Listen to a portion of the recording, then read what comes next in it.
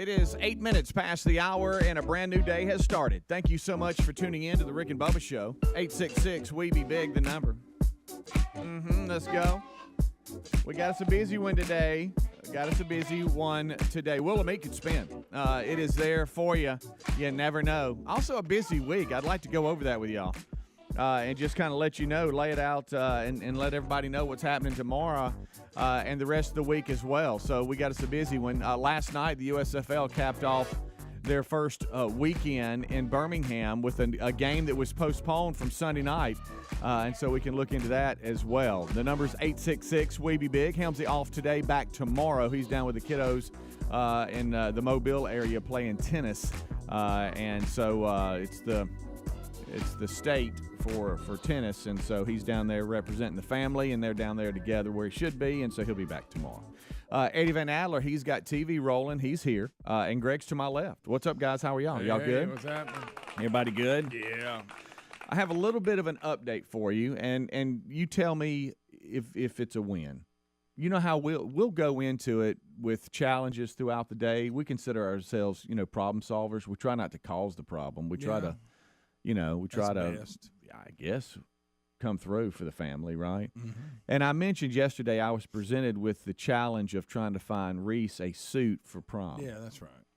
And because you're known for your fashion. Right. It was really by just being open, just kind of having the afternoon to where I'm kind of the guy. Terry was working, and so I'm like, I guess Did it's me. You get that pink suit that was looking?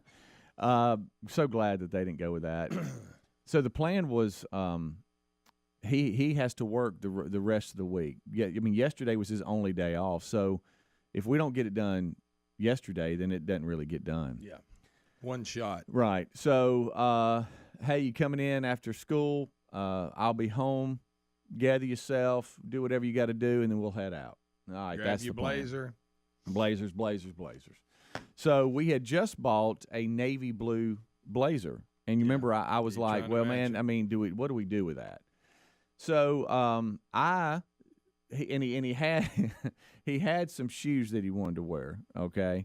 And he's like, I want to wear these shoes. I need to find a matching belt. But it was I know you got your brown belts, okay? But you got your dark brown belts, your light brown belts. You got all kinds of, you got different shades. So I'm like, I'll tell you what we're going to do. Not interchangeable. We can take pictures of everything, but just let's throw your blazer in the back seat of the truck, and let's throw your shoes back there. And then if there's a discussion that breaks out, we'll go out and look at them or get them in the park, whatever. You don't walk in with them. So we go in and to where he bought the blazer, and it's only been a couple of months ago. And can it match up and all that? So I get a call, which we were both. I mean, let's just call it. If dad and son go, we can knock it out. Yeah. If mom / wife comes, I mean, it's not like we don't want her there, but it just will double your time. Boy, let me tell you, because I told him, I said, Dad, try this one. Said, no, try this one. Yeah, look at this one. Yeah, and he looked at me. He said, Dad, how quick can we knock this out? Because he had other things he wanted to do. I said, well, my goal is we get in and out of there quick. I'm talking about real quick. Record time. Let's go right to the suits and let's pick it out and go. He goes, I'm all about it. Then here comes the call. Hey, I got out a little early. You want me to meet you there? No. And I'm not going to say no. What, am I going to say no and then get in trouble? You don't have to do that. Well, I said that. You know what? I mean, you don't have to, but, honey, we got this. Of course you're welcome, but, I mean, we're just going to get in there and knock it out. And he looks at me like, yeah, that sounds good, Dad. Well, I mean, I could probably be there. And now, where y'all going? And I'm like, well, we're going where real far from where you are. Yeah. We're actually going to drive up to Huntsville to get this. So never mind. But anyway, she says, well, look, I'm probably 10 minutes away. You couldn't believe it. And I was like, okay, well, come on. I mean, look. Did you go ahead and tell Reese to cancel any plans? Yeah. I said, son, the day's just gotten longer because now we're gonna be really trying some stuff on. So we go in, and immediately, like within 2 minutes, all right, we like that color. Let's find your size. It's on the hanger. Done. Text. Bloop. Hey, I'm about 5 minutes away. I said, I'm gonna tell you. Got it. I'm gonna tell you what we're gonna need to do. And this is, I'm not a rookie here. we need to pump the brakes a little bit, because what you're going to do is you're going to go in there and you're going to try this suit on, and it's going to look good, and I'm going to go, hey, Roger that, let's go. And she's going to get there and go, well, now I want to see it. Yeah. Well, what about this one? I said, then you're going to walk yourself right back in that room, and you're going to change again and put it right back on. So we might ought to pump the brakes a little bit until she gets here and go in there and change one time. Because if not, you're coming in and out about 10. So I said, she finds other options to go. Well, try this one, see if you like it better. I'm like, so why don't we go over here and let's just entertain ourselves and see if they have. Because I took a picture, like I said, and we had the blazer out in the car, but I took a picture of like the tag and all this kind of stuff. I said, even though what we've picked out are two different, they're blue, but they weren't the dark navy blue. And I said, let's go over there and see if the slacks of the suit are over there, and let's just entertain ourselves and see if we could get out of here with just that. So we walk over there, and I'd be dadgum. That's your move. Hey, I'd be dadgum if they have the exact same blazer and the suit, and it's like, there it is. And I'm like, wait a minute. Let's see if we can't get the slacks to this, and it matches up. Money. Well, I don't know about you, but I hate to buy another blazer that's like almost the exact same as the one we got in the truck. Almost. So here I go. I'm going to the truck. I make the call. Yeah. I'm going to the truck to get the blazer. So I come in and I go up to the sales rep. And I'm like, hey, can you tag this? We're coming in and we've bought this. This is ours. And he confirms that's the exact same suit as the pants we have right over here. So I'm like, okay, well, that needs to be an option. Yeah. So we put that on the table. So he goes in, Terry gets there, and we're like, hey, we're over here. Hey, he's going in. We're waiting on you. She's just so excited to be there. Yeah, so that's when I just kind of step back. Yeah, you're done, buddy. He goes in and changes, and he says, all over. Hey, we got the right size. This is perfect. So I'm like, you're kidding me. I mean, first suit. Hey, don't even try the other ones on. Yeah. I mean, and I'm like, this is a win. And she's giving thumbs up. I'm like, awesome. So now I go, I'm just going to go pick out a belt. Well, no, let me go. I'm going to go pick out a belt. You knew it was going to be something. And I'm like, okay, I'm going to back out and just let her pick out the belt. So I'm waiting on Reese, and I'm going to be the suits back that we don't try on. Let me be that guy. Hey, give them to me. I'll go put them back. You go over there with your mom. And you got the one that you own mixed up. Right, and I'm really struggling trying to keep up with that and not mix it with the others. Yeah, sure. That'd been good if you had that look on your face. Right. You go, I'm not sure which one's right. Yeah. Luckily, we kept it in the little the hanging protector that comes in. Well, then I forget stupidly the tie. Oh. I think we have hit a home run. We have picked out the bottoms to the suit. It matches up to the blazers. There's so many choices. She's got the belt quickly that matches the shoes. And, I mean, same kind of brown, whatever. And then now it's and I'm walking to go check out. She goes, now what about the tie? Let's go over here. And I'm like, oh, no. Because, like I said, there's a lot of choices. Oh, no. And his date sent him the color dress and everything, so we can pull a little bit of that in there. So she's like, well, let me see it. And we're looking at the picture. And, okay, what about this? Roadblock. And of course, every one she lays down, we're like, that looks good. Well, what about this one? Let's go with that one. Before you know it, we got 6 ties laying out. Met some people that watch and listen to the show, and they thought it was kind of funny that we were in there trying to knock this out. But we finally landed on a tie, and I would say probably an hour and 20 minutes in and out. Mm. I mean, I think it's kind of a win. If we're playing a game, I think we got out to an early. Bad, but you would have probably got out in 45 minutes. Yeah, probably. I think we got out to an early lead, and then for some reason our defense just started letting the opponent score. Too good. Yeah, but I think we came back late in the fourth for a win and scored last drive. Yeah. All I know is that the suit and everything's handled, and it was Monday, so that's a win, right? Hour and a half. Rick and Bubba.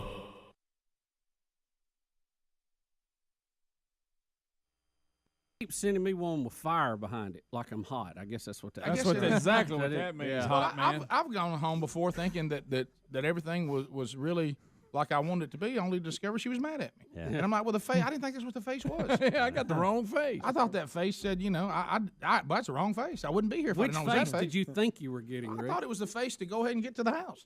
Well, which face is that? The game on face. Is there a game on face on there? Well, in my world, I thought there was. I guess there's not. Is that the face with the hearts, his eyes? Yeah. Yeah. But something like that. Then I look. Or like a little wink with a Like with a I don't heart? know. Like this one, when people like only females only, I'll receive it.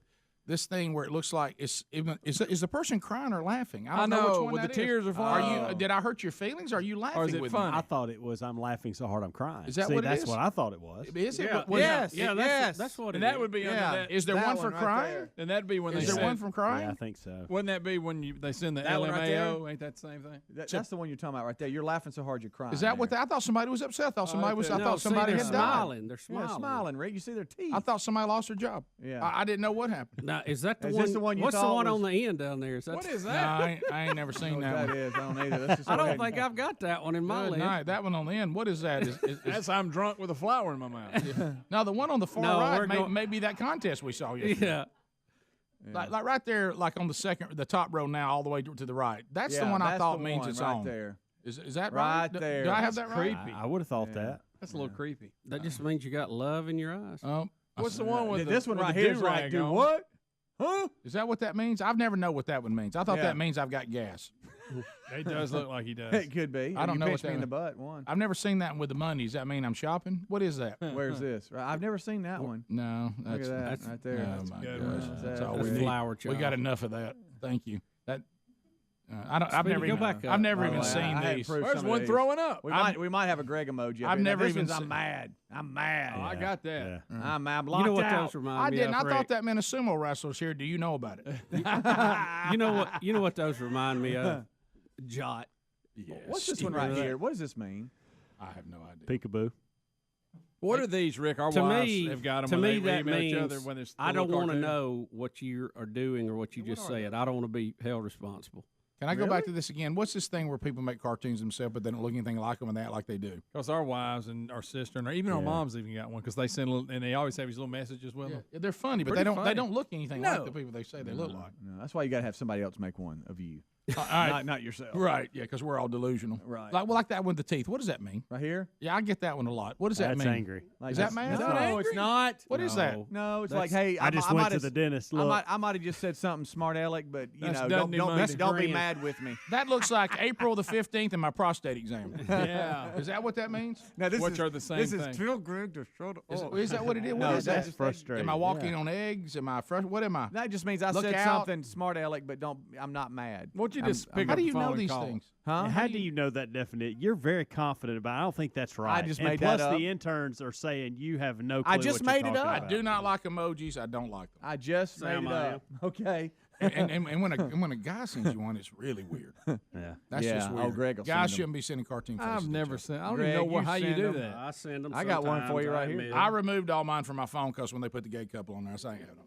That steaming pile. Hey, that's which smiling one? is Which pretty one good. is send this that one to you a here? lot. It looks like you're crying or something. What's that one mean? I have no idea what That is. one you Is that just- sad, happy? What is it? Is it? That's I'm laughing That so hard one. I'm crying. You are no. I'm a That one's Redskins I'm fan. blubbering. I am crying. Yeah, crying that's so much. crying I real am hard. just Am I mad hard here? crying. What's what- this what one am mean? I? Is that That's a a pumpkin? Jack-o'-lantern. I don't know what that is. You're sick. I don't does know that what mean? that is. I don't know.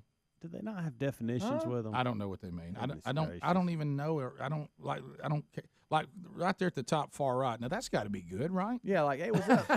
Hey, baby. That's what Greg feels like Friday night about 11 o'clock. Yeah, one eye open. The one. That's when he's messed up. I don't know what a lot all of these these mean. mean. I don't even. Why do we have? What is old straight face here? What's that one? nothing.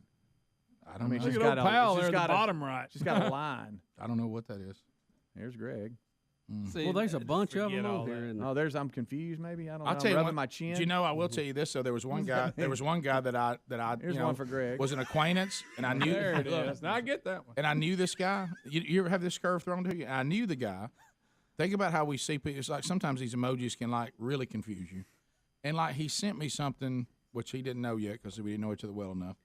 And in the emoji, he was a black guy, and I didn't know he was black. Oh, okay. And I was kind of like, oh wow, is he black? 2 minutes past the hour. Thank you so much for tuning in to the kickoff hour here on the Rick and Bubba Show. The Good Time Gang minus Helmsy is here today. He's back tomorrow if you're listening live. That'll be Wednesday.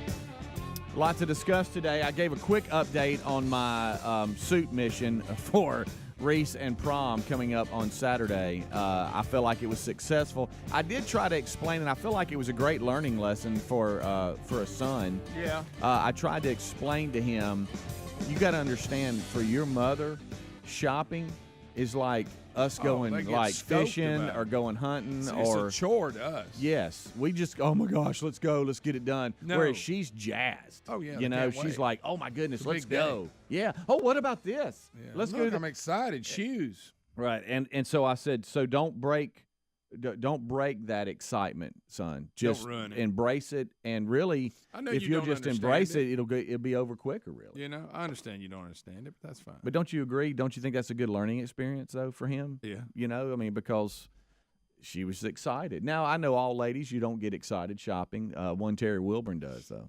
Oh, boy, my wife. Huh? She just likes to just kind of glide around the whole place and look at everything. And why does it always turn into something else, too? Like, we knocked that out, and we're walking over victorious. I mean, we're like, you know, fist in the air, walking out like, yeah, we did it. And then she's like, hey, since we're over this way, why don't we go here and there and all that? And, hey, I need to run this. Do y'all want to – anybody want to go with me? I need to do this. You're like, no. No. And Reese uncontrollably said, 100% no, Mom. Oh, he said And she just kind of looked, and I, like, elbowed him, like, what are you doing? Hey, buddy. Buddy, Don't be just too say, no, excited. ma'am. No, ma'am, I've got to go. I got to go. We've already been here longer than I thought we would be. Oh, don't say that either. I got something to play for you, my friend, and I want you to tell me why I'm doing it. Okay. Okay? You ready for Tell this? you why you're doing it. Yep. All right. All right, you ready? Yep. Oh, my goodness. Here's Johnny. Okay, I know what that's from. You know what that's from? Yeah, that's The Shining. Yep. That's the famous line from The Shining. Did that scare you? Yeah, that movie, I didn't like it. I don't didn't like evil anything little about it. kids going rat, and No. all that.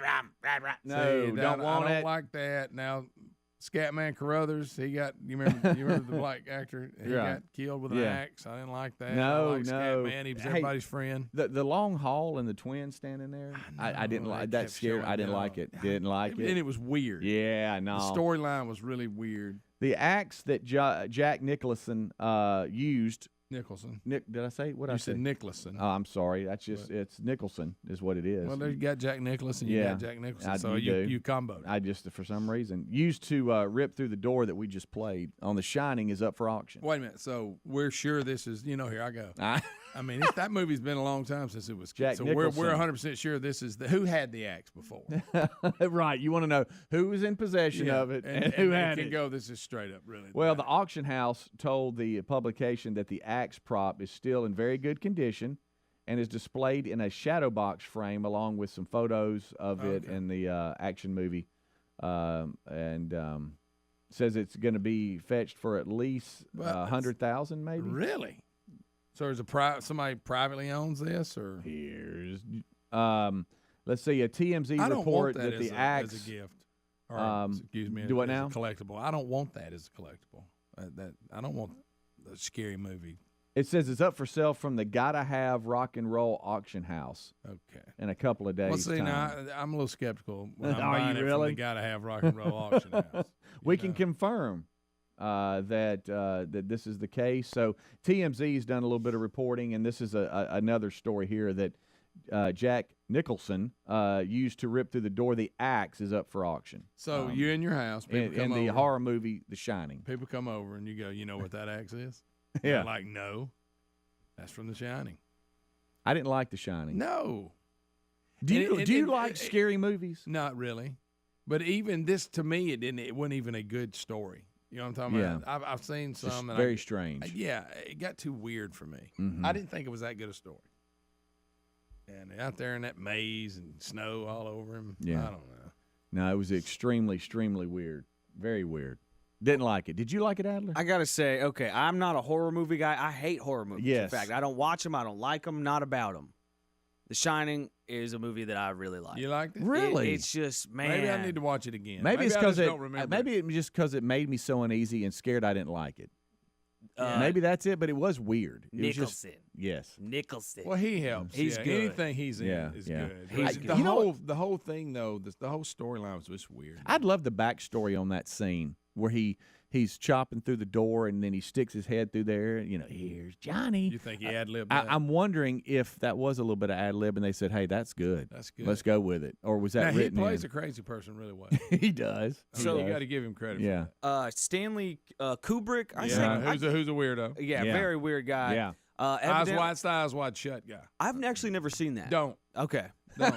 I It's know the that- most bizarre thing I've ever I seen. know, I know we've got this big bit on the show about it. Yeah. Oh, yeah. Betty with the Barney mask. Yes. That is hilarious. Yeah, it is. I've actually never seen the movie. I've but- watched the movie but- maybe one time, and honestly, when it's over, I thought, I don't know what that was. But What- Stanley Kubrick, he directed it, right? He did. Yeah. He did Yeah. The Shining, and then Shelley Duvall was the female in The Shining or whatever, the wife. yeah, who played Olive Oil, who she looks like. Yeah. She looks exactly She- like In the Olive Popeye Oil. movie with Robin Yeah. Williams. Yes, she was Olive perfect. Plays a Olive great Oil. scared wife. Yeah, now she did that. She screamed. I think that I think Kubrick made her do that scene like 1,000 times. Oh. To the point where she's just like going crazy. Like, Okay. like exhausted, mentally fatigued, all that, just to get a little bit better performance out of her. And boy, she sold it. But do y'all care about spoilers right now on The Shining? Nobody cares about That movie's Shining been out spoilers. No, Yeah. no, not at all. The fact that the boy gets away, everything, and like the And wife Jack Nixon's out there with snow all over and him. Nicholson, he just freezes out. Yeah. But buddy, when they're running the maze, I'm like, go. And then he covers his tracks, and you're like, way to go, kid. You did it. You survived. I love you. Your dad might not love you. I do. But I do. You know how Red rum. You know how I'm bringing Aerial America into this story. They showed the they the filmed hotel where they filmed it, and they say this is where The Shining was filmed. I'm Scary. like, Skate. Bubba, Rick and Bubba. Why did he send a black?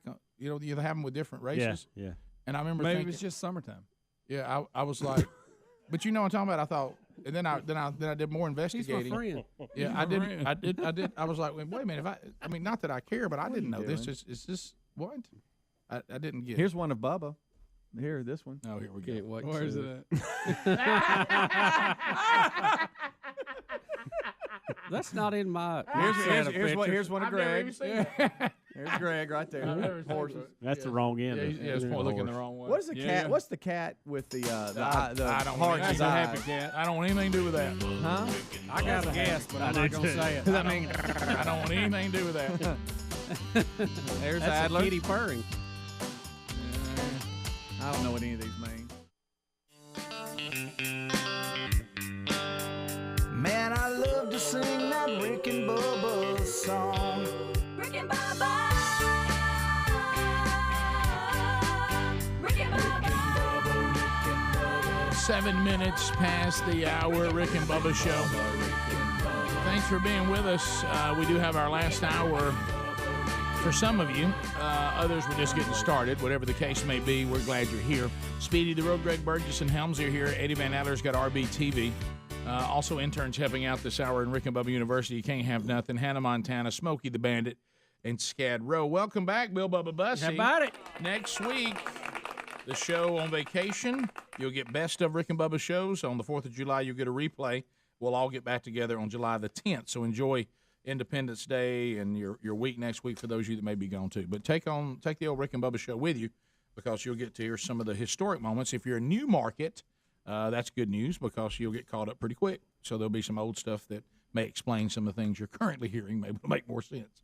Bubba, here it is, more food stories, and they're acting like this is a big announcement, and I wonder if you agree. Twinkies with chocolate and peanut butter hitting the shelves this week. Everybody went. A little reaction y'all out of hear the crowd that? there. A little reaction out of the crowd there. Greg, I don't know if they Well, did like to that. me, chocolate and peanut butter is a Reese cup, and It's going to be in cake form? and it should just be that. I don't know. I like a Twinkie because it's a Twinkie. Yeah. I've Twinkies got noticed its you own call deal. Reese cups Reese cups. Reese cups. Yeah. Has it always been that way? And a spatula. Right. What about Walmart? You throw an S on No, there? I'm not a Walmart's- S adder on that one. Walmart's. Walmart. But then sometimes you're an S omitter. like Tyler Whoa. Woods, you say Tyler Wood. Well, there's I different. mean, Tiger Wood. Tyler Wood. Tiger Woods. Him I was too. thinking about my son. See what I'm talking about? See how Sometimes Helms is an S. Oh. By the way, I like you in the glasses. I don't know. You make fun of my reading No, glasses? I really do. Every time you speak, I wish feel I like a could see. professor's in the room. I need to pay attention. Smarter. I don't like the way you're reacting to them though. I I don't thank really, you, Rick. mind the Thank way you. they look. Rick, I got a weird thing going here. I know. Well, just Yeah, stop it's like it. they're Then. I foreign. can't see it. I gotta. Why don't you just go back to just Every none of it? time, have you noticed too the thing I'm today, typing Rick? up names.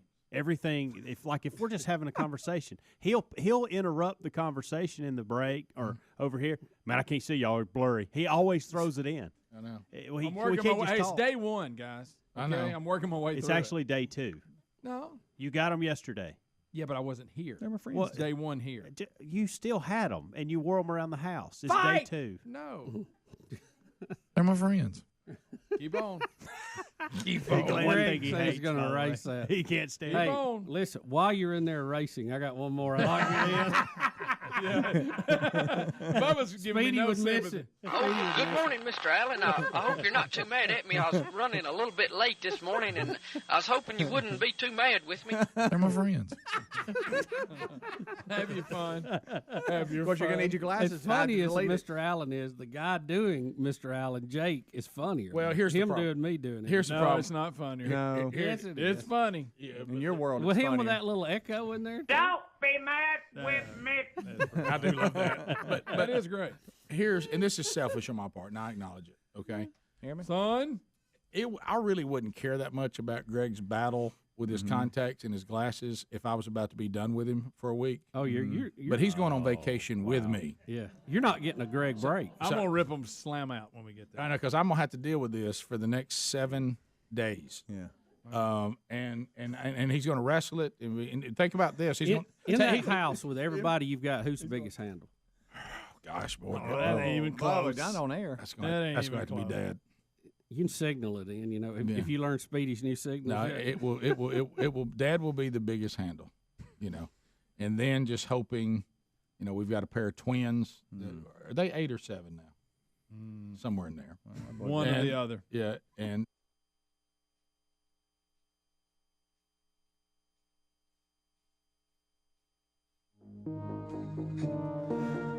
25 minutes until top of the hour. Kickoff Hours Live. Thank you so much for tuning in.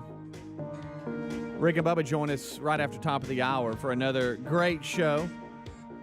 And a busy one, too. We got a lot to go over. We're going to jump back a little bit, too, and hear how Adler's Easter weekend went. You know, Ruby's birthday and all that. And the stories from Adler. So cannot wait to hear about that. And I'll just tell you something about his car, too. I don't know what happened there. Oh, boy. And of course, the Wheel of Meat could spin today as well. Busy week. You know, we're going to have 2 Honda cars here tomorrow. Did you know right? that? I knew we discussed doing a little tire changing next Yep. expo.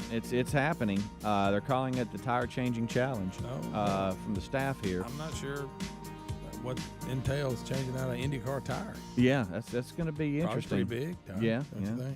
think? This is where we make, I think, people that park here angry. Yeah. Because I was going back and forth with them yesterday, and they're going to bring 2 Hondas plus all the stuff that we're going to need to change the tires. You know, when you've watched it too, the Formula One thing on Netflix, Yeah. Drive to Survive or whatever. Mm-hmm.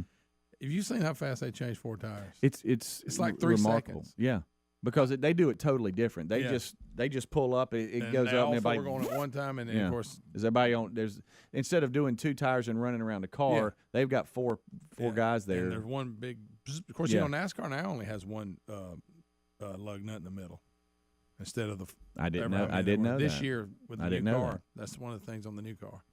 Well, as part of the Honda Indy Grand Prix of Alabama, we talked to Tebow yesterday about that. He's the Grand Marshal this year.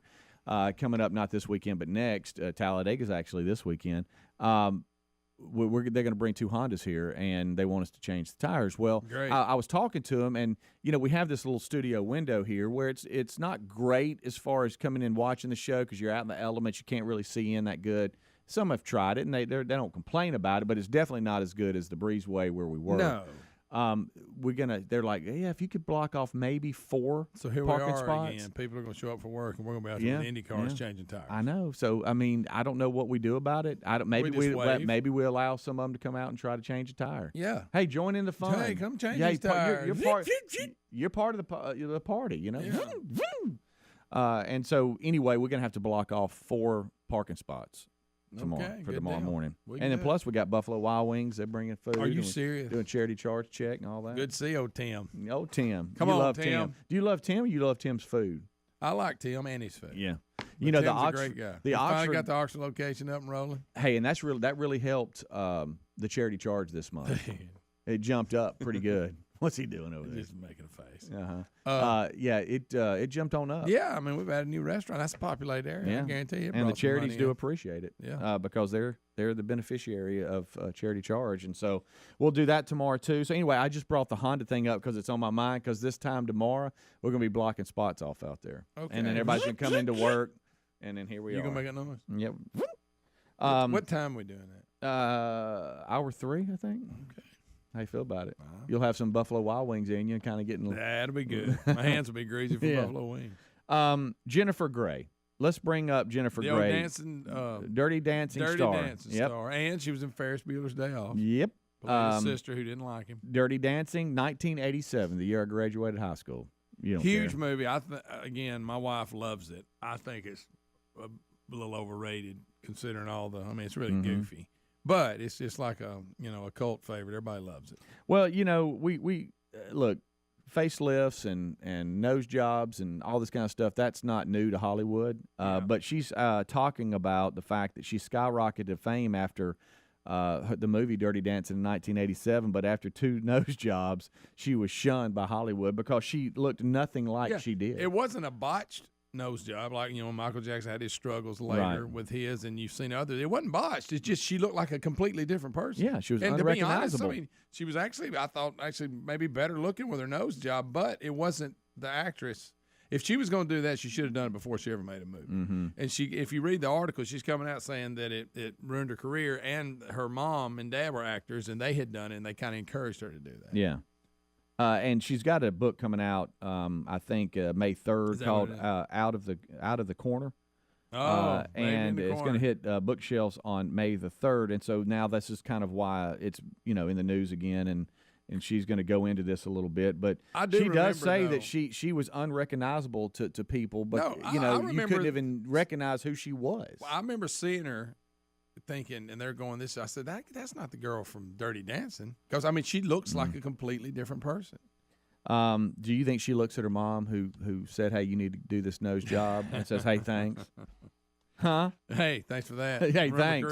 Appreciate it, Mom. Thanks for talking me into doing that. Yeah, because you paid to get your nose fixed, and they did, but it just made you look like a different person. Yeah. Like I said, we've seen the botch stuff. It's not one of those. It's just that's if you're a fan of her before, you go, well, I don't know who this is. She said that, look, I think what kind of encouraged her mom to suggest this and really push for it is she said with the Hollywood beauty standards, they thought that this would actually boost her career, that was a problem, and that if she would have done it before she was in one of the biggest movies ever made, then it might not have been as noticeable. Look, Ferris Bueller's Day Off, that is a great movie. That's a good movie. When she is in the kitchen and the principal's in there, he spooks her, she kicks him, and he goes and falls like a tree. Huh? That's it's a stupid movie, but it's fun. Hey, very stupid. Do you know that Terry Wilburn, my boy, has never seen that movie? Are you serious? And it was on. We might have been watching it the same day because it was on not too long ago, and I was locked in. And she said, I've never watched this movie. I said, well, I'll tell you what you're doing. You're sitting down right now. I'll be honest with you, Lisa don't like it. She thought it was silly, and she's like, why does this, everybody think this is so good? I'm like, honey, you don't think this is good? Maybe now, watching it, it's not as good. But when it came out, it was, I don't know. But, yeah, it's a little much. But, I mean. I think Terry and Lisa have similar taste because she'll look at me and go, why do you think this is funny? That's me. I get that all the time. I mean, I'll be just dying about something. She'll be going, well, that's not nothing funny about that. Right. I said, well, I thought it was. I can't breathe, like laughing at Anchorman, and she's like, "What are you doing? Yeah. Why are you laughing?" I know. Dumb and Dumber. God, I'm over there. At least don't even like Seinfeld. See?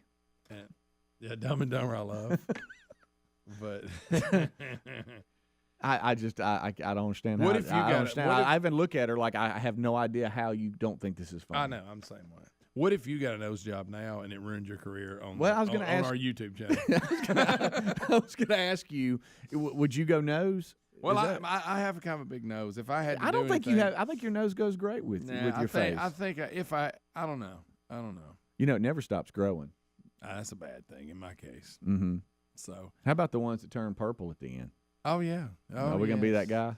You know, I think there's like treatments now that we could probably be doing. Yeah. like deep cleaning. Mhm. That's probably because I think block pores. Right. Some might want to look into that. Mm-hmm.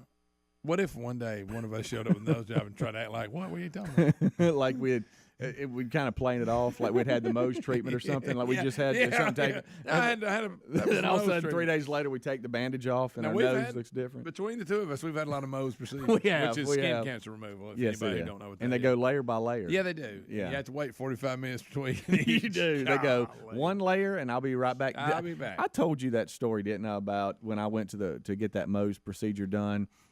This guy comes in on a bicycle and a bike helmet. I saw the same thing here.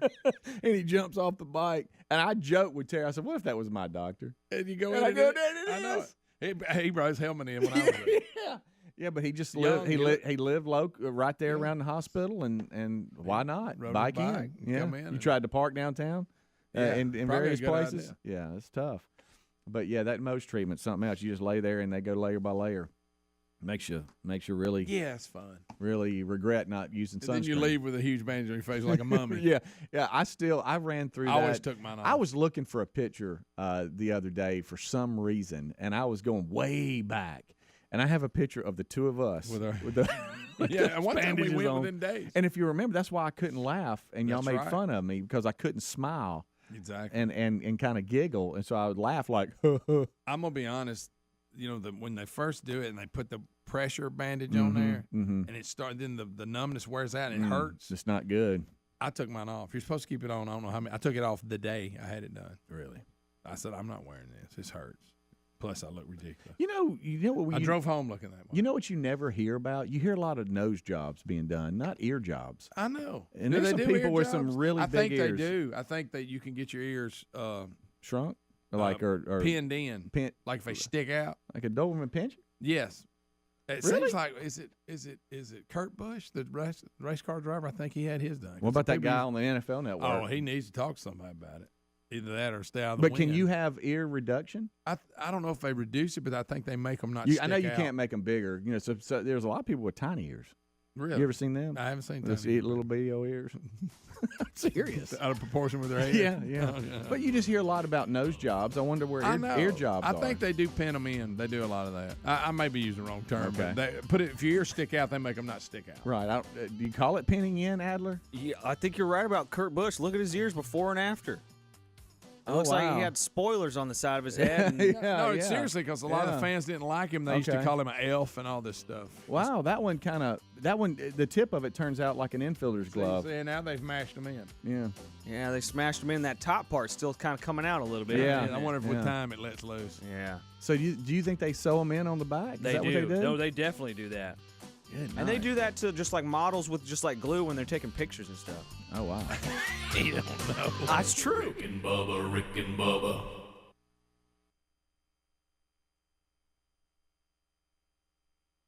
You got that. You always got that situation because I've become. I'm not well versed on that anymore because the youngest kid I'm dealing with now is 16. Yeah, you're I've kind of left that world. Yeah. And so that's going to be in there. Any combination of females, there's always a sign of drama. You never know when there could be drama. Somebody said something somebody didn't like, or something, or somebody. What does somebody mean by that? You know what I mean? So you got to watch that. What somebody mean by that? You know what I'm talking about. Yeah. Yeah. And No emoji for that. I can't believe she said that. right. They're my friends. They're my friends. Greg. And of course, Greg's Greg. at it again, that thing. I think what you're asking, Bubba, is accurate. I threw Dad out there, but when I throw Dad out there, I really mean Greg too, because it's the same thing. Yeah. You know, I'm going to be putting them together, and me having to be the Dad and Greg wrangler versus everyone else we encounter. I ain't gonna be no problem. Yeah. Plus, he's going to get your boys. He's going to get your boys in trouble. Your dad won't mind. And Yeah. then he'll get them doing Jump something. off the roof. They don't care. Yeah. There's a combination in there. You've got. Now, don't forget. Now you're going to have the 20. We're not close to pool list. You're gonna have the 26-year-old that's been out there living on his own, got his own thing, got his water, and he's gonna be thrown right back in the mix of now we're in a big mob. Uh-huh. He says he's staying to the end of the week. I'd be shocked if I don't see an exit somewhere about midweek there. That's right. You know what I mean? Something came up. That's it. Right. Of course, I'm having a really good time with Greg's daughter who's coming because her boyfriend is coming. To spend time with us too, and I've had a really good time with that. Yeah. You've been aggravating her a lot. Yeah, I've been aggravating her. I was able to overhear that Yeah, part. sure. Called her up and said, "Look, I just want to That clear was some things." Yeah, look, and it owned her too. Because she is Greg if he'd been a girl. Yeah, she likes a good one. She does. Yeah. She does. And so it'll be, it's How many rooms is this place you got? 8. Wow. Yeah, it's a house. It's yeah. It better be. Yeah. There's gonna be a lot of folk. Yeah. Still got your glasses on, Greg. How about moving Trying to when read you these names. just getting your stuff in and out? Mm-hmm. You talking It's about like moving. better known as tomorrow? Yeah. Yeah. So Get your stuff in and out. Just compared it to moving. Just taking a suitcase in a house. Well, that's a bunch of I stuff, mean, when though. you I carry know, but a it's great not, big- guys. It's like you feel like a when moving. When my wife goes on vacation, you would think the Fourth Army was moving. Nah, somewhere. it's like, No. it's like a pack mule. Rick, when is 2 men in a truck getting there today? you know what? If I could cut that deal, Yeah. you know what I mean? Right. Because you know what I love too. Y'all's My- wives must travel different. But than listen, mine do. what's different is if you ever because all you can do when you rent a place is you get some idea what it's like. Yeah. You ever made that mistake and get there and realize to get in it is up steps Oh. and all those suitcases and you pulling all that out and then my wife's one of these kind and that when she lands, now keep in mind that's fine when it's just us, even though we're not doing anything else until she goes into the rooms and puts everything in every drawer where she wants it. She doesn't work out of a suitcase. See, I work out of a suitcase. I'll just throw my Well, it suitcase. depends how long you're there. Yeah, I'll just throw a suitcase over in the corner. Give me and a work out of that. suitcase and a trash bag. And I will say this: my wife's way is For your better. dirty clothes? My That's wife's it. way is better because it is much better to function during the week that way. I just don't want to take the step what it takes to get everything in the doors. Yeah. Her way's no doubt better once it's over, but so that usually leads to, an hour and change of mom's just in the room getting everything in the drawers and all that. So picture that now multiple times, Yeah. where everybody's coming in and Well, let me ask you this: who's getting the top floor? Because with 8 rooms, if you're going to have multiple, levels here, and you probably have 3, and somebody's going to be way up top. Is that going to be the boys? Yeah, Yeah. younger up higher. Because there's going to be a lot of steps. You probably got teenagers right there. Yeah, so all that'll be rolling. And I'm gonna tell you this: I gotta, it's really crucial that I map out the right room for me. Oh yeah. Because you could end up in a bind. Yes, sir. So I'm gonna have to I don't know how that's gonna work. Where are you putting little brother over there? I'm sleeping on the beach. Little baby brother. I've got a little something picked out for baby brother. I was looking at the pictures last night. I'm easy. Greg, I can sleep anywhere. poor Greg. I ain't worried about it. Greg, here's one thing we got to get past. One of the things that you kind of have a quirk about is you're fine with everybody spending time together until it's time for everybody to go to bed. Yeah. And it's always weird to you when you're having to go to bed with everybody else around. Yeah. That is kind of That's weird. why I'm sleeping on the beach. I'm getting one of them chairs.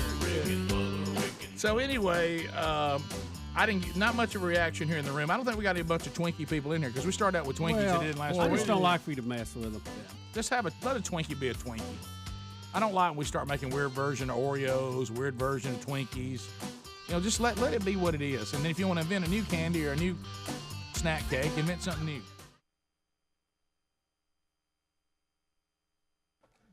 Well. 9 minutes until top of the hour. It's the Rick and Bubba Show's kickoff hour. Welcome in. Rick and Bubba join us right after the top of the hour. This portion of the show is sponsored by our friends at 1-800-Flowers.com. 1-800-Flowers. We talk a lot about 1-800-Flowers.com because the will of meat. Flowers. Flowers on it. Yes, and Mother's Day is quickly approaching.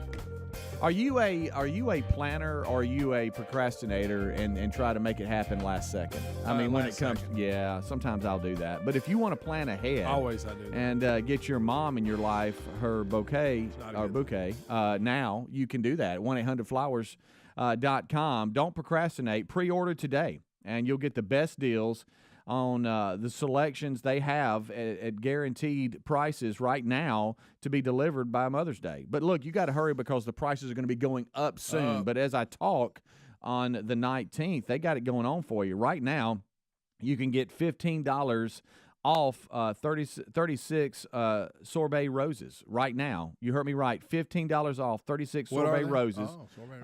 And that's a great gift for mom, under $50. And look, it comes right to your door. These roses are guaranteed to show all the moms in your life how much you love them, how much they mean to you. All roses from 1-800-Flowers are picked at their peak, cared for every step of the way, and shipped fresh to ensure lasting beauty. $15 off 36 sorbet roses is a terrific offer, but as I said, the prices will be going up soon. But as I speak, it's $15 off right now. So hurry up. Go there to 1-800-Flowers.com, but make sure that you use the radio icon and then use promo code Bubba. Some of you are not looking at that radio icon, but you want to make sure that you use promo code Bubba in the radio icon. So you're clicking the radio icon, then you're using promo code Bubba to unlock these savings, or you can always find a link at rickandbubba.com under the sponsors button. So you said it right and everything. Sorbet roses. I kept trying to put it in your head. Sorbet. I know you do that. Yeah, well, I was just testing. Terry, a little challenge. Yeah, we tried to listen to what Span always tells us, and that is, do not get out and start buying flowers and getting your little potted plants and getting the front porch the way you like it and all this kind of stuff. Don't do that before Easter or tax day. Don't do it.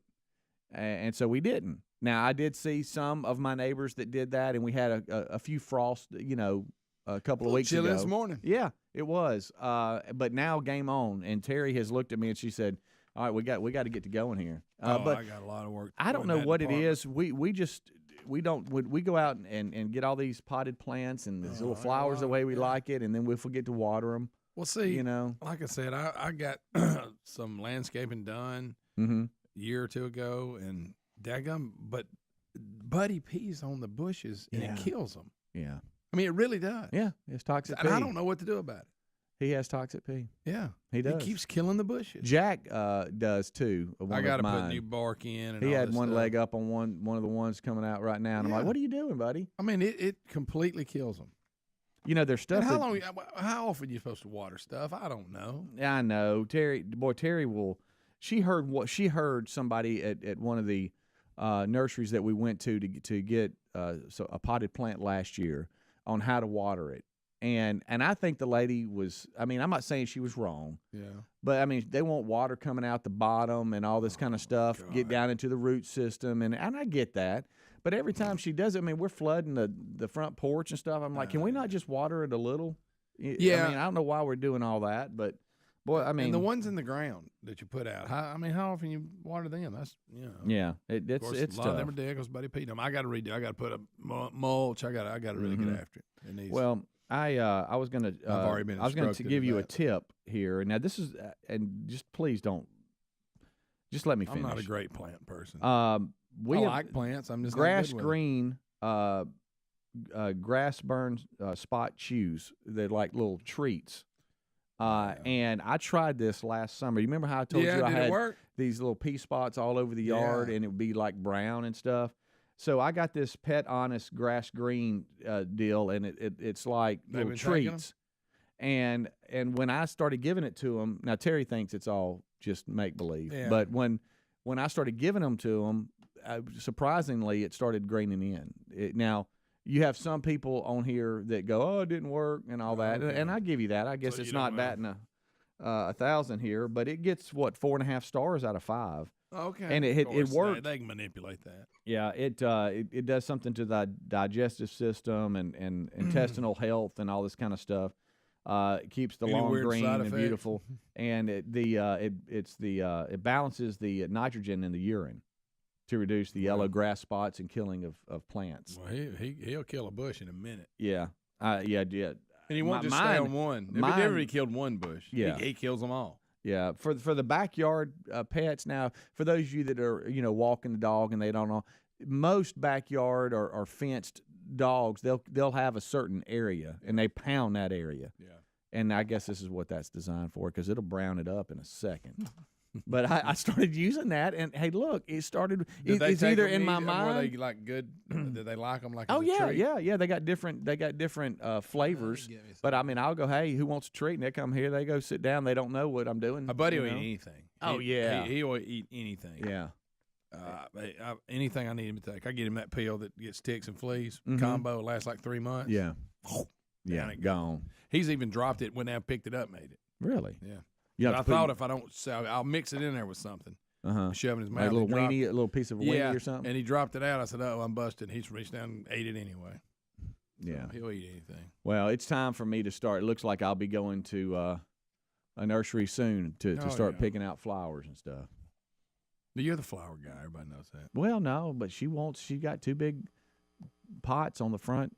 I guess that's what you call them. These, little areas on the front, and I had to dig all the stuff up that died off, and so now they trim them up, potting, get some pot and soil, and get some fresh stuff in there. And right now they're bare, and it's killing. It's just driving her crazy. She's like, we need some color. We need some color on the front. Get it in there, so buddy. it's time. I told her, I said, just pump the brakes and let's wait till after Easter and tax day, because that's what Span always says. Yeah, you were using that as an excuse, and now the excuse is gone. Yeah, now it looks it's going like to warm up the end of the week. It was cool this morning, but I think in the middle of the week, by the end of the week, it's going to be mid-80s. Yeah, I know. So it's time. Yep. It is time. All right, we'll take a break. We'll come right back. Rick and Bubba will join us, and there's a lot on the table. You don't want to miss an Adler story from this past weekend, looking back at Ruby's birthday, Easter, and some some stories from the Adler world. So that's today. The Wheel of Meat could spin. Helmsley will be back tomorrow. Don't forget that. And then tomorrow we'll have 2 Honda cars here, and we're going to have to be changing some tires. There we go. They claim they're bringing everything we need. All right, we'll see. And don't forget, for all of you race fans that are in for Talladega this weekend, welcome. That's right. I think I might make an appearance at I know Speedway. You pass Talladega a lot. Do you see I some saw activity? the RVs coming in. Here they yesterday come. on Monday. Woo. We'll be right back. Rick and Bubba, Rick and Bubba.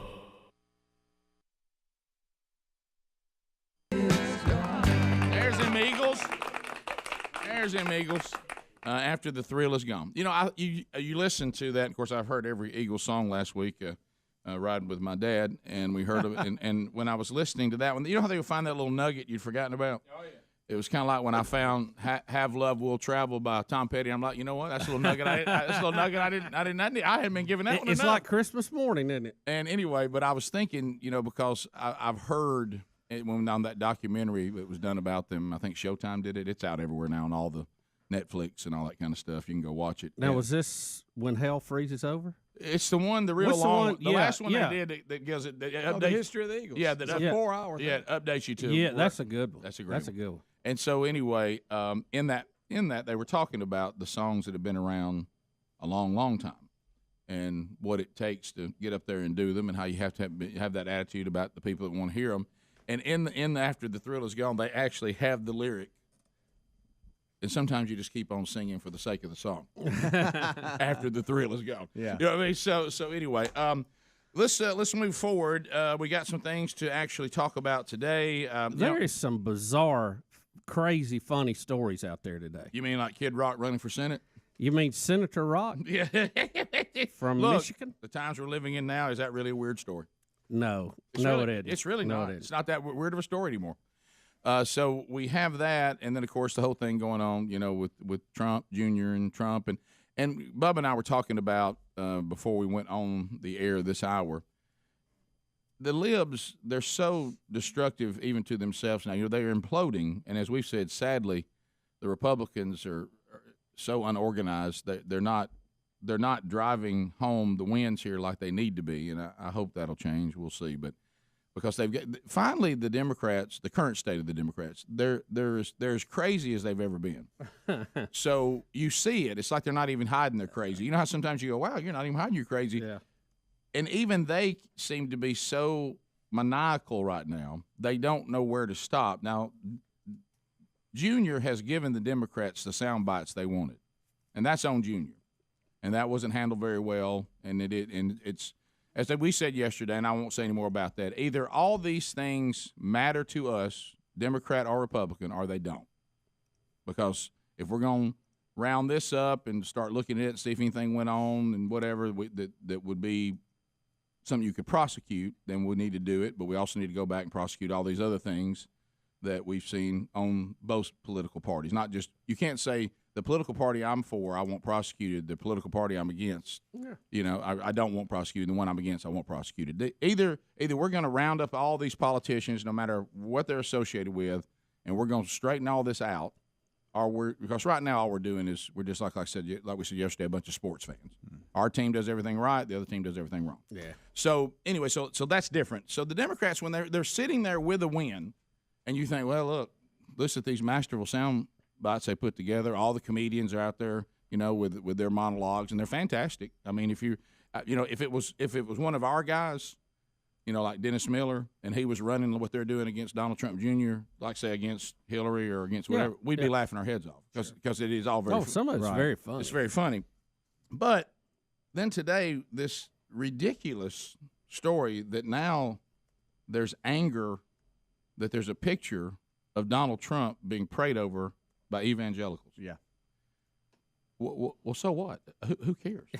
I mean, that's not a story. I mean, presidents have had people of faith pray with them and pray. Oh, and what they're trying to spin is, and this now we're getting because he's in trouble. Well, now we're in crazy time. See, now we're in wacky time. This is where we go to. Say they don't understand what it's about. Yeah, this is where we go to Wackyville. Yeah, and now that's somehow inappropriate because what we say that picture means, which is ridiculous. Now the evangelicals are praying and they don't care about collusion with Russia. So once again, now they're tying this prayer to somehow evangelicals are praying for Trump because they don't want him to get in trouble for colluding with Russians. Yeah, they basically said this was like a 911, come to the White House and pray for me because I'm in trouble. And, of course, they have to tie that to that somehow is indicative of they don't care about the Russian thing. Right.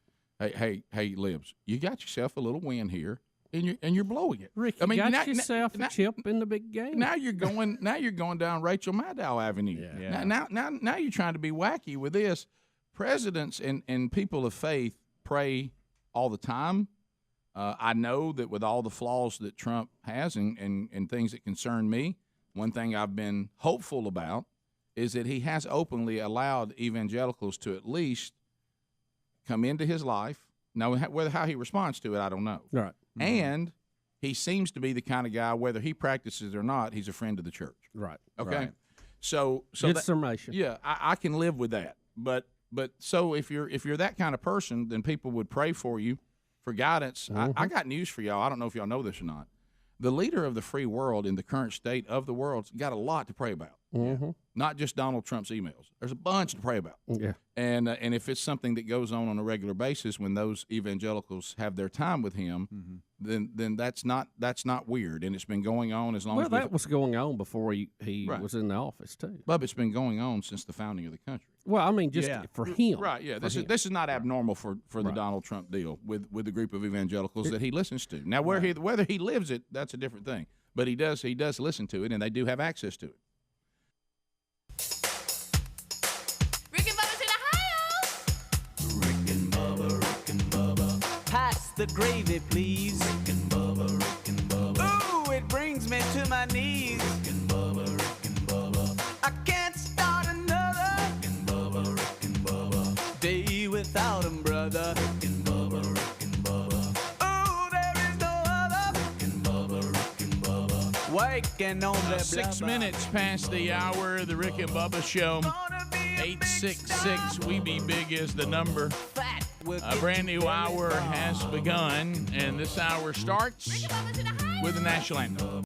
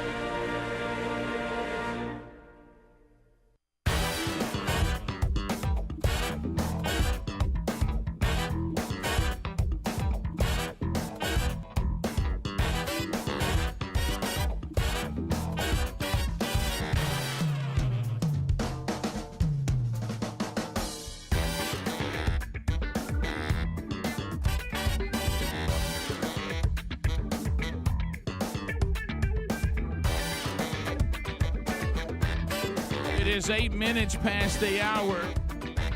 The Rick and Bubba Show. Thank you for being with us.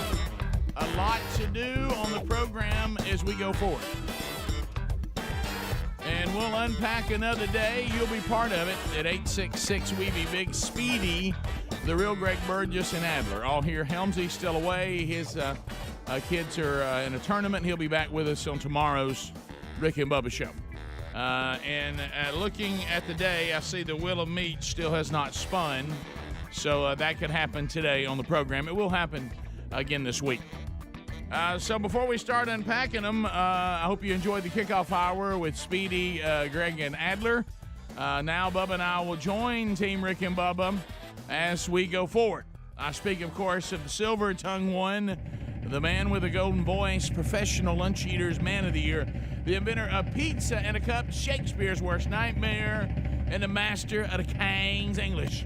Ladies and gentlemen, let's put our hands together for Bill Bubba Bussey!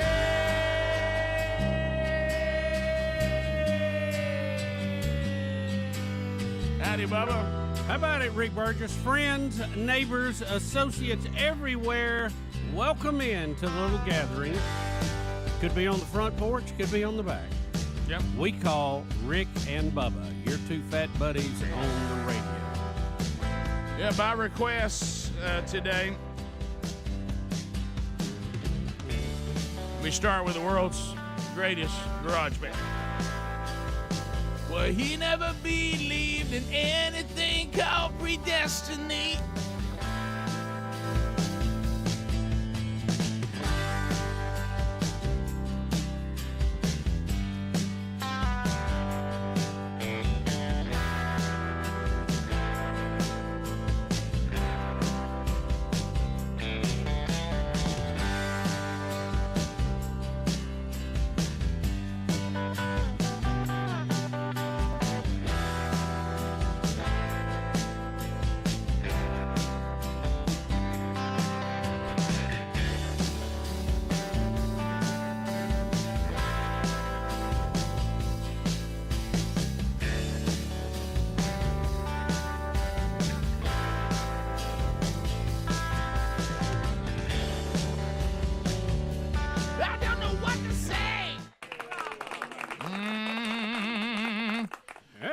Welcome back. I was looking at some of the stories today, Bubba, and it appears, and I was talking with one of my friends yesterday, that his job calls for much travel, and he was anticipating this mass situation on airlines, and if I see this right, the mask take them off came yesterday.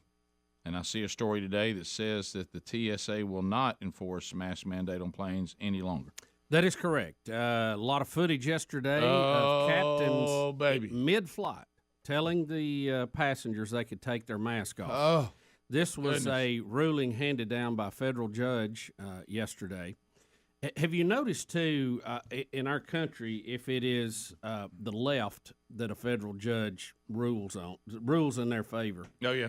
They will make out like this is finally been corrected by a so brilliant, legal mind on the bench. So true.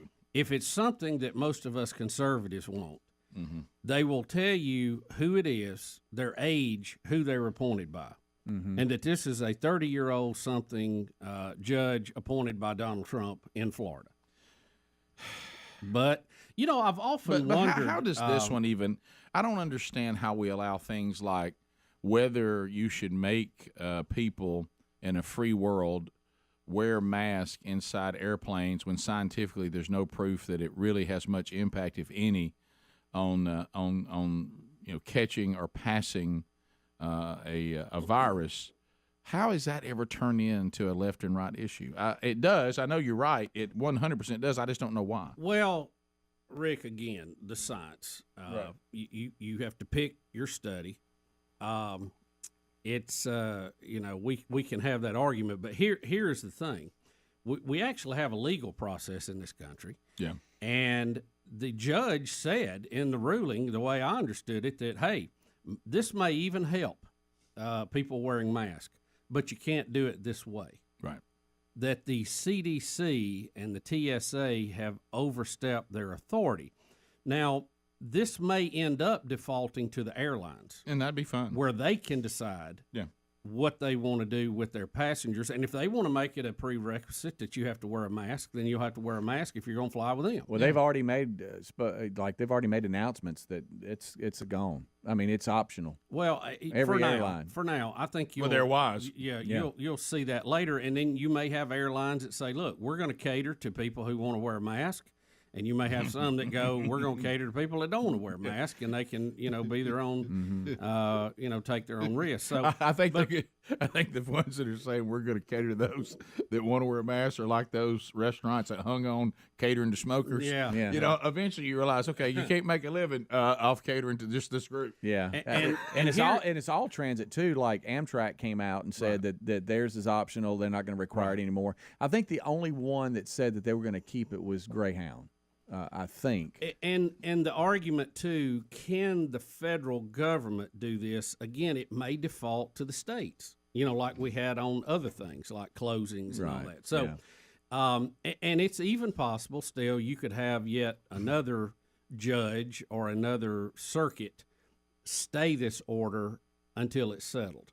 So, but the administration said they're not going to fight it right now. So, here's the good news. The mask mandate was supposed to expire in about 2 weeks anyway. Yeah, it was supposed to expire yesterday. So it was. And they tried to extend it 2 weeks. Right. And then this ruling came in. And so, how about this? Today, I think you're okay. Tomorrow, who knows? Yeah, well, like you say, because this thing of us extending it was never going to end, because this is about, the third extension? Oh, yeah. So and the reason why is CYA. Nobody wants to be the politician that ever takes the mask away, and then somebody claims they called it on the plane and died, and then they turn around and say, "Well, see, it was going to end right after the midterm elections." Again, that's back to politics. Yeah. But again, I think we need to figure out at what point do these things should they be applied? Is it a federal thing? Is it a state thing? Is it a carrier issue? And we've really never had these kind of things before at this level, so we're seeing government work it out. But I sure am glad of the ruling. I don't know about you. If you have flown in with this, and it's so no one does it right anyway, it's meaningless. We'll be back. Rick and Bubba. And so you know what they're going to do, because they're men of faith, they're going to pray. They would pray for any leader that they had access to. Well, and I know this is a shock to a lot of people from that political persuasion, but this thing goes on in workplaces, church services, elected officials' offices, in our kitchen, every day, and even people who may not have been a Trump fan per se, who is concerned about what Junior did or didn't do or was looking to do. You just made them very mad when you make fun of that picture, because they do that too. Right. Shocking. That's what, and basically backing up what you said. You don't know when you got a little momentum with something going, you can't enjoy it because you have to go too far. Again, it's the same character flaw that brought us Donald Trump to begin with. You're right. You could not help but push your wacky, crazy, I got to lock the White House up agenda, and that gets a backlash, and you're going to get it again from this. I know. If you'd listen to us, you'd do better. I hate to tell you. We'll be right back. Rick and Bubba. I feel good. Rick, the Ninth Circuit Court out in on the West Coast, they have some strange rulings. Yep. We all admit that. They're the most overturned court by the Supreme Court. I mean, they are out there on the edge, right? Right. Well, yesterday may have been even a stranger day than normal for them. In a 45-minute hearing before a 3-judge panel of the Ninth U.S. Circuit Court of Appeals in San Francisco, it attracted crowds of law students and curious citizens who often burst into laughter. The judge even chuckled at the novelty of the case, which involves a monkey from another country and copyrights over his selfies. So we have, before this court, we have a monkey that would like to have the copyright to his selfies? First of all, you had me at a monkey taking selfies. Yeah. There is a British nature photographer. His name is David Slater. And apparently he has set up a camera on an island, and it's in close to Indonesia. Okay, so, hey, it's way out there. Right, okay? right. You push a button, and the camera will take a picture. Okay. Well, there's a monkey that likes to come up and have his picture made, and he's smiling for the camera and pushing the button. And that photo, the reason we're showing that photo now and talking about it, that's the photo that is in court in the exhibit in the lawsuit by PETA. So that's the photo they're using in court. And while there's many players or actors in this case, and I won't bore you with those details, the bottom line is they're suing for copyright ownership of these pictures and that picture in particular. Who's representing the monkey? I guess PETA is. Yeah. In this case. They're the ones that filed the lawsuit.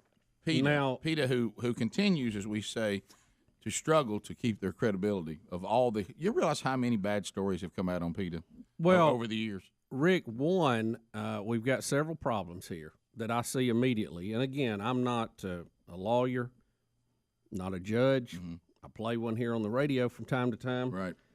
But you have to have standing for a court to hear your case. One, the monkey is not a human, so it has no standing. Second, the Ninth Circuit Court of Appeals, which, although they do see themselves as all-encompassing, Boy, they do. Yeah. does not have jurisdiction over the jungles of Indonesia. That would just be my simple ruling on this. And you're just saying this is if I take the case and just say I'm going to pretend like it's something worth looking at. Step one is, can the court hear the case? And I would say no on two big issues, the monkey and where it's at. Well, I'll just say this. The 45-minute hearing in front of the three-judge panel, at times, even if this will help you at all, okay, at times even the judges were chuckling just a little bit.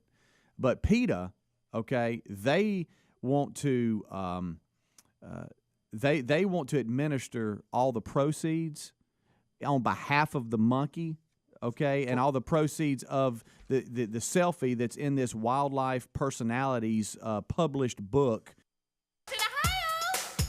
Rick and Bubba. Pass the gravy, please. Rick and Bubba. Ooh, it brings me to my knees. Rick and Bubba. I can't start another day without him, brother. Rick and Bubba. Ooh, there is no other. Rick and Bubba. Waking on their blubber. It is 21 minutes past the hour. So the court ruling has come down. Mask off is the headline.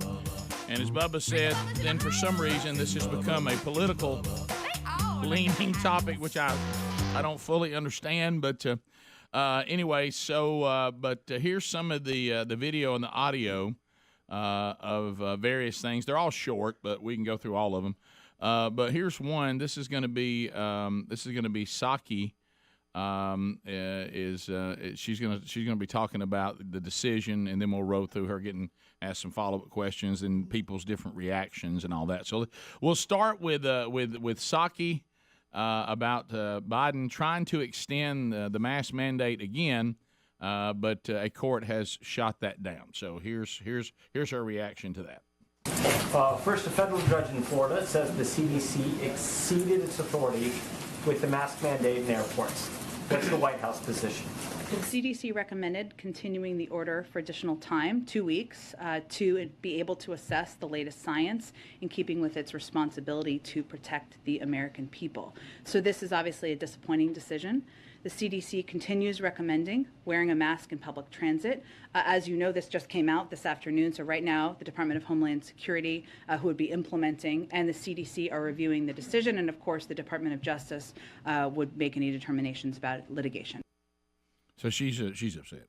But the you know what? I feel sorry for Raggedy Ann there, because I'm gonna tell you, if I've had to go out there and put lipstick on that pig and deliver that news every day, Good night. Well, again, I'd get over there on MSNBC too. I'm kind of aghast at really the kind of lack of just your environment. Surely they see that the American people have been too weak to death.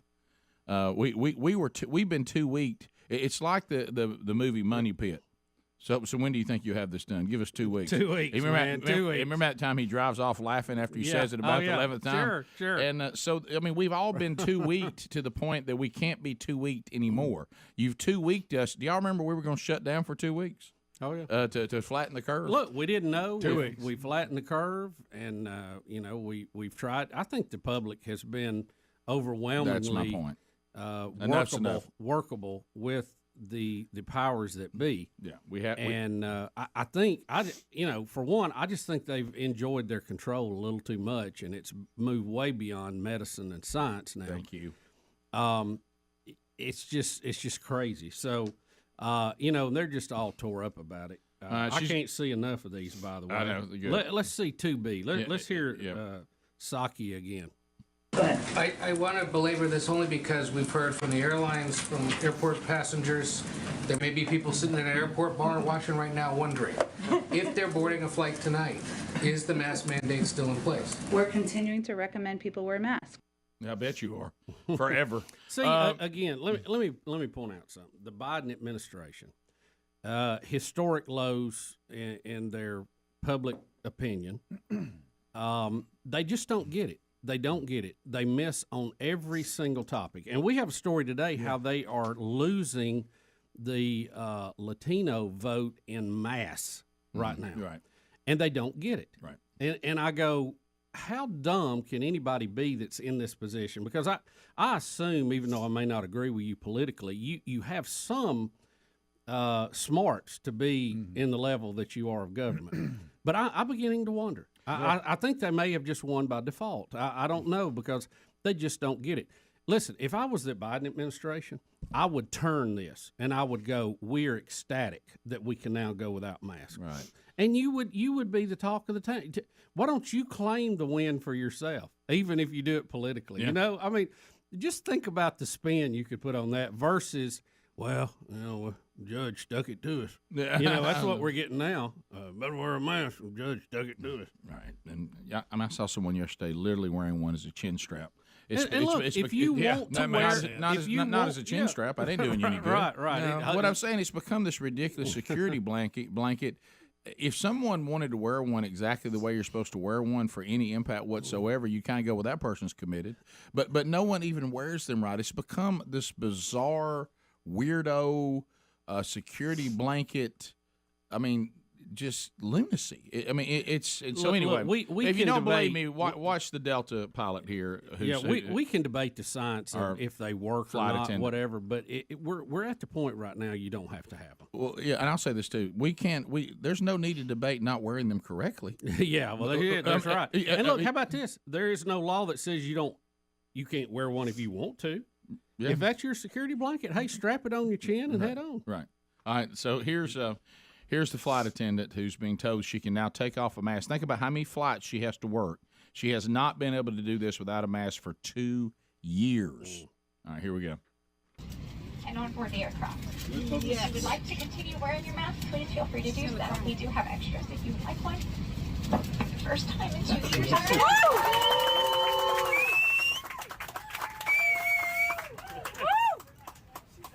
So my name is Sarah. I will be your flight leader on a 1 hour and 35-minute flight up to Atlanta from 3 other business. Look, 2 years, and some of that was just total unnecessary. And we have more. There's so many of these clips. Here comes a pilot. You're going to see a ton of them the next 2 days. Pilot announces his passengers cheer after the end of the federal mask mandate. Now, that's the next one. So watch the reaction on the plane. And if you've flown in these conditions, you would be yelling with them. There's no doubt about it.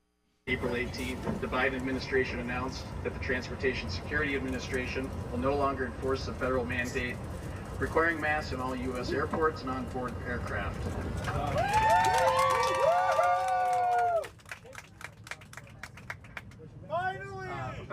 Yeah. By the way, I flew with that guy. By the way, There he is in the back, Rick. Yeah, finally. And then we have a flight attendant singing as she walks the aisle. Oh, there's some more singing. Y'all all right with that? Well, this is uncontrollable singing after you've been freed from bondage.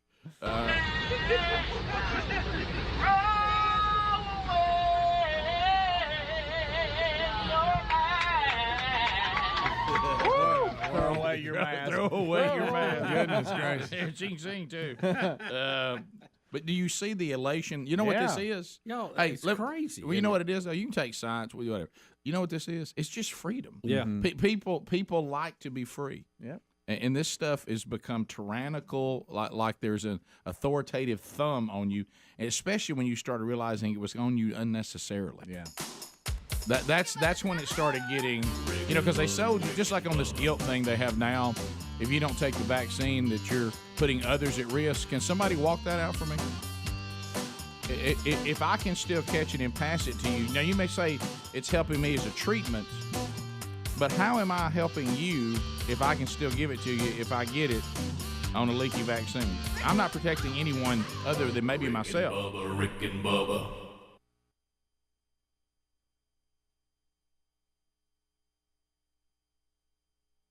From this company that the photographer was representing, the proceeds should go to the monkey. And PETA wants to intercede and make sure that happens. The photographer went out, took pictures. Got it. Like we do a lot. And put it in a book out. called Wildlife And Personalities. instead of just going, wow, this is great, look at this monkey who keeps taking selfies of himself. Mm-hmm. That should raise awareness to we need wild habitat for monkeys. I'm good with that. Right. I want monkeys to have wild habitat. I'm not against monkeys. Right. So they're going after the But publisher they're of the book and the photographer. They're going after the money and saying that they will take the money and make the monkey's world better with it. Because that was my next question. Saying the monkey won, what the monkey doesn't need. But the monkey has no idea. That Well, this is going on. currency for the monkey is a moot point. The monkey just goes out and takes care of his own deal. The monkey doesn't need pants. I mean, They're saying that they would invest it in, the habitat or whatever. Nobody really knows what that deal is, but well, to your point, the photographer then has already done for the monkey what PETA claims they're going to do. They just want money for it. right. And I assure you, PETA will get their cut for representing the monkey. Look, PETA is the biggest scam. Look, it may have started off with like many organizations do, with a pretty noble intent, puppy farms, things like that. Yeah, but now it's turned into you can't eat meat, you can't cut a tree down, all that, which is crazy. If you don't believe that, if you're one of these PETA supporters, just ask them for a tour of their facilities, go see their home offices, and take a look at their overhead. Yeah. It's important that you would do that. And see how many animals they kill every year. We'll be back. Rick and Bubba, Rick and Bubba. And there's one that is the picture of the day today that has some questions that need to be answered. Because I will say this, when I saw the picture, Bubba, of you, I thought, well, he's just kidding around. This is Hunter's hat. It's not really Bubba's. Sure, his son, and he's just cutting up, and he's doing a funny picture of him with the Golden State Warriors Weird Bill hip hop rapper hat. Right. And I thought, well, he's just kidding, and I moved on. Right. And so I With need the tag still under the bill. I need you to clarify. Well, the comments under your Instagram post of that were always very funny. Yeah. Because our audience, we really, you know what our audience they're is? entertaining to us. Well, you know what the audience is. They're like, the puppy we were given, and we made it mean. We've messed with it. Too rough. We roughed with it. Now it's, so they're ready to go. They don't have any problem going after you. And so explain this hat to me. Well, first Rick, of all, you're not a really big hat guy because of the head issues. Yeah. Well, you have to be careful. I mean, we used to have a client. It was based in Nashville called Big Head Caps, and I got a few caps from them. I mean, I have to get a cap big as a bucket, to wear it anyway. Right. And and it really, honestly, when you got hair like mine, who wants to cover that up? No, that's right. Man, well, that's a good point. I'm Silver Fox. Sure. So, but I was in town. Me and Hunter went out, and we were at the Tanger outlet malls there, close to the beach, the Gulf, and we were out shopping a little bit, and I just thought I'd hip it up a little bit and get me a real cool hat. Is that your hat? So that was on it's purpose. my hat. Now, that's really your hat? That's my hat. Do you wear it? Well, I'm wearing it there. I mean, but if you worn it like, hey, when I'm going to jump in the Did truck. you wear it well, the rest of the day? It's amazing to me the number of hats that are available in hat stores now. Yeah. And the different styles. Now, when we grew up, we had the bill bent just a little bit. Oh, yeah. Later on, the college boys started bending the bill to the point it looked like an empty roll for toilet paper. They almost had it as a pipe. Yeah, absolutely. And then you had backlash, and you had the group that went with just the flat bill. Which I hate those. Which, Horrible. to me, Hate my those hats. favorite is still in the middle. Okay, just a a little bit. 100% agree with you. Yeah. I loathe the flat bill hats. I hate them. But I don't think anybody looks good. They look absolutely ridiculous. But I am kind of a slave to fashion, so You I thought definitely are. I would hip it up and go with the flat bill hat and walk around the outlet, just looking hot and real cool like that. Well, here's what I need to know. This hat is a keepsake and it's on a shelf somewhere. It is in my vast collection of hats in my closet. I would love to see you on the pontoon boat driving it with that hat on. Well, it wouldn't stay on him if he's going. Is it in it's barely on rotation, him. Bubba? Is Please, it in rotation? please tell me you have no intention of wearing this hat. Most of the time, I'm a visor guy anyway because I need the air conditioning up here. And that's your look, and that's a good look. And I don't have any Golden State merchandise, so that's my only. I thought I could throw it on during a game or something. What I'm saying, you're not. Do you want me to wear it? I Is do that not. what I you're do. saying? No, I do not. I absolutely want you to wear it. 35 minutes past the hour. Rick and Bubba, we're back. Gridiron Men's Conference is coming this Father's Day weekend. It's been around for a while.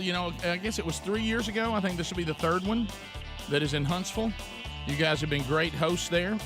You heard it was also many, many years in Birmingham, and before that, Tuscaloosa.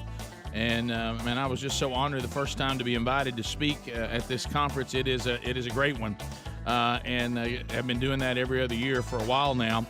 This year, the lineup strong as it's ever been. Tim Tebow, it's become our new buddy, hanging out here on the show. He'll be speaking.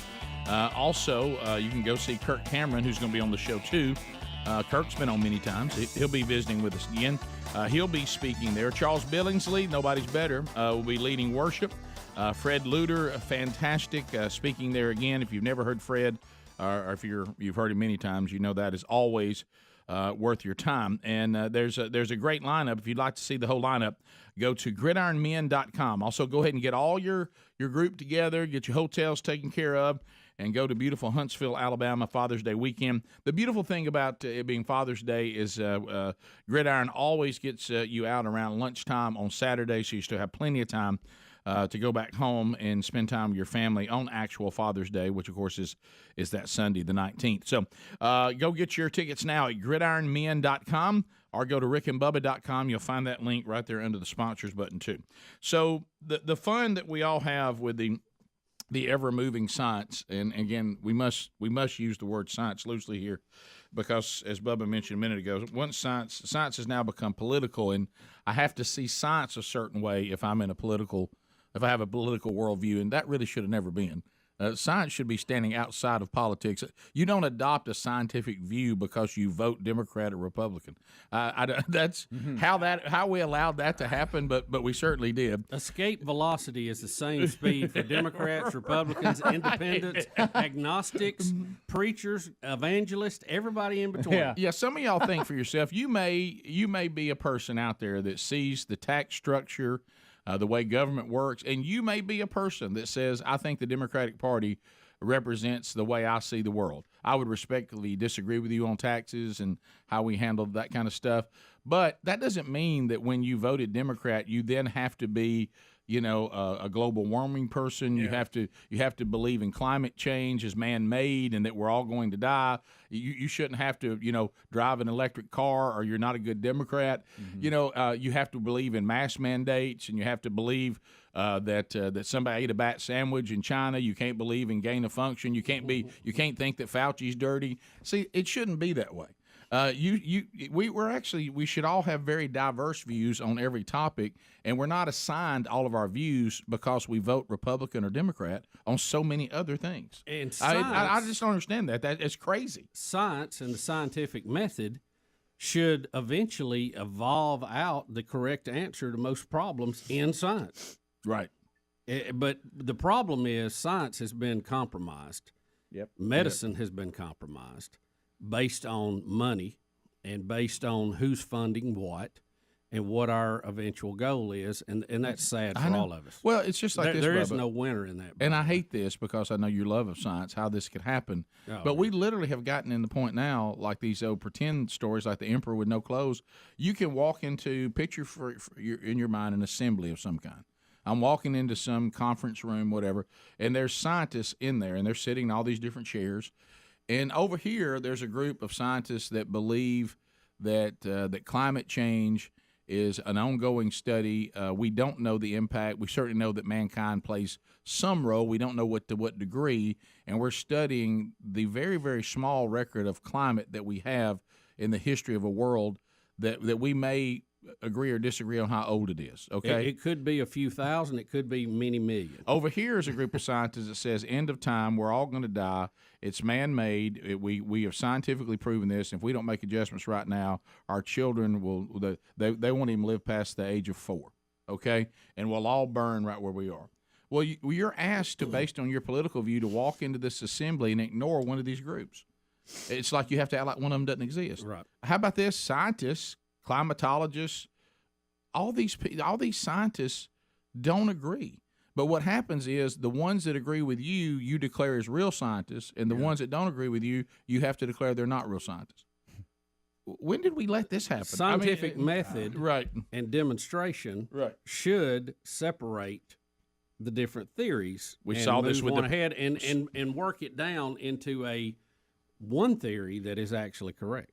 Well, we saw this with the virus. You weren't allowed, but it's going the other way. See, everything's getting wider. Right. You weren't. Science should be coming together. Yeah. Here's a very decorated doctor who says that these things need to be done. Here's an equally decorated doctor that says I agree with some of this, but not all of it. Mm-hmm. But then I'm now told that based on how I vote, I have to pick which doctor is real. Mm-hmm. I mean, what? This is crazy. Yeah, I'm not going to do that. And then we got to learn to think for ourselves a little bit. And then on certain topics is ignore science, and then on certain topics it's no, it's all about science. Yeah, well, like gender. Gender, you're not allowed to talk about science. No, ignore science. But if it comes to the virus and climate change, everything I support, I claim is supported by science, and if it's supported by science, then you can't question it. No, and you better get out of your Bible too. Yeah. And okay, well, science says there's 2 genders. Well, now then here science is out its feelings now. Okay, wow, this is hard to keep up with. Well, it's like it's a science wheel. We should just spin it. See where it's hard to follow. If mankind goes on, and we are afforded another 1,000 years, and who knows if we will or not, but I think this point in history is going to be an absolute laughingstock. Oh boy.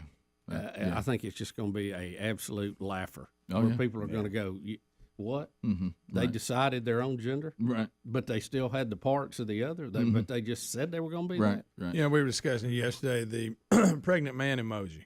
Well, see, there's no such thing as pregnant men. No. That doesn't It's exist. a fantasy word. Imagine, to your point, Bubba, how that'll be laughed at. Because if you're pregnant, I promise you're not male. I promise you're not. No. And I'm not even that smart. No, I mean, I did okay in school. No, going to be very, very difficult to house something in your body when a room was not provided for. There you go. Yeah, but there's not a room for rent. You can't stay there. I don't see the debate.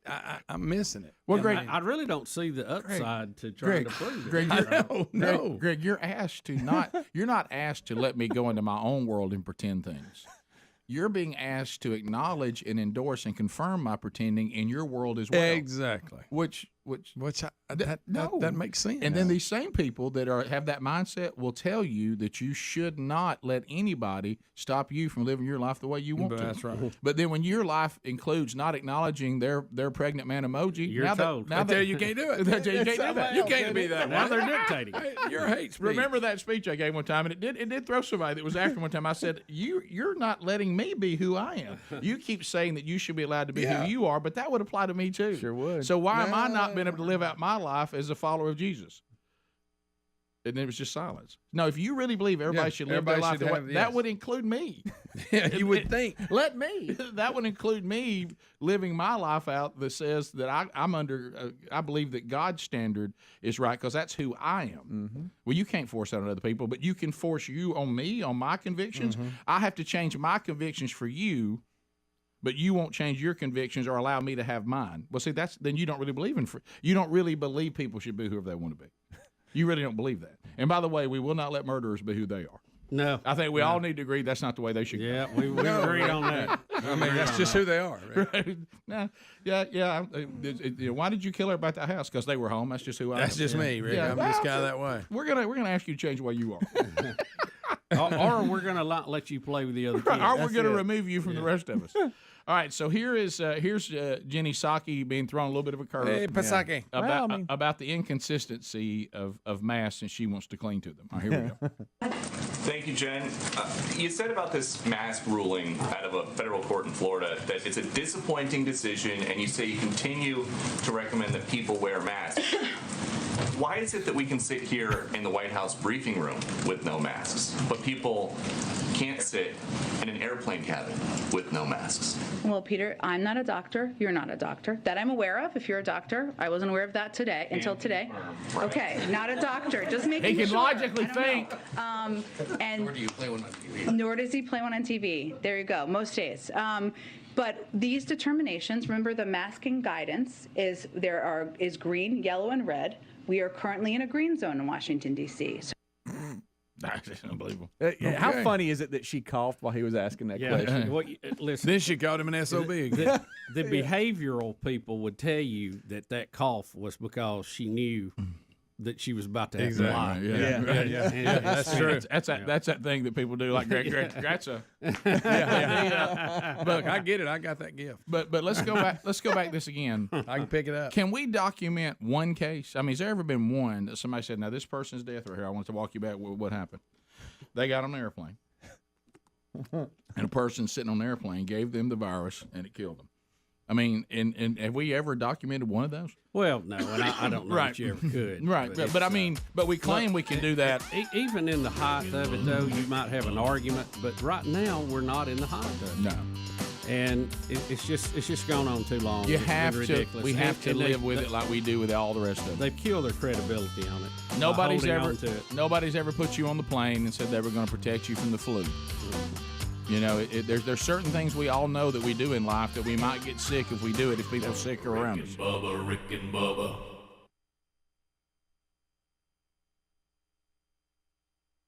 Here, I do not. With the tag still on it. It is. Well, yeah, you got to leave the tag on. We You all spent money on that? I bet they like a keepsake. Well, they didn't pat me on the back and say, "Here, have one." No, they didn't go here. This will look good on you. Take it. I know that's a strange concept, Speedy, but yes, No, I I'm had just to pay saying. for it. Surely that's Hunter's, and this is a joke. Tell me when no, you're this joking. is my hat. I That bought picture. it. Only Speedy thinks there's a way to be in that hat and not pay for it. He's working the way around it. That picture, if you look at it, especially with the background that it has, it looks like Bubba's being interviewed for a news story and he was a witness to something. Well, you know, we talked to a guy on the scene. Does it not look like he's supposed to make a statement? Yeah. I think the the reading glasses hung around my neck add to that. You know. Yeah, that's Wow, well, that's tough there. that's wow. Well, I mean, you know, there's Do they have certain mirrors? styles. Do they have mirrors in there? We're a little old for that style. Plus, in look, mind- age is just a number. Rick. Keep You know in what I mind, wish he'd have had on? Rick. Some baggy basketball So, shorts. can I Go let me with just it. interject this? I want y'all to know when this picture came up. As I reached out to both Rick and Bubba over the break when we were hosting Best Ofs, and I said, "Hey guys, can y'all send me some pictures of your vacation? Right. I'd like to have some pic of the day, put some stuff on Instagram, those type of things."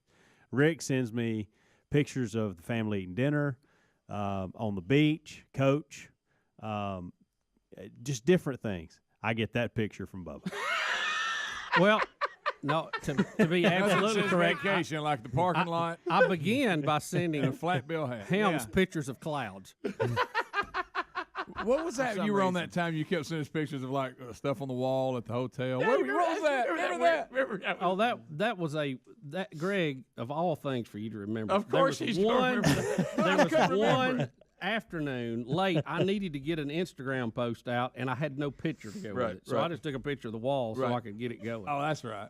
Yeah. You remember? There was several. I mean, really, seriously. How many posts have I had on Instagram? Yeah. That's the one Greg remembers. Of course. Well, I just remember us talking 5,000 posts. Can I remember the one on? He catches the one. It was at 1 a.m. when I just needed to get something out. They were at least 4 pictures like that. Can I'll look. I'm looking now. Look, yeah. Can't wait to get there. Oh yeah.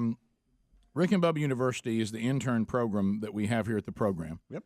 And we've had students coming through, and gosh, I mean, there's been so many now. I can't even give you a number. It's been a lot. Well over 200. So when they get here, there becomes a work chart that says, all right, on Mondays we got this gang, on Tuesdays we got this, Wednesdays we got this, Thursday we got this, Friday we got this. Mm-hmm. And there's various combinations, but in general, and there are exceptions, there tends to usually be a Tuesday, Thursday bunch, and a Monday, Wednesday bunch, and then Friday kind of floats. Right. Yeah. Right. That's usually how it lands, and there's exceptions, but for the most part. Now, I don't know what happened, but what I've gathered is look at their face. Yeah, that these two that are here today, Twisted Sister and Mishka, the pole vaulting cheerleader, you guys are mainly Tuesday, Thursday. That's right. So you're the Tuesday, Thursday bunch. Bitter. And I understand. And, you know, the intern, Rick and Bubba University right now is a little female heavy. Mm-hmm. We don't have as many. We have one male. Billy Gunther's the only one we got. Yeah, and then of course this year on the shadow program a little bit we've had Brody and Hunter coming by and working a little bit. So there are a lot of females here now. Where you find a lot of females, no offense, you tend to sometimes find some drama. Yeah. Yeah, right. And, yeah, that's what I thought he was going to say. Yeah. First rule of being an intern, you must speak in the microphone. Right, but we have to have Helms weigh in on this as well. So y'all just use that one, but remember you got to get real close to it. Yeah, just lean in. So I understand that there was something that was taking place, Helmsy, and you unfortunately made the comment. I think it's fortunately. Well, actually. I mean, talking about the drama part, right? Not that it wasn't warranted. I'm just saying I'm using that almost as a here comes the drama. Right. I should have known better. Right. But I'm trying to have a teaching moment as well. 2 daughters, right? Don't you have 2? Yes. Okay, and a wife, right? And my dog's a girl. So you know how sensitive women can be. I know. You made a comment. Just so we know. You made a comment. Mine don't act like that, I can promise you. Right. You made a comment. Just get ready. Comment that the Tuesday, Thursday bunch was not doing something as well as the Monday, Wednesday bunch. Well, the Tuesday, Thursday bunch, which we have here today, notice that the Monday, Wednesday, Friday bunch put up a sign over the sink. And I don't know if it was a shot across the bow or it was just a reminder, friendly reminder. It looked nice and neat. It was in all caps. What did you say it was, sister? Again, taking things way too personal.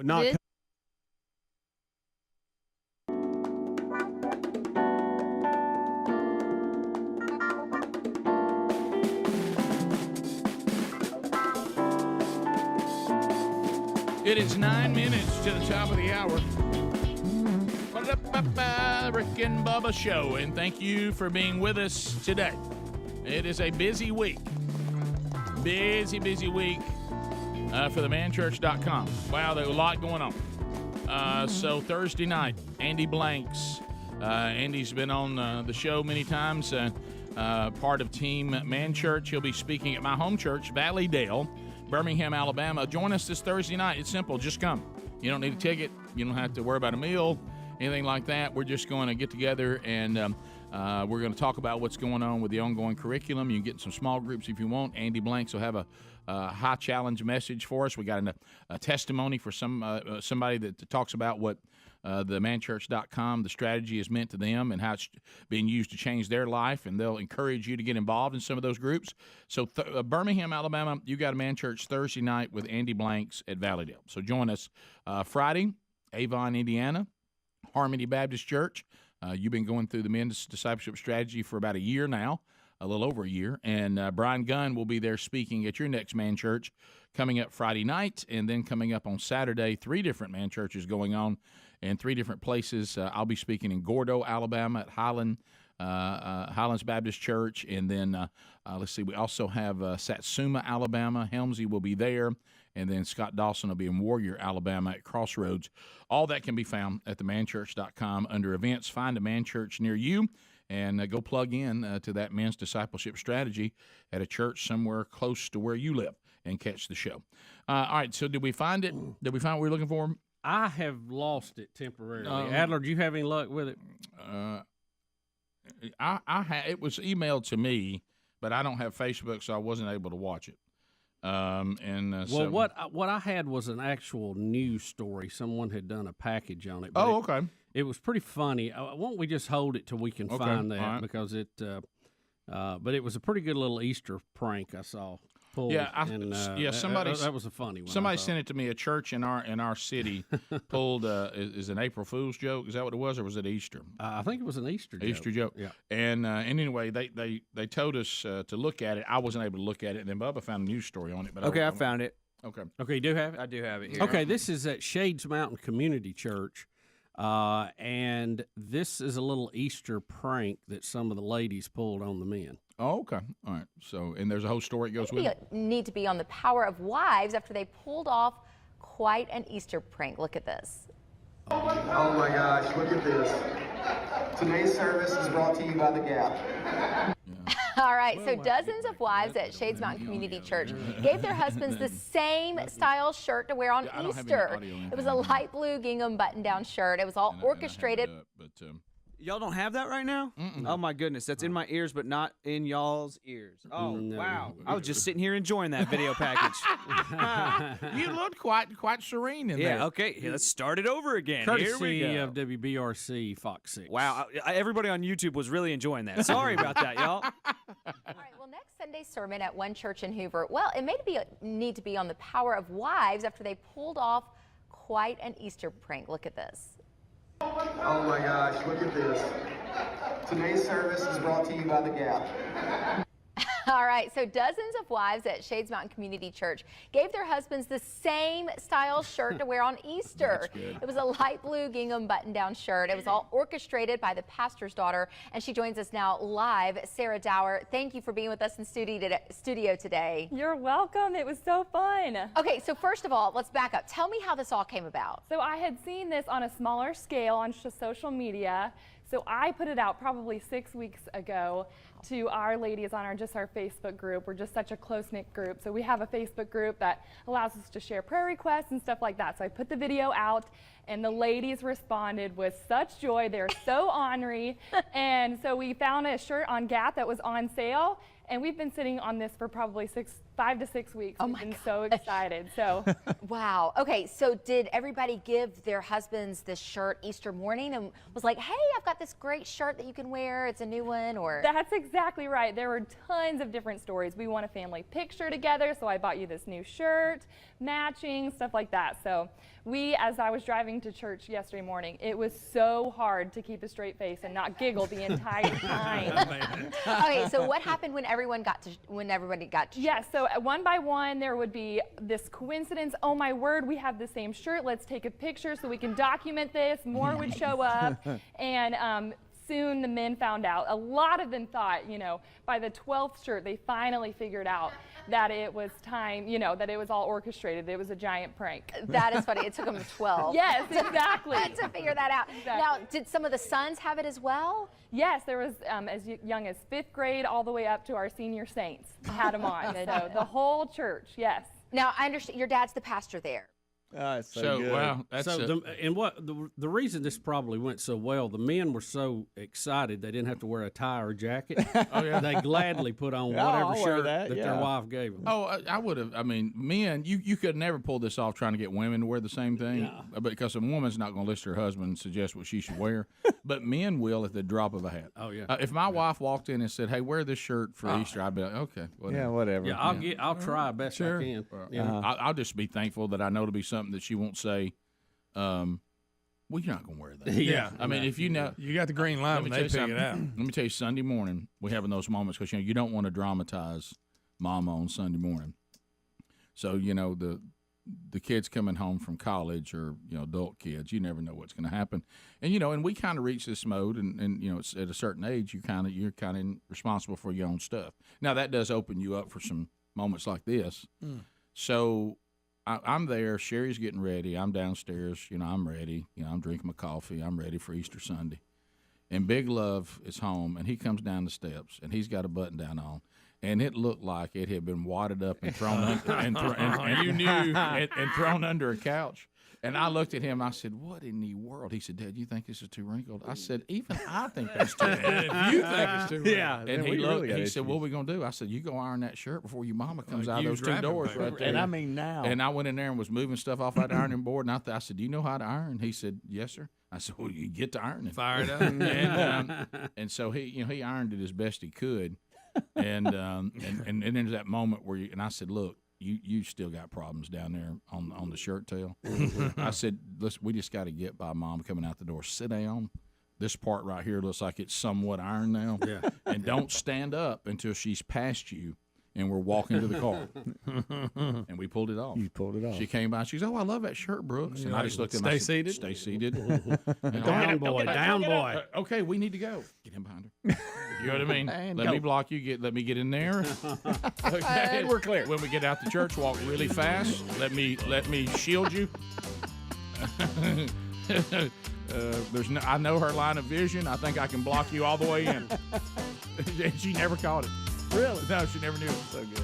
I mean, that shirt looked like somebody had wadded up and thrown it under a couch. That was bad.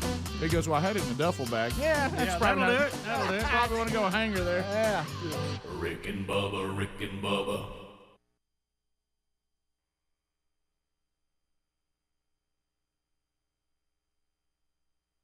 Your boy at all. That may be from what I graphic can tell art so No. far. Twisted Sister, what did you say about it? This is just a sign of passive aggressiveness. That's where There you we could- go. It That's was all a it is. hey, make sure you unload, reload, turn the dishwasher on kind I of mean, thing. they even thought they had to give us instructions. That's the really interesting part. Here we go. I encountered that note being written and put up on the wall. How was their And attitude when they were? They weren't mad, but they were like, "Hey, we're coming in, and all the dishes are Yeah. dirty and everything Oh, else. woe is me. Could they wash the dishes on their day?" Good attitude about it. Yeah. So, do you take offense to this? Yes. I mean, we do a lot of things great. But nobody said that. Maybe they slack off on. What I Now it's here's becoming- where Well, I we don't put here's where signs up. here's where I came in and probably and I just had to try to have a teach. I see these lovely ladies as daughters, and I'm trying to help them just like I'd help my own kids. And I said, in their defense, I will say I think the Monday, Wednesday, Friday bunch is slightly better than y'all as far as getting things done as a whole. Now, you didn't use And the I word even slightly gave, before. matter of fact, my words were edge. They have a slight edge, is what you I know said. why he's saying this. And here's the thing, they're not very coachable. They didn't like it. They're now mad at me for some. I mean, all I was doing was trying to help them, and I even said, look, I'll tell you where you can one up them and gain some ground. They're horrible on the recorder, so it's not like I was just. I mean, they have some issues too that I'd like to work through. Here's with what we them. do well. Here's what we could improve. Absolutely, that's all I was doing. You felt like it And- was a fair assessment. Absolutely, and buddy, hey, don't assess anything they're doing. Just watch out. Let me tell you. They don't take it well. They like it. He's totally biased. They're taking his kids to the tennis academy. Well, wait a minute. What? Wait a minute. And, now. There we go. No, this is something that come up last Wait night. a minute. We Trump had Jr. a handle. This is what she said. She goes, this is hilarious because she goes, they're probably taking your kids to the tennis academy too. And I made the comment, well, actually on Friday they are, which is not, I had Because to reach they're out to such one great of them. interns. Well, they are responsible. I mean, I'll give you that. There is I one could in drive that your bunch kids. that we, No, he was afraid she's you'd like get our lost. mom. That's what Well- she's considered the mom of the group. Let me tell you where you erred a little bit. Okay? Me? Yes. Oh, Getting his involved at all. turn. Well, no. That's where I erred. And it wasn't your I know fault. we It was the messed up. haircut. It was. I It know, was I the admit haircut. It was the it. haircut Look at talking. Son, they Adler, spent why are time you on putting that. on there? There's the sign. What's your problem with this sign? Okay, Look that I'm- bad. What's so bad about that? Okay, yes, because it's hidden by nice handwriting. That is so true. They spent time on the handwriting. Well, I didn't want to say this. The Monday, Wednesday, Friday write better than y'all do. No, did you see? No. Well, the Gold Dust twins got to be here more than once every 3 weeks, and then we can get her calligraphy up there. Yeah, she does have good calligraphy. It's, She did it's outlaw. unreal. Who's the go-to-us twins? Her and These two. Indiana. Okay. Because They they have can't to do ride anything. together. Yeah, they can't do anything without each other. Mishka carjacked somebody this morning to get here. You know, she doesn't have a vehicle. I literally almost got an Uber this morning at 4 a.m. So here's where they don't realize what you're about to say. They think you're going to get on me about it. They don't realize it.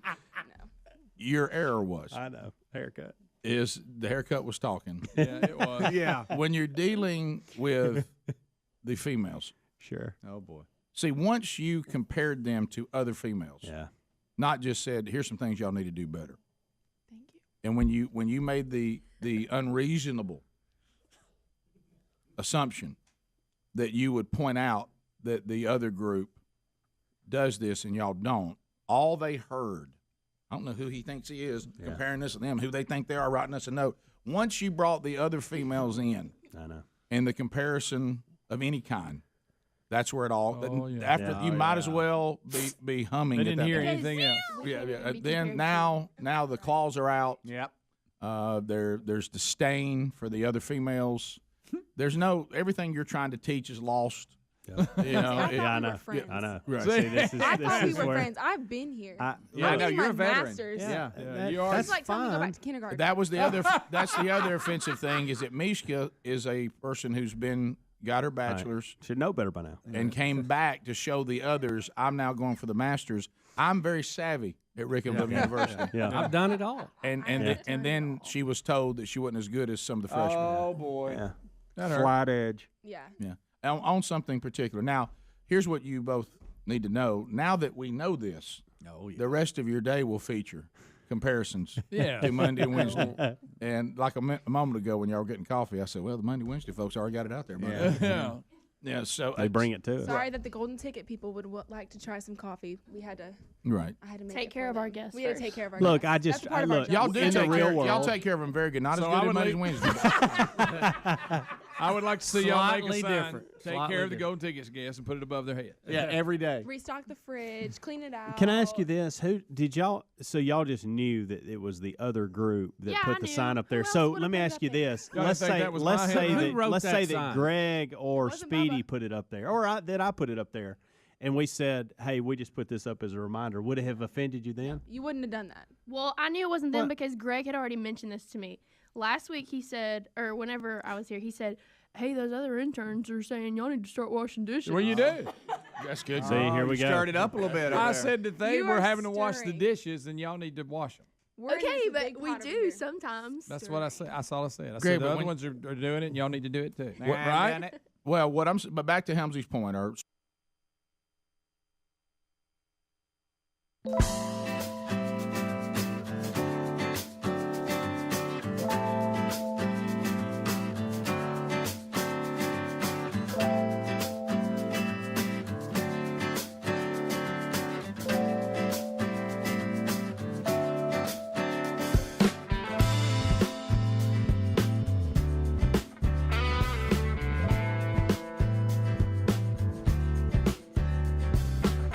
It is 6 minutes past the hour. Rick and Bubba Show. Thank you for being with us. Speedy, Greg, Adler, all here. Helmsy out. Bill Bubba Bussy, back for another hour.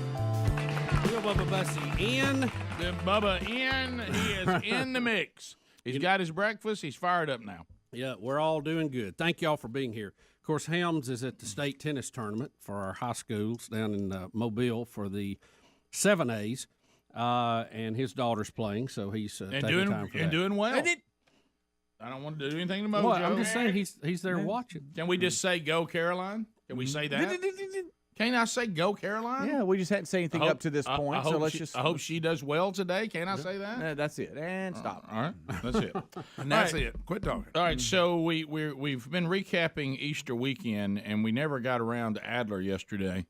And it sounds like he had a bit of. He definitely started the weekend with a little bit of drama. So, Adler, would you like to answer the question? How was your Easter weekend? Guys.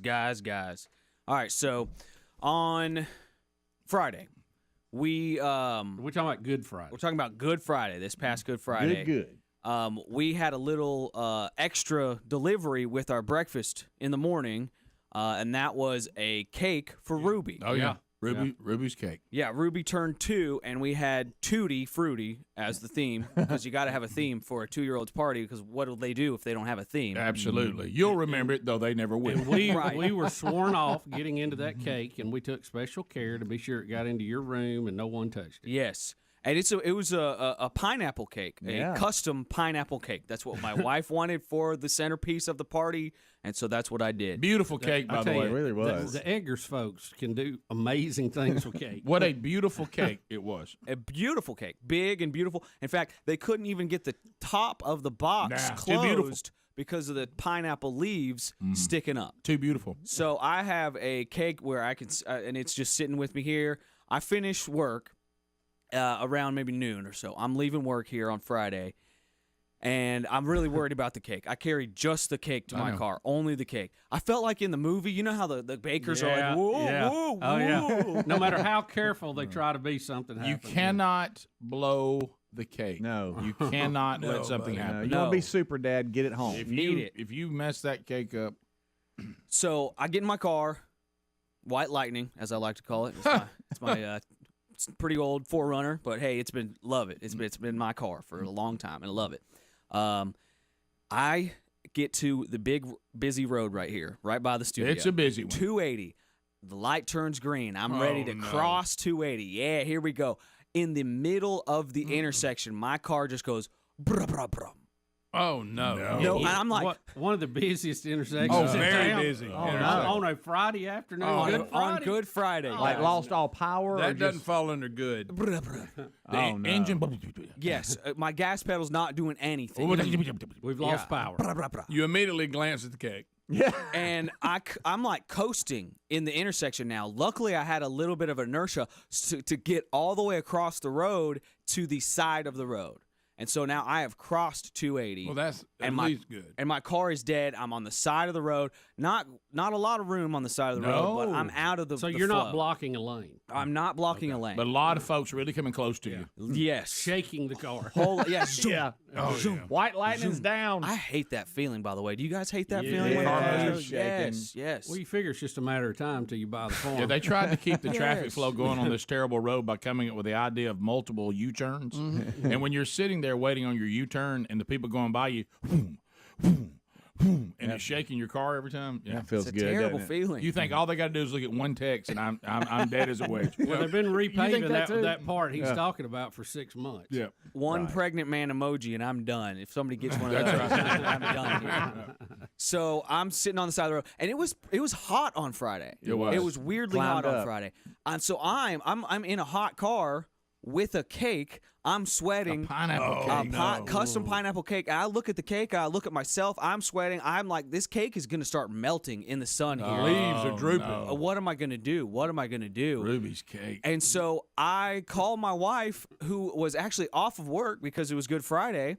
So she's hanging out at home. She's 10 minutes from putting Ruby down for a nap. Oh, no. I call her. I go, hey, I got this cake here. I'm stuck on the side of the road. My car died. And she's like, well, okay then. I'll come pick you up. So she's on her way. Oh, sleepy Ruby. And I'm in a car on the side of the road. I'm like, what do I can't sit here. This cake is going to melt. It's probably going to take her with traffic 25 minutes or so to get to me. Somebody's holding up traffic. It's going to take longer. Somebody's causing problems. So I get the cake out of my car on 280, and I start walking. No, you don't. I am walking on the side of a busy road with a custom cake pineapple cake in my hands. Why do you think along this is better? the side of the road? Why do you think this is better? I was sitting in a hot car. I'm melting. The cake's melting. Okay. Well, you going to go into a business? You're out in the sun. Where now. You headed with it? I headed to. There was a internet cable company. Like right there. I can't walk back. If I had not gotten over 280, I could have probably walked back here. Yeah, okay. But I didn't want to have to walk across 280. Carrying a cake. That's still a pretty good walk with a cake. Especially with a cake in my hand. No. So I'm walking on the side of 280 with a cake in my hand. If I could have just been coming Yeah, back. If I'd have just been driving. What would Waze say about that? No. Not good. Man with cake on side of road ahead. Pregnant man with cake. Warning. Hazard. I'm just sweating. I'm just sweating so much. Like trying not to lose my footing. How can it get any worse? And so I walk. And Just here it goes. the closest building was this internet cable company right there. And guys, I walked in all sweaty with a cake in my hand. He thought this is the day we die. This is the day we die. Yeah. You know, I didn't know what to say. I'm just like, and they're like, hey, you need to. I don't need help. I'm waiting for my wife. I know I have a cake. I know this is weird. My car's dead. It's like right up on the hill there. Do you have a refrigerator in the break room? I just need y'all's AC. Thank you so much for this air conditioning. How quick did you go into the immediate explanation of why I'm a sweaty man with a cake? Because you got to explain that. Cake, but I'm sweaty. She's 2. She's really cute. I'm not a weirdo. I know I look like one. I'm not. Right. A lot of that talk. Right. I'm all about internet cable. I'm not upset. But they were so sweet. I'm not mad. I'm not a normal mad customer. They were really sweet. They took pity. I think they felt bad for me. Yeah. They were like, "You need some water? Like, what can we do for you?" Yeah. So they were really kind. I really do appreciate and you needed that water. Oh, needed it. Wanted it. They immediately thought you were a homeless man with a cake. Yeah. They were like, "What is stole the Greg, cake. Greg, Stole that cake. Yeah, good for him. Yeah, why you slumped over? At least That's he's just how got it's something to staying. eat. Good for him. So I get picked up. I did leave my warning lights on the side of the road. I didn't know how long my car was gonna have to be there. Aaron picks me up. My warning lights are on. I'm just like, okay, bye, car, because we have to get back home and prepare for this party. We've got like a dozen family members coming over. You can't even worry about white lightning. I can't get it right now, but You're on your own. We're headed home. These are these moments when we're really upset that Bone sold his record service. I know it. And I, guys, called AAA because, I was like, all right, I need to get this towed to the house and figure out what's going on. Yeah, here. it won't take them about 4 or 5 hours to get it done. No big deal. And I called them, and They'll be right out. it's tough to get a AAA tow when you're not a member. Okay. Step 1, you must be a member. Yeah. What? Why did That you sneak call up on you? I've been carrying a AAA card around in my wallet for like 5 years now, and I'm just like, yeah, I'm covered. I'm good to go. I'm not a member. My dad is. So wow. it's his Wait a account. minute. You're carrying It's not mine. Yeah, The one time that he helped me out, it's because he was there, so that's why it was able to happen. Oh, I see. I'm not a member. They can't help me out. Right. I'm getting no help from them, so I spent 15 minutes on the phone with them just to figure gotta that be out. Yeah, kidding what me. about that moment when they realized, wait a minute, you're not not a Michael member. Adler? Not a member. Yeah. I mean, it was just, that was crazy. So, All right, let's come back. okay. All right, so see what happens. All right. Oh, wow. It's just on the side of the road with, lights blinking. and White things like lightning that. down. Now, are you riding shotgun with the cake in your lap? Yes. Okay. Yes. Aaron Now picked me Ruby's up. seen her cake. Ruby's seen her cake. That's fine. It's okay. She doesn't know. She's 2. She's Yeah. not even 2. Plus, she's also at snap time. She's asleep back there. She's grumpy. And guys, I realized that while I remembered to get the cake out of my car, I left my iPad and several other things that I don't want gone. Uh-oh. Whoever's making it. If you walked in, that sign had been up, and it had been from the staff, Right. you would have said, "Oh, okay, this is up for everybody." Correct. The fact that the other girls in Rick and Bubba University, and in your case, some freshmen, put up the sign directed at Tuesday, Thursday, that's where you're mad. Yes. Yeah. It's the comparison. And though I will 'Cause say y'all- this, okay, I'm I will telling say this: if you had been doing the dishwasher, though, the sign Point wouldn't have offended you. You'd have said, "Well, that's not to me. I do the dishwasher." You're right. That's what I'm saying. Actually, it's I'll give it to you. You're right. But I'm saying, y'all, if it was an issue with y'all would have just told us. And you would be like, hey, You don't know how to we put a got some, sign we up. got some extra You don't dishes. think I'd put a sign up? You're The probably right. everyday. That's why the you- everyday, the capitalized everyday part got me. Yeah, That's that's what it was. I She's didn't real even mad. notice She's got that. cotton mouth. She's so mad. I think it's only other interns in Adler that puts up signs. Hey, but you're right. She's so mad she needs Oh, yeah. saliva. Oh, yeah. I tell you what, though. Well, it's that competitive nature Hey. in her that's coming out right now, and she's It's the been northern in me. Yeah. Hey, but she's found a gear today. I mean, she's moving Yeah. quicker than I've I ever tell you seen what, her move. it's work. It did Right. work. Right. It did work. It did. Now you gonna pole vault on somebody? I got that.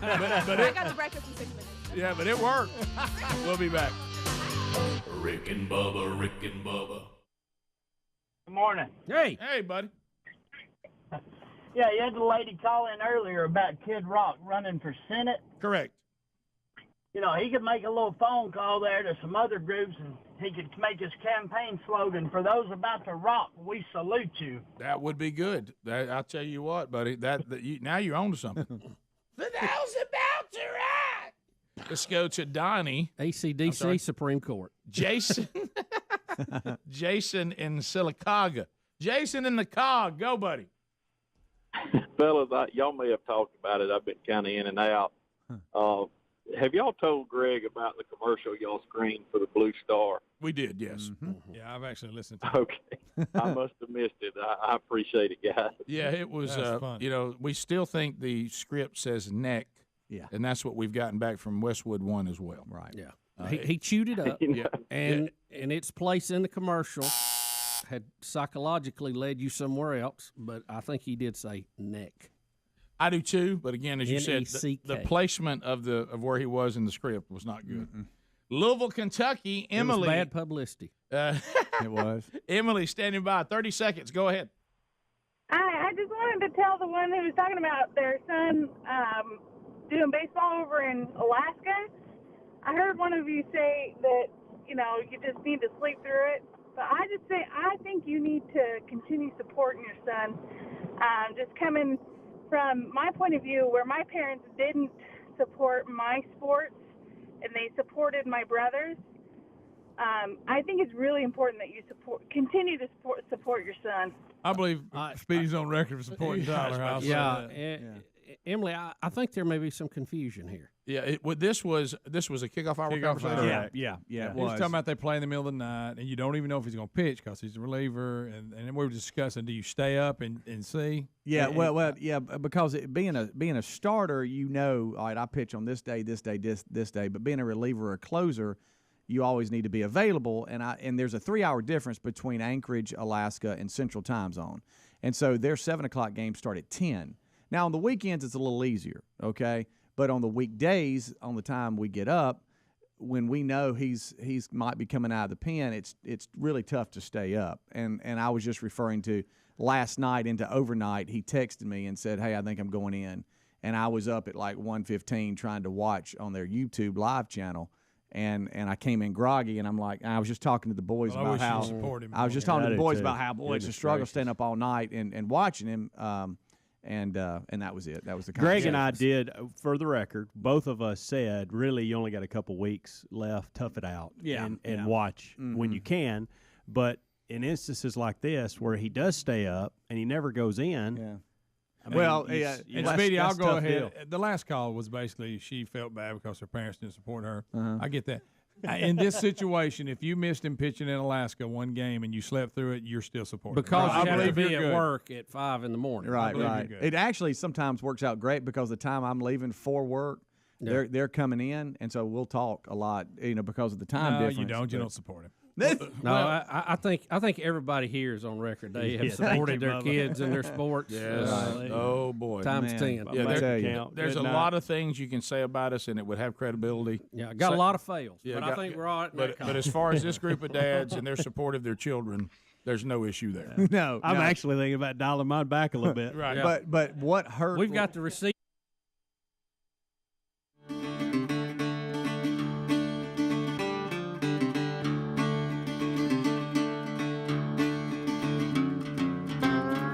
It is 21 minutes past the hour of the Rick and Bubba Show. When last we left Eddie Man Adler's Good Friday, he still was thankful that the Lord God Almighty was merciful, but he is also in a handle. His car is broke down on the side of one of the busiest roads in the city in which he lives. He has a birthday cake for his daughter. He's had to go into someone's air condition where they were very kind to take care of Adler, who's certainly like a man in duress. You've now been picked up by your wife with daughter in tow. It is nap time. She's not getting the nap. And now you're sitting shotgun in your wife's car with the cake, but you've left things you really need in White Lightning on the side of a busy highway. Correct. Is that where we are? That's exactly where we're at. Okay. So we go home and we have to clean for the party. I have to be around. I'm watching the kid while Aaron cleans, vice versa. All that. I'm blowing off the deck. We're getting ready for 12 Adlers to come over and some Goldens as well. So and you're trying to forget where your car is because you can't worry about that right now. Right. Oh, just the dark cloud of the car the entire and then you remember, time. did I lock it or is it open? Left your stuff in it. My blinking lights are on. Not only batteries are gonna be dead. The battery is very dead. Yes. iPad is in there. Because I needed it for church. That's what I use for music. Uh-oh. Forgot that was in there. And then I also grabbed a couple really nice camera lenses because I wanted to get really nice pictures of Ruby at her birthday party. Sure. So those are in there. Those are bothering me. But you guys would be very proud of me. One thing that I almost fumbled, but I didn't fumble, I was going to get 3 large pizzas for the party. I opted for 4 large pizzas. All the pizza was eaten except 2 slices. Well played. So you would have been short. There's a small victory. You got to count the small victories. Yeah. You would have been short. Yes. You got to count the small victories in life. Celebrate guys, them. you know. So the whole party, I'm worried about my stuff, and I in fact, I should have asked at the beginning of the party. At the end of the party, I asked my brother. I was like, "Hey, man, I'm really worried about my car. Can you help me go out there and handle it?" Because I started doing some research when I had some time, and my car has a timing belt. The main belt in the car, it's going to eventually go, and that's like a pretty big deal. You know, I'm just waiting for that to happen at some point. And I thought that's what happened. Is the belt in bad shape? Is that what you're saying? It's I've had several mechanics tell me you're driving around with a grenade, buddy. It's going to go at some point. So I'm just waiting for that to happen, and then I'll evaluate what I need to do and with the car. I wouldn't worry about it now for nothing. No, definitely not. When it happens, I'll just evaluate it then. I thought that's what happened until I started doing some research, and on some of these older 4Runners, the calibration of the gas gauge actually starts to get a little bit out of whack, and I started thinking I still had a quarter tank left. But the calibration gets out on these things, and I'm like, wait a minute. I think it's just gas. Just a second. I'm out. Because it was a sputter out, not a clang out. You know. Well, you could start there. So I was like, let's go try. Just put some gas in it, charge the battery back up, and that way it won't be on the side of the road overnight. You don't want that's that. a nightmare You're situation. gonna need tires. Yeah, I'm gonna need tires. I'm gonna need windows. Probably bumpers. New iPad. If it's dirty, somebody's drawn something in the dirt. Camera lens, all that stuff. Yeah. So after the party, my brother agrees. He's like, all right, we'll run down there and take care of it. No, you didn't ask the other brother who also has family responsibilities. Tell me you went one that's available. He's the only one that lives in town now, so I went with a brother that has a family on a Friday night. Yeah, everybody loves doing that. So Brady's not here anymore in town? No, he's he's up at seminary. Yes. Oh, that's right. So Luke and I drive out there, and Luke is really nervous. I can tell Luke is incredibly nervous. First thing we pull up, and he's like, "Dude, you're not even on the. You're still in the road." I'm like, "I'm not in the road. First of all, I'm not in the road." He's like, "Well, you're in a turning lane." I'm like, "I'm not in a turning lane." Well, he's really hyping it up. Yeah, he's very worried about it. So we pull up. He pulls up behind me off the road. And I jump out. I jump into action. I hook up the battery thing. I start putting gas in there. And Luke is just worried. And he's like, "Dude, they're 18 inches from me." So Luke is screaming at me. "They're 18 inches from you." I'm like, "What do you want me to do?" We're screaming at each other. He's brought drama. He's actually elevated the situation. Which means that you kind of were in the road. He needs to be a calming force right here. It was more dangerous than you were letting This on. is not what brothers do. Should have already been sideswiped. I needed action. I did not need worry. And I got upset with him. And he got upset with me. Greg, it was that mean side of Adler. Did you get me? He got mad at me that time that I act like that he was sucking up to you, and you were in on the joke, and he got mad about it. Yeah. Did he see that guy? This is the most serious argument that my brother and I have had in our adult lives. Oh my goodness! Oh, good Friday. So you elevated. He's screaming at me. I'm screaming at him. So now we look like crazy people on the side of the road. And I'm like, he's like, "They're 18 inches from me." And I was like, "Well, maybe they wouldn't be 18 inches from me if your warning lights were actually on." And so wow. Yes. Good and night. I said some things I should not have said. Did he think that you purposely stopped there? I mean, don't forget that he's doing me a favor. Yeah. On a Friday night, leaving his family, and I said some things I should not have said. Okay. And I apologize. And I had to go back after. Okay, I'm getting ahead of myself. Okay. So at this point, I'm waiting because, like I said, I left my warning lights on because I didn't want to get rear-ended. So my car's totally dead. So I hook up the battery thing, and I wanted to wait like 7 minutes for the battery just to get a little bit of juice. So hopefully it'll pull some gas. You went and with we 7. Can go. I went with 7 because you can do too long. I mean, too short. I mean. So I have completely ruined my relationship with my brother at this point. Are we silent now? Your car is a piece of crap. Yeah, you're in the road. Did he threaten to leave and go, "I'll leave and I ain't helping at all"? I actually I said, if you're gonna blank. You just leave. Like I said, I just the level of stress. You guys know how you said it is. things you shouldn't have said. I said things I shouldn't have said, and I still if you're feel going to bad for complain, you just can leave. That's exactly right. Oh yeah. That's how I So go. Pack it and get out of here. I am now sitting on his rear bumper, waiting for the juice to get a little bit more charged up. Luke is sitting in his car, and we're both just real angry, real mad, but quiet. We're done yelling, and then the cops show up. Oh no. Which was actually a good thing. The cop They didn't frisk shows you. up. Sir, we got a report that y'all were fighting. Right. Two brothers yelling at each Roadside other. argument. And why are you in the road? Road rage. We obviously have a domestic situation here. Now, which one of you guys is the man? It was, They may have thought road rage on like a near wreck or something. right. So the cop shows up, which was great because he had his lights on, facing rear. Unlike Luke. That was a big moment. I was like, "Turn him on!" And he was like, "Okay, well," we were just both being stupid. Did Anyway, they get the drug dog out? luckily, You mind if we search the vehicle?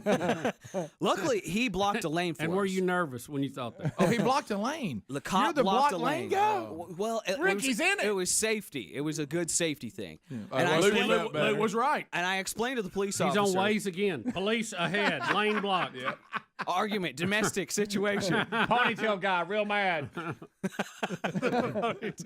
I forgot I have a ponytail. That adds to it. That actually adds to Oh, it. sweaty ponytail guy screaming at his Oh, brother. so sweaty. Screaming at Luke. That's like an episode of Cops. They didn't know they were brothers. So the cop rolls up, and I was like, "Hey, I ran out of gas when I was leaving WZZK this morning. I work like right here." Oh, did you play that card real quick? Yes. All right, let's come back. And so the officer, I'm You like, might have heard of me. kind of a big deal. I know it seemed like a crazy person right now, but I'm actually a normal guy. And actually, no, I play a weirdo on the radio too. No, I think if you heard the show, the guy's going, yeah, this is kind of what I was expecting. Yeah. All right, we'll be right back. Oh my goodness. Rick and Bubba, Rick and Bubba.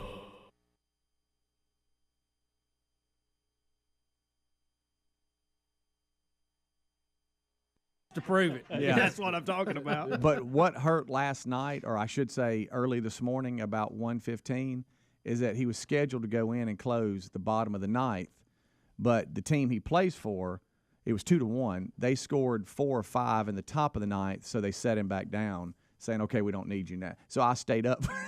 I didn't ever went in, but that's fine. but you never know. That's just life. But that's a difficult sure. deal. Rick, I think we need to send for the show Speedy to Alaska to see a game. Absolutely. Yeah, well, yeah, that's a flight right there. Yeah. But Which one? When do you need to go? Let's quit talking about it and get it done. Because I want you to support your son. Yeah, I'm tired of you ignoring Tyler. Well, I can tell you. I'm sorry. One of the that sounded bad as a joke, but it really wasn't. But I couldn't help it. Just What is a flight out there? How much does that run you? Speedy, when do you need to go? When would be About a good time to go? $550. About $550. Really, to Alaska? One way. That's not one bad. way. Okay. Well, That's that's still not not bad. That's bad. not bad at all. No, I thought Thought it'd be a lot more. I than really that. I thought did. you were going to say $3,000. Because I thought that's a long way. Yeah. Well, why don't you drive and it becomes a show bit? I need about 2 weeks off. Time you get there, the season's over.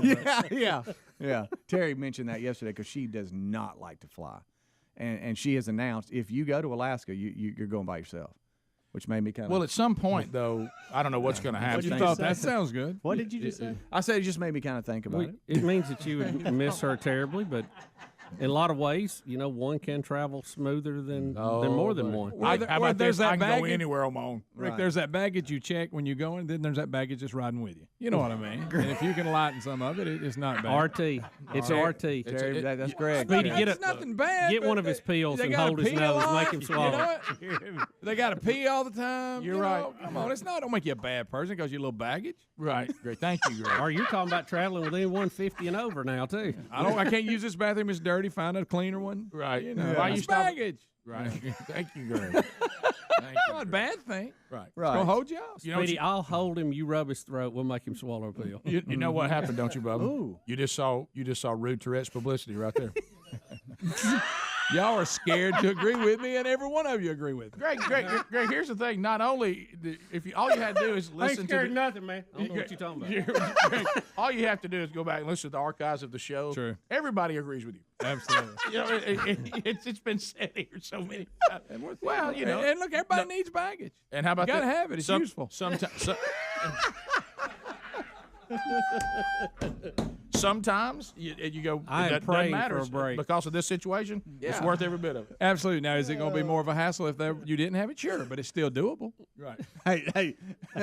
Have we all said the following statement about a sporting event? Well, look, as long as one of us is there. Yeah, that's all that matters. There you go. Speedy, what day? When's a good time to go? Hey, I don't know. You talking about somebody that doesn't have a problem going to sleep? That is Terry. Should be out. Let's just sleep right through that. And like, hey, I just got Bullpen. notification. He's going in. Oh, that's good. That's good. Tell me how he does. He's out. Yeah. Of course, I'm wide awake.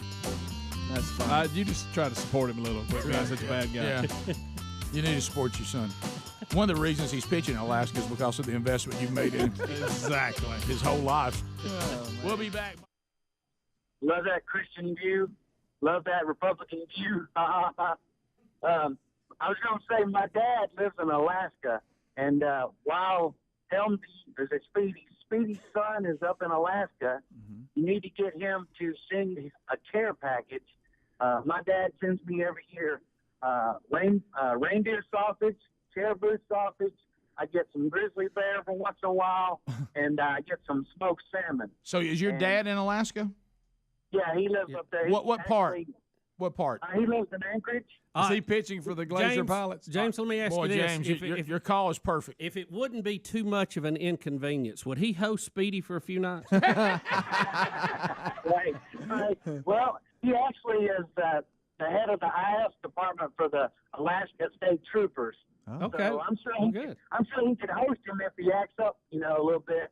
No, we want your dad to let Speedy stay at his house. He's come to see his son play. Yeah. Can he Airbnb me? Yeah, I think I can get that accomplished. James, I got your number. We'll call you later. right. Thanks, James. What a deal Send that us- would be. send If us some Speedy could get a police escort to the stadium. Let me tell you what we're doing right now. We're in the go mode to We're get gonna do you this. to Alaska because I want you to support your son.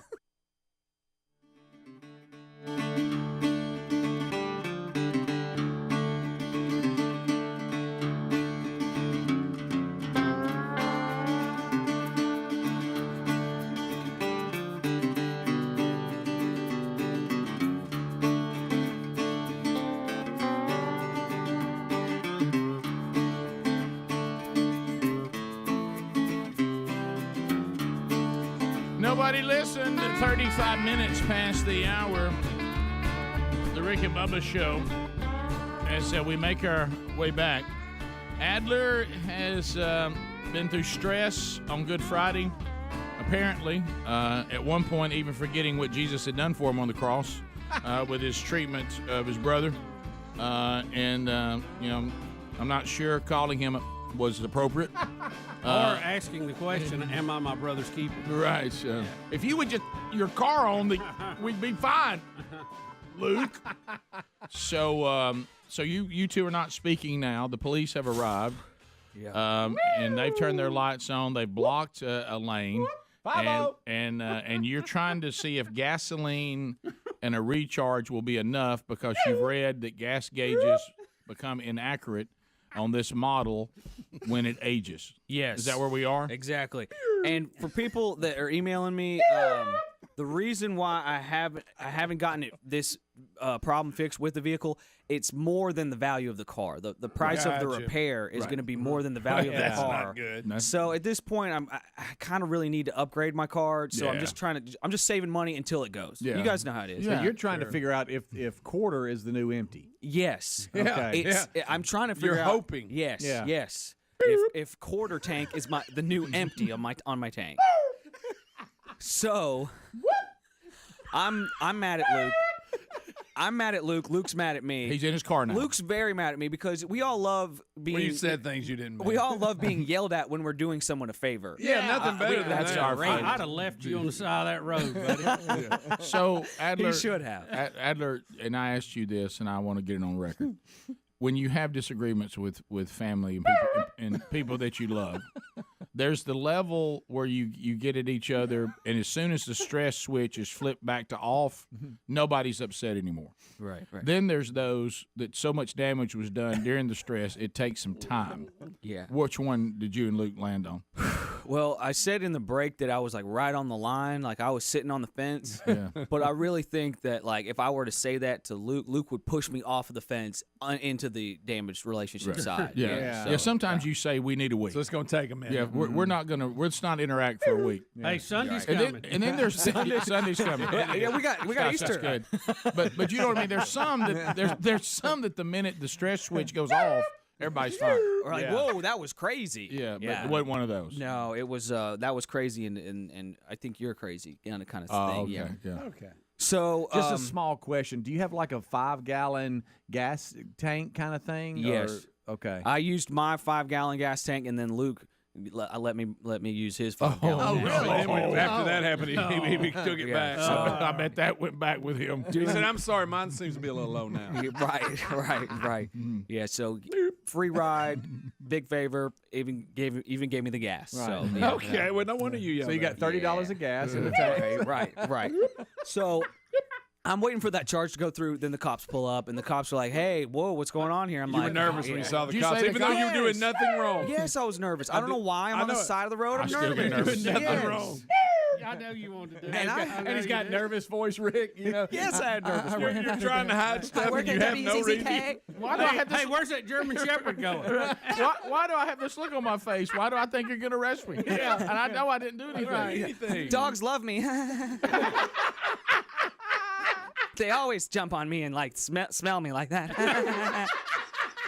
Why is he scratching your pocket? Hey, look! From the car now, the disgruntled brother, arrest him! Check his pockets. they smell my dogs. Look under the seat. They smell my dogs. He's almost been hit 3 times. So. Trust me, he won't listen to you. I actually. He called me a fiddle. What movie he said, big? All right, go ahead. I actually probably told the police officer more than he needed to know. Of course we did. You're rambling and explained to him. Yes, rambling. Yes, Well, I've been in rambling. ZZ Cab, been working there for 15 years. Nervous rambling? Is that what you do? Yes, nervous rambling. You walk through every day of Ruby's life, all Yes. 2 years. I do video, social media, And I said, Ever heard of Ricky? and then I actually told him that I'm in an argument with my brother. You did. In the studio. I actually told him that I was in an argument with my brother, and I was He like, didn't need to know that. and I just yelled at my brother. While You told he's- him that? Yes, I told the police officer. Why are that. you telling Well, him because my pulse is raging out of my neck. I mean, okay. you know, I'm just like, man, this is what's real honestly going on in my life right now, bro. And You called him bro. You went to that place. My daughter was born. You went to Broken Adler. I Like, just man, got done with the Tutti Frutti party. Things are stressful, man. My daughter was born during the pandemic. Right. You see that internet service building? I took my cake in there. It's so I was trapped over there. I was walking on this road with the cake this morning. Yeah. Right. And so I was like, the things they do with the internet now, right? the officer was like, you know what? I know you're using a slow trickle charger. I don't know why. I'm like, that's You just what I just have. jump it off. Because I was, you know how when it's all the way dead, it won't go. That's what I was afraid But of. if you jump it off, it'll charge. It hasn't been quicker. that long, Adler. So, no, You it was could dead. stand there Dead. and stand on the gas a little bit and then fire it off. It was dead. Okay, so He would have cussed Greg, you out. Don't Friday. upset him. please, Greg, I will cuss you out right now. Did I some said- homeless people leave a note? I said, Thanks, Dirty Mike and the Boys. You remember that movie? I didn't think you were going to say it. Thanks for the usage of the automobile. Dirty Mike and the boys. Luckily, no note. And I said to the police officer, while you weren't. I said to the police officer, y'all, I got to wrap this up. People that hate me on the show are really hating this right now, so I'm we got to loving it. wrap this Go up. ahead. No, And that's so- great. And so I go, can I send my brother on? I just yelled at him while he's doing me a favor. Can I just let him leave? And Luke peeled out of the window. As soon as we could go. As soon as we could go. Let me Luke get was this like, straight. Wait a minute. You asked the police officer for permission to let your brother leave? yes. Wait a minute. Somebody caught it on audio. I knew there were people out there. This is Luke leaving.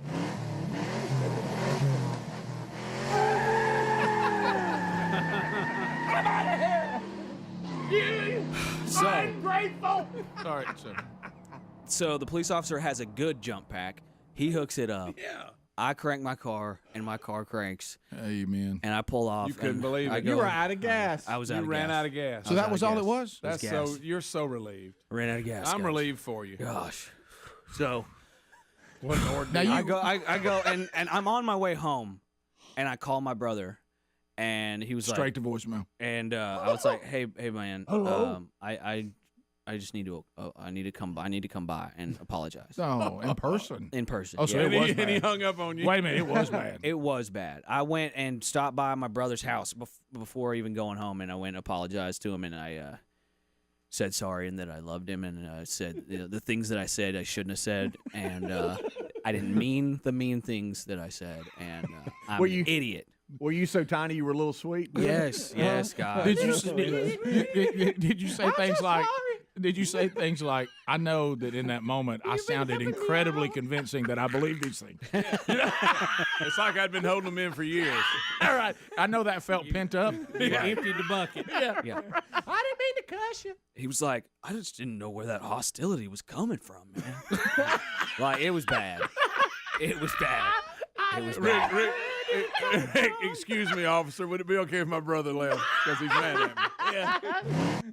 But guys, like Luke was under arrest or something. They had to get their permission. Will you be my new best friend so he can leave? I'm gonna send him on if it's good with you. I think were my words. Did the law enforcement person did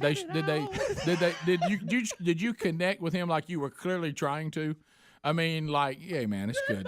It's all good, man. He was really helpful and understanding and cool and awesome. So I got to say, I love the police. He didn't do this. He didn't do this, did he? He didn't do like, look, I know you and your Greg. I know that you and your brother are having an issue. Yeah.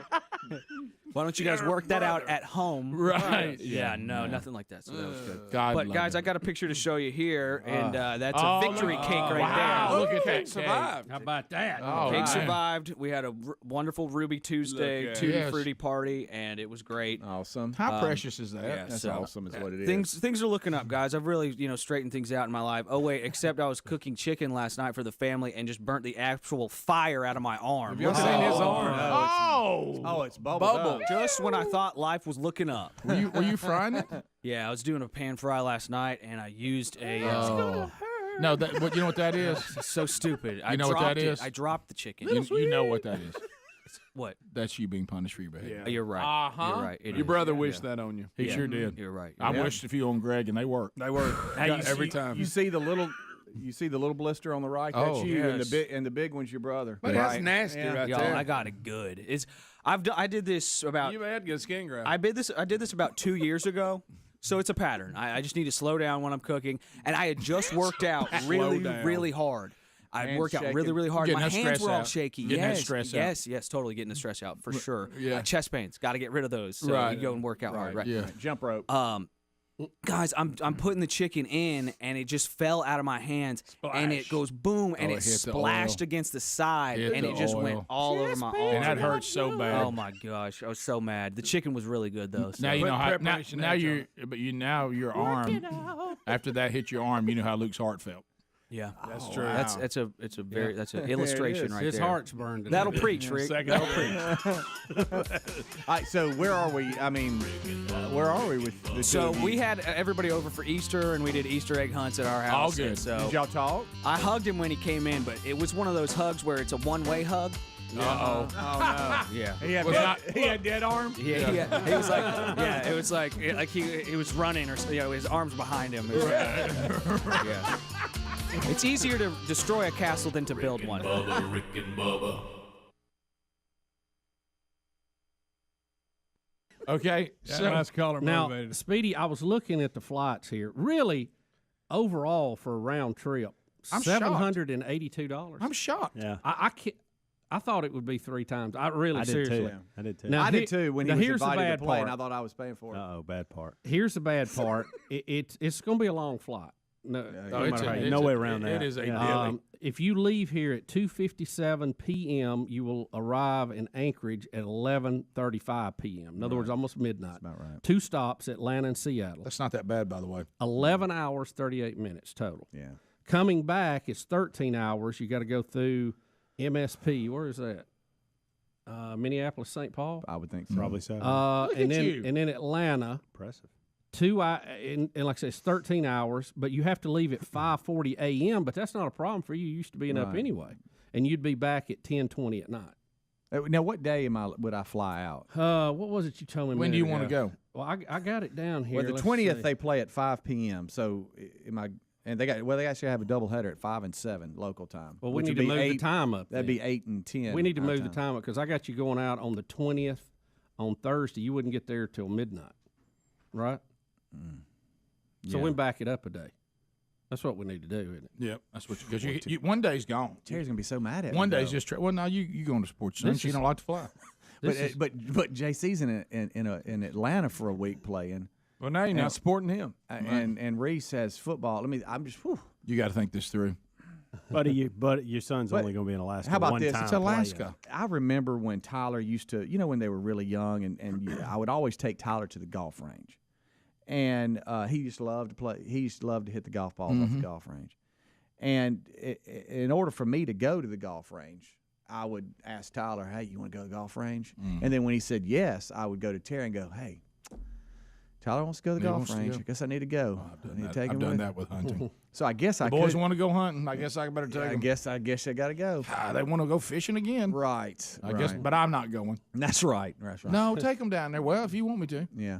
I guess I need to play that here with the Alaska trip if I go. Absolutely, you do. Hey, the guys they're talking somebody about called going to the Alaska show. and Somebody called the show, and I keep thinking about Tyler looking up in those bleachers and nobody being there for his family. Yeah.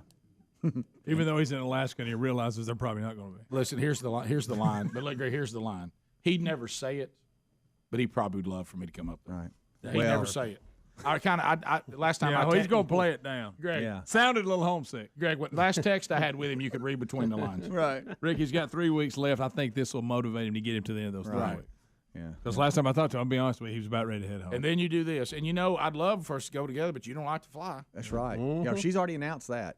She would have no problem with me going by myself. And they're only paying for one. So and I know that Greg, your wife has this a little bit too, but do they just think the rest of their lives they will just avoid flying? I know, Lisa. She hates to fly. But I mean, you got to fly. Right. I mean, at some point, she flew earlier in the season. Right. When we went down to Miami, they opened up at FIU, and so we're coming back, and she said, I don't know if I really don't like to fly. I know we have before. This is a struggle for me to even fly back right now. And when we landed in Birmingham, she said, "That's it." I said, "Honey, you're really young. There's going to be a lot of flies out there. Don't say that's it. Right. That's it. Not that was my last flight. I hate to say this. Done. I hate to say this. Can I tell you, the two of you though, you wouldn't believe the money that saved you. Oh no. Because hey, I'd love to go to Hawaii. Well, we have to fly. Well, we got to fly. You don't like boats either. Wow, what a trip that would be. Right. Yeah. Man, I wish we could go to fill in the blank. It'd be nice, but of course we'd have to fly. We Right. can't drive it. That's for sure. Yeah. Gosh, guys, there's no telling how much money that saved y'all. That's probably a lot. Yeah, I come home and the trip's already planned and the tickets are bought. We're all going. We're going. Yeah. And you love to travel so well. Oh, that's my favorite. You always have. You've adapted to it well, though, Rick. Well, you know why? Because you do things for other Absolutely. people. It ain't always about you. Absolutely. You know? Right. So sometimes you got to get on planes when you don't want to, and sometimes Sure. Yeah. and That's right. Yeah, and just and it's always I'm thankful for all the experiences that I've had that I had to fight through my own selfish deals of not liking to travel. There's a lot of incredible things I would have missed. Exactly. Yeah. And I don't have a phobia. I'm like they're having. I'm just talking about. I have no. I mean, flying doesn't bother me in the least. I just don't. I'm a homebody. When we were I'm kids, talking about if I'm left to myself, just selfish Rick, whatever, and you can't be that guy. As far as like, well, what kind are you? I'm not. I'm just a homebody. Yeah. I like a simple life. When we were kids, when we haven't had the opportunity to have one. but I have I enjoy it. He hated summer vacation when we go as a family Didn't want to go somewhere. anywhere. He didn't want to go Really? because he got into his summer at home playing. My neighborhood was the greatest place on earth. And now it was. There was no vacation better than my neighborhood. I have to agree with you that. Well, we did like the one day to Six Flags and back. You did. 9 minutes to the top of the hour. Phone calls coming in at 866-WE-BE-BIG. You can join us now. We'll open up all 10 lines. The real Greg Burgess goes to the phones. He'll get you lined up ready to chat at 866-WE-BE-BIG while you are dialing us. And if you dial now, you will get in. Let me point you to HelloFresh.com/Bubba. Talk to this service with family on Easter this past Sunday. And we were all raving about HelloFresh.com/Bubba because I mean, when you're a family on the run, sometimes it is difficult to get everybody around the table. And if you do, a lot of times it involves sacks of food. And look, we love drive-thrus and I love fast food, but you really don't want that to be every meal. So HelloFresh.com/Bubba is designed for you to not waste food, save money on your total food bill, get your family back around the table, and eat delicious food. And let me tell you what we were talking about Sunday. Let me tell you where it really helps. If you're trying to do a little better, and you're saying, man, I want to get inside that, 1,200 calorie, 1,500 calorie, whatever you're looking for, they can do that for you. Hey, I want to cut these foods out of my diet, and I want to concentrate on, healthier eating, but that's a lot of planning. That's a lot of work. Well, not with HelloFresh.com. You just go there and pick those menu items, and they do it for you. And it comes in bags with the recipe cards, and then you just prepare the food with all the ingredients. It's also provided in the bag. So you don't waste. So go to HelloFresh.com/Bubba. Start using them now. You can cancel anytime. You can rearrange. You can customize. We're going to get you 16 meals for free plus 3 free gifts if you use the code Bubba at HelloFresh.com/Bubba. So go there now. Also, the links at rickandbubba.com under the sponsors button. Let's go to Isaac in Birmingham, Alabama. Isaac, thanks for your patience. And welcome to Rick and Bubba. Go ahead. Thanks, guys. Thanks for having me. Yeah, it's our pleasure. All right, so I wanted to talk to Adler real quick. I know exactly what he was talking about with his Forerunner. I own one, and I have the exact same problem. The gas gauge is real wonky on it. It'll sit on about a quart of a gas for a while, and so I have to fill it up at about 3/4 of a tank. Yes, so you now know that a quarter it could be empty, so you can't let it get to a quarter anymore, right? Yeah, quarter's empty now, guys. I'm gonna say half. Did you fill it up half after tank. that? Yeah, I did. How many gallons did it take? I didn't check exactly. You need to do that, and you can kind of you may even could recalibrate it. On my motorcycle, I don't have a gas gauge, and you just go by the mileage, and a lot of people suggested that. That's kind of, yeah. How about your mileage? Yeah, but to answer everybody's question, I think we covered that. It really ended up just being gas. You just ran out of gas, right? Just ran out of gas. Let's go to Sarah. How much you take like it's it? 2.5. Oh, okay. 250? 2.5K. Yeah, okay. That's how much it's worth. 2,500. Adler's Forerunner is yours. Sarah, go ahead. Okay, first of all, Adler, you need to know how many gallons of gas go in your Forerunner, but that's not why I called. Oh, I know I don't know how much I put in right then. I wasn't paying attention. Oh, okay, I understand. Okay, I hear what you're saying. All right, so your burn. I have a very, very surefire, hands down, this will work overnight even. Oh. Honey, natural honey. I promise you, it's weird and it's sticky, but so if you put honey, not that stupid little honey bear, but farmer's market honey on your burn, wrap it up with the nonstick gauze. I promise you, I 100% promise you, it will work. There you go. So you're helping people. And just as a safety thing, everybody remember to lay the meat into the pan away from you. Lay it away from you. Right. And in this situation, that's what I normally do. It actually fell out of my hand and splashed up. But yeah. Let's go to Baker in Kentucky. Baker, welcome to Rick and Bubba. Go ahead. Morning. Hey, Baker. At my work the other day, I had a fella come in. He was wearing the mask, and this was a fancy mask. It had the double cartridge on it. So, wow. This guy's serious. Yep. But he's inside. Nobody's wearing a mask. That's fine. He can wear whatever he wants. He's outside wearing his mask. Fine. You're a little goofy. But now he's getting in his car, a smart car, and he's driving away, still wearing the mask.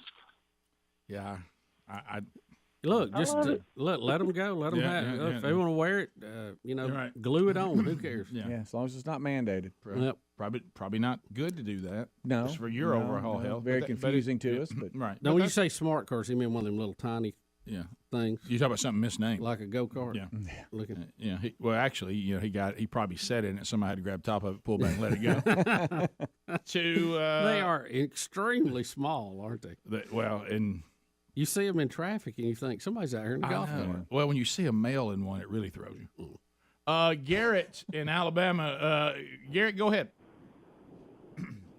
I've got two things The first thing is the United Nations has a new sculpture. I don't know if y'all have seen it or not.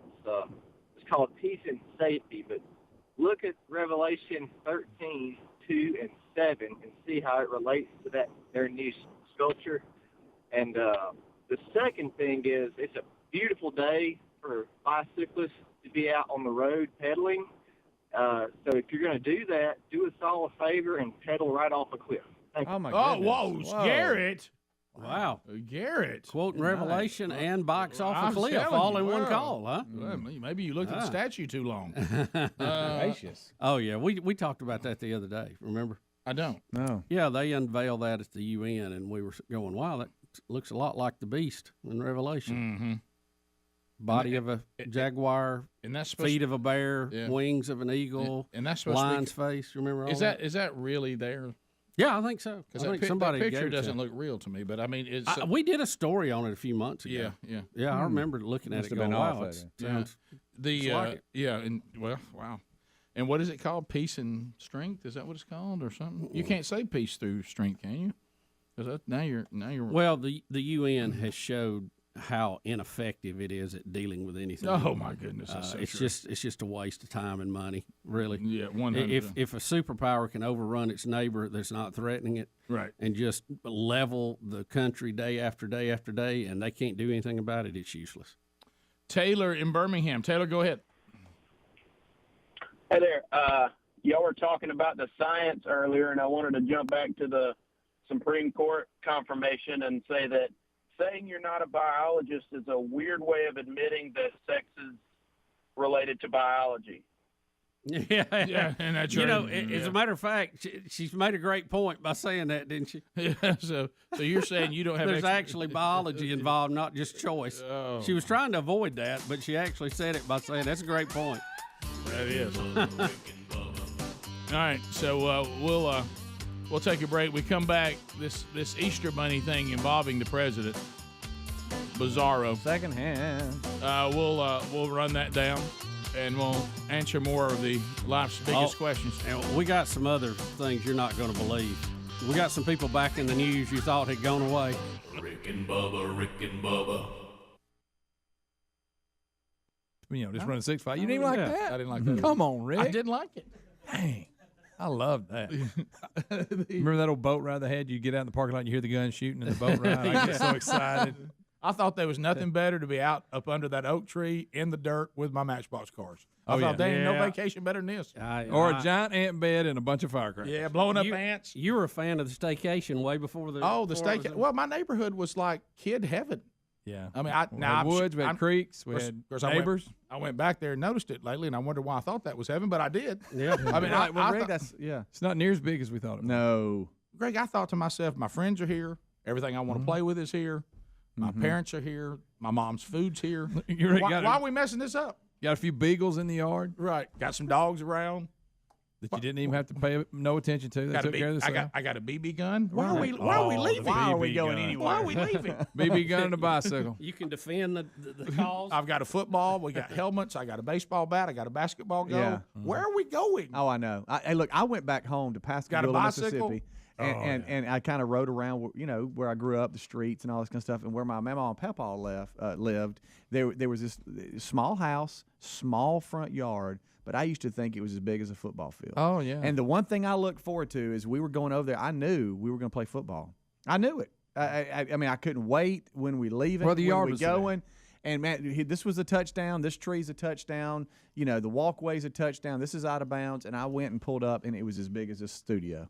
Yeah. And I used to think it was the biggest thing ever. Yeah. Yeah. Because when you're young, that's just the way We it had is. woods behind our house. We had trails. We had a swamp. We had a creek. Where are we going?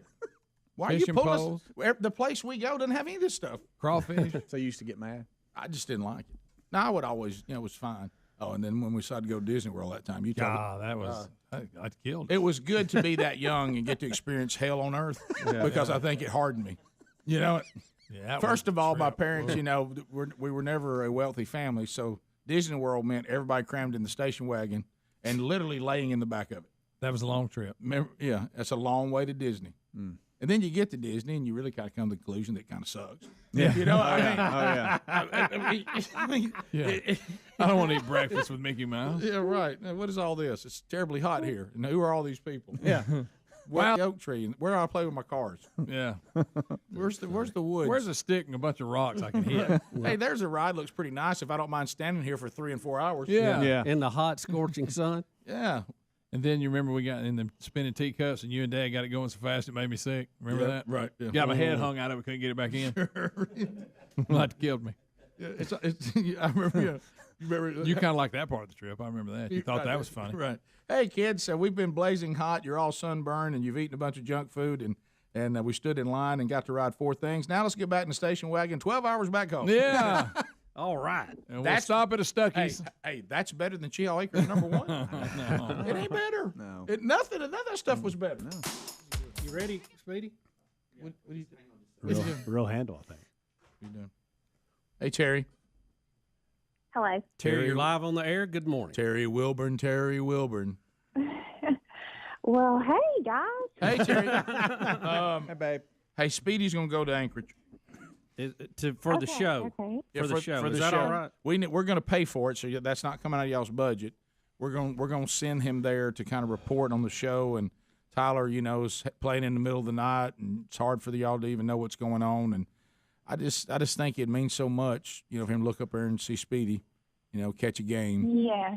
And y'all are gonna make me cry. Oh, well, I didn't know it'd have this effect. well, I just think it'd mean a lot to him, don't you? Better than the other It possibility. would. With Yeah. the problem, and it's a long flight too. Yeah, I know. he's going to be gone for like a week, Wednesday to Wednesday. Is that okay? Oh, that's a long. Yeah. That means we'll talk about that later. Well, now- Terry, the problem, we got to book this flight. It's getting more expensive by the minute. So, it's Now, here's the problem, hon, that I just need to bring up. If we couldn't have a family meeting here on the air, they're wanting to fly me out on the 19th. Okay. Right. Now that is Okay. smack dab in the middle of JC in Atlanta with XL playing baseball for a week. And I know we were going to split that up, and I was going to take the weekend, and then you were going to come over. And Reese has still got football during that time. baby. So, Yeah. so for Wednesday, Thursday, Friday, we're going to have reinforcements to help if you're still in Atlanta with JC.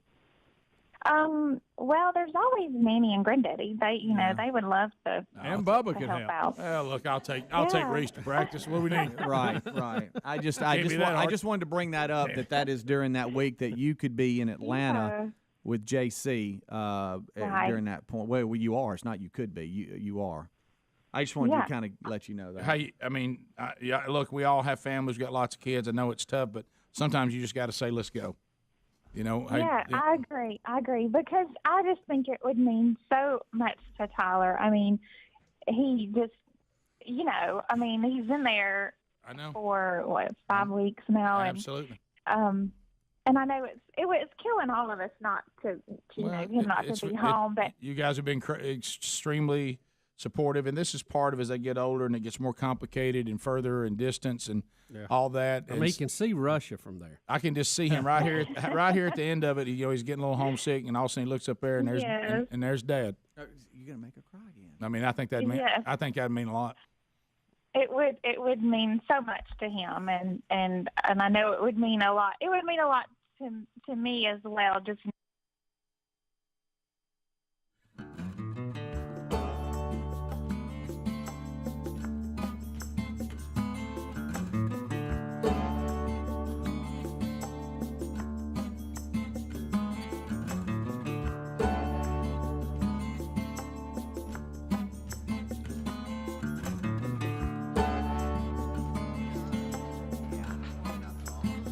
It's all right. It's all right. It's all right. It's all right now. 6.5 minutes past the hour of the Rick and Bubba show. We thank you for being with us.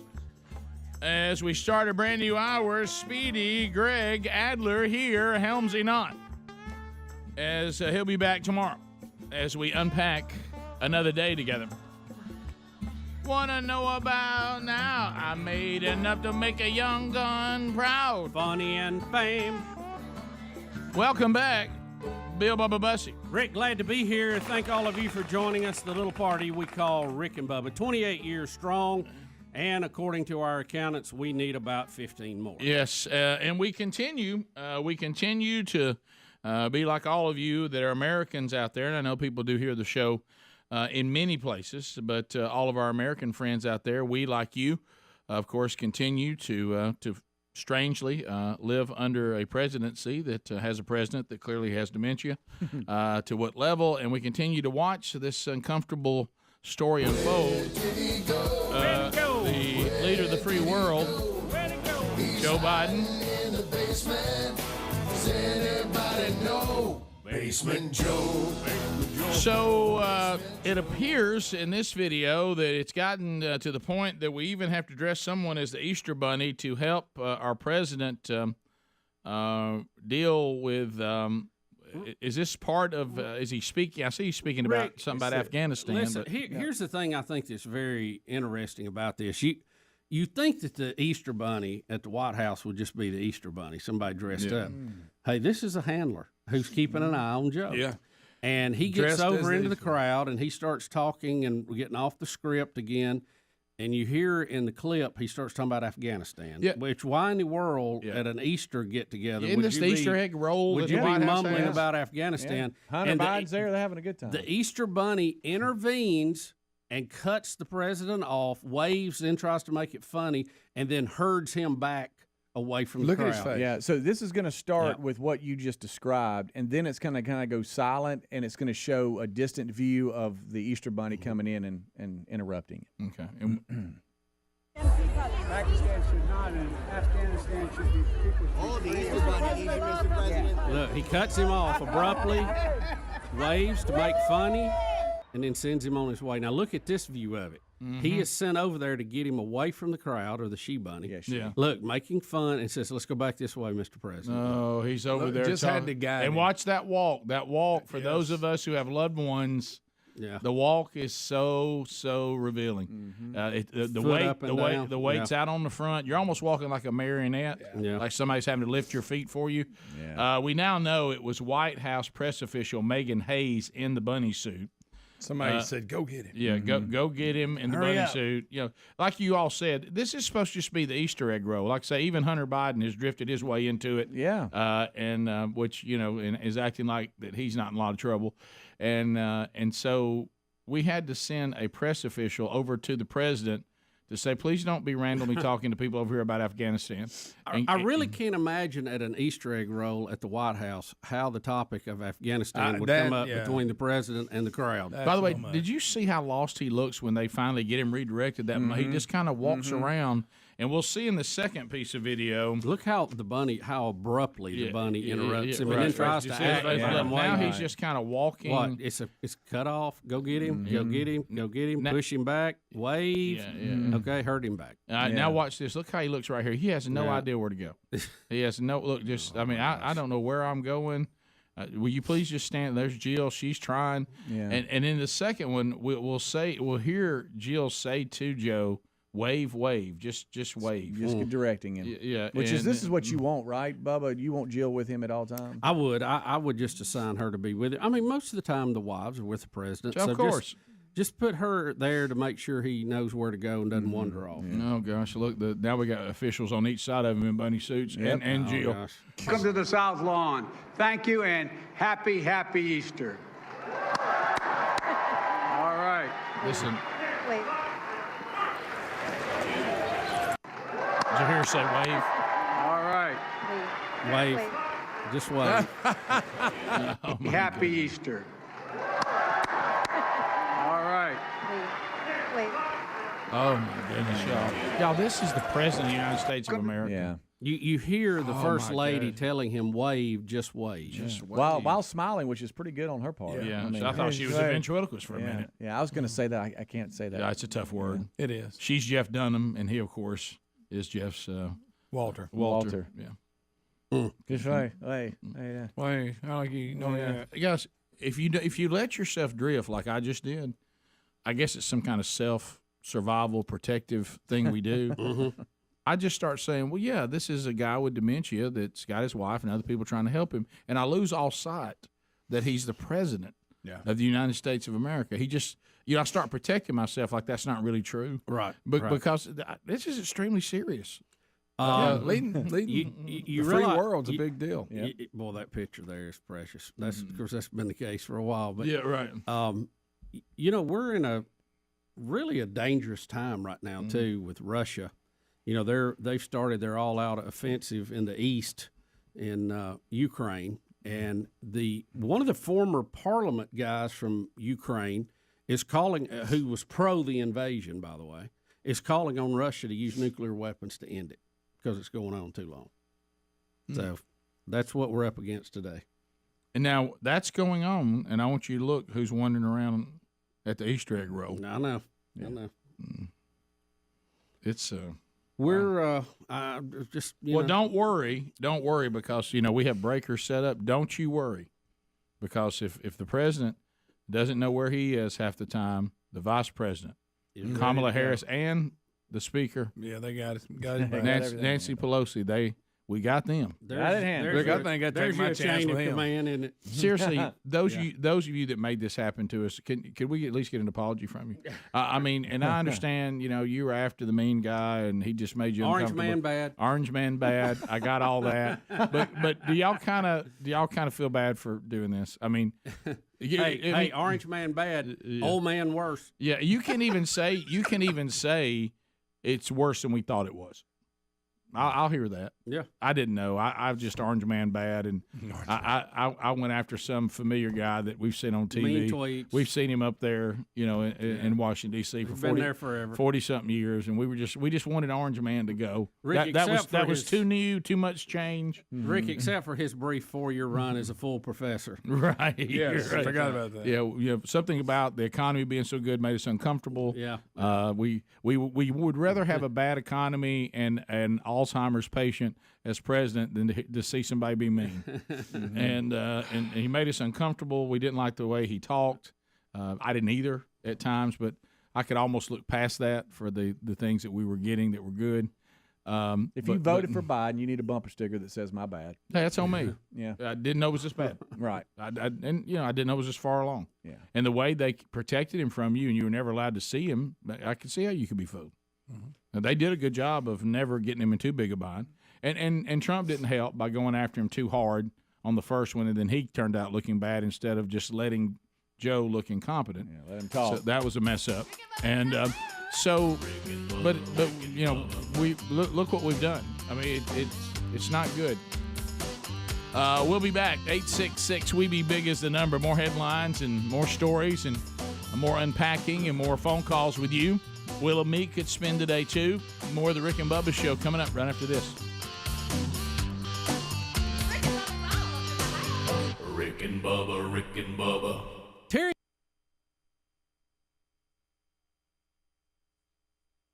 When that there was somebody there, So So we're that would going be we're going so wonderful. we're going to send him to a couple games. Going to catch some Alaskan salmon and kill an elk, and then he'll be back. So and he's going to stay with a state trooper there. So we feel like he's in good hands. Are you serious? Yeah. Really? Just stay away from the bears. Don't get around. Well, she's all about the bears. Well, you know what? Now I'm gonna feel bad when he gets mauled by a bear. No, because the heart will still be a moving story. Dad True, killed the by intention were good. Dad killed by a bear trying to see son pitch in Alaska. That's a good point. Yeah. And unless the bear comes Incredible into the story. stadium That'd be a or great the story. or the state trooper's house, he's all right. Right. Yeah. Yeah. Yes. Yeah. So and maybe we can turn it into the 11th Alaskan reality show. Yeah. So We have found a host family, Terry. We found a host family. It's a family of Eskimos who's going to be living in an igloo. Yeah. Now you see how she's just a puddle of water. You can that tell never how genuine she is with her voice. She's very shocked and just so taken back by this. Now here's the conversation with Tyler. Hey son, how you doing? Good. All right. Hey, yeah, everything good? You getting a good night's sleep? Yeah. Okay. Hey, I think I'm gonna come see you for a week. Is that good with you? That's fine. Okay. Well, I wouldn't tell him. I'd just show up at a ball Yeah. game. Well, I'm gonna come in and I just wanted to be there for you. Yeah, boy, right, I'd all love right. to see it in slow motion too when they hug. All right, man. Yes, he'll All love right, Dad. it. He'll be so excited. So, I mean, is this real? I need to know. Yeah, we're making it happen. It's hitting the Apple iPhone all over again, isn't it? Terry, as long as Terry's okay with it, we're doing it. Is the staff okay with this? Yes, we couldn't care less if you leave. I'm mad about it. Thanks, Rick. Well, I mean, look, we got so many people here now. It's not like it used to be. You know, there was a day I wouldn't let you go, but there's so many people here now. Yeah. All right, Terry. Oh, boy. All right, thank you. We'll be right back. Rick and Bubba, Rick and Bubba.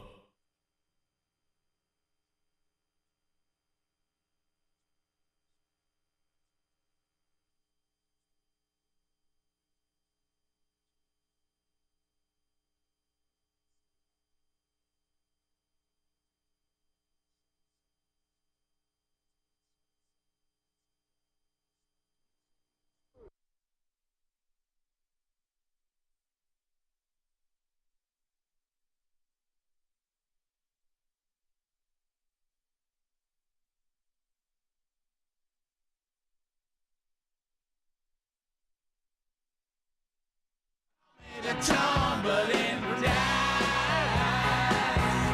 them Rolling Stones. How about it? Call me the tumbling dice. I remember when I was a kid, if I'm not mistaken, didn't Linda Ronstadt remake that one time? I think so. You know, I never did realize how many songs were just all remakes. Yeah. I mean, yeah. you define a true original is not that easy. No, it's not. And I mean, sometimes you'll think you got one, and all of a sudden you'll be riding along and you'll hear like an old, Yeah. what is that? That's that old song I thought was new. Well, you know, here's the good news about a remake. If you wait long enough, and it was a hit, people liked it. Yeah. So you just bring it to them with your spin on it, and hey, you might have I would say the odds of a remake being a hit may be better than something new. Call me the tumbling dice. All right, we got a lot to do going forward. I was looking at some of the stories here, here on my iPad. And looking at some of this, our printers having issues. And, of course, with the wonderful customer service you have today, having a hard time.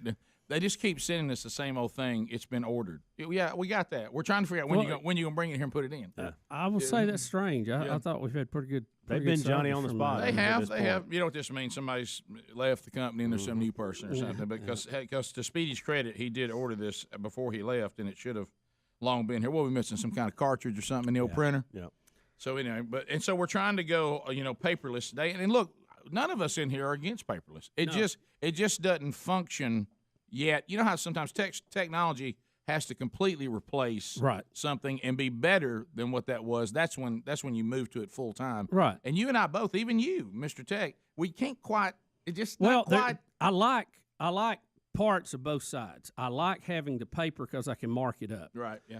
I like having it online because I can pull up so much more, so much quicker. Right. Change the font so I can see it.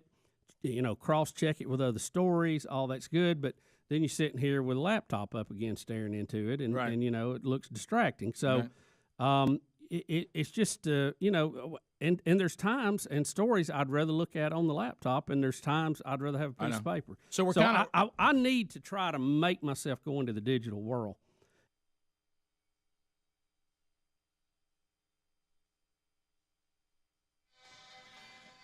20 minutes now past the hour.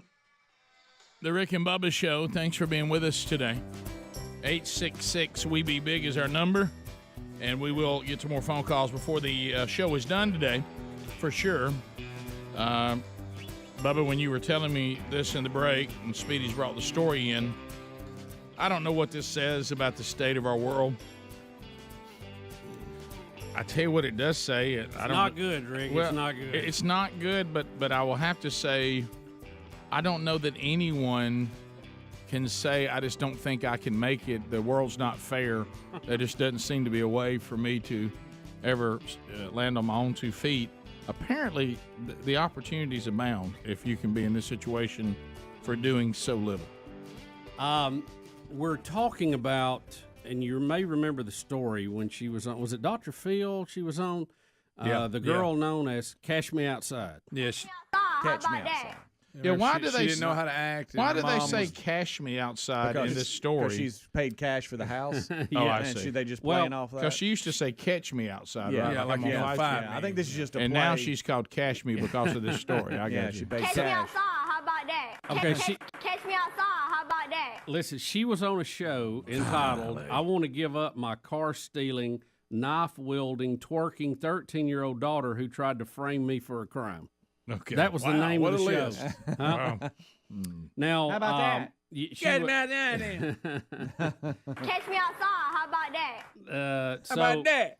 Rick, she went on and become a rapper, an internet star. She started a OnlyFans page. Oh, okay, so and now she's posing naked and made $1 million in 6 hours in 2021. So the story, though, today is she has bought a mansion from former NFL linebacker Gene Pierce-Paul for $6.5 million in Boca Raton and has paid cash for it. You mean Jean Pierre Paul? What did I say? You said John. Yeah, Pierre Paul. Pierre Paul. What did I say? The one that blew his hand off. You said Pearson Paul. And with the fireworks. Pierre yeah. Paul. Yeah. I Imagine that closing table. I remember. I doubt he was there. Give me that contract. How about that? How about that? Give me that earnest money. How about that? Here's this cash. So she has done rather well for herself on the OnlyFans circuit.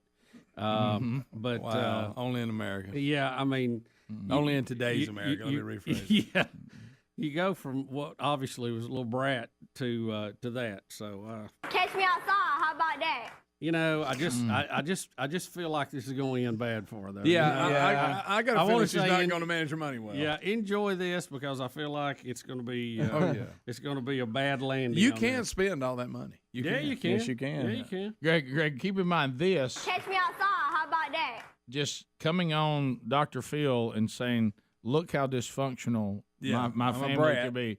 I'm here. I'm making a living as a brat, and I have $6.5 million in cash that I can pay for a home of someone who had a very successful, worked really hard NFL career.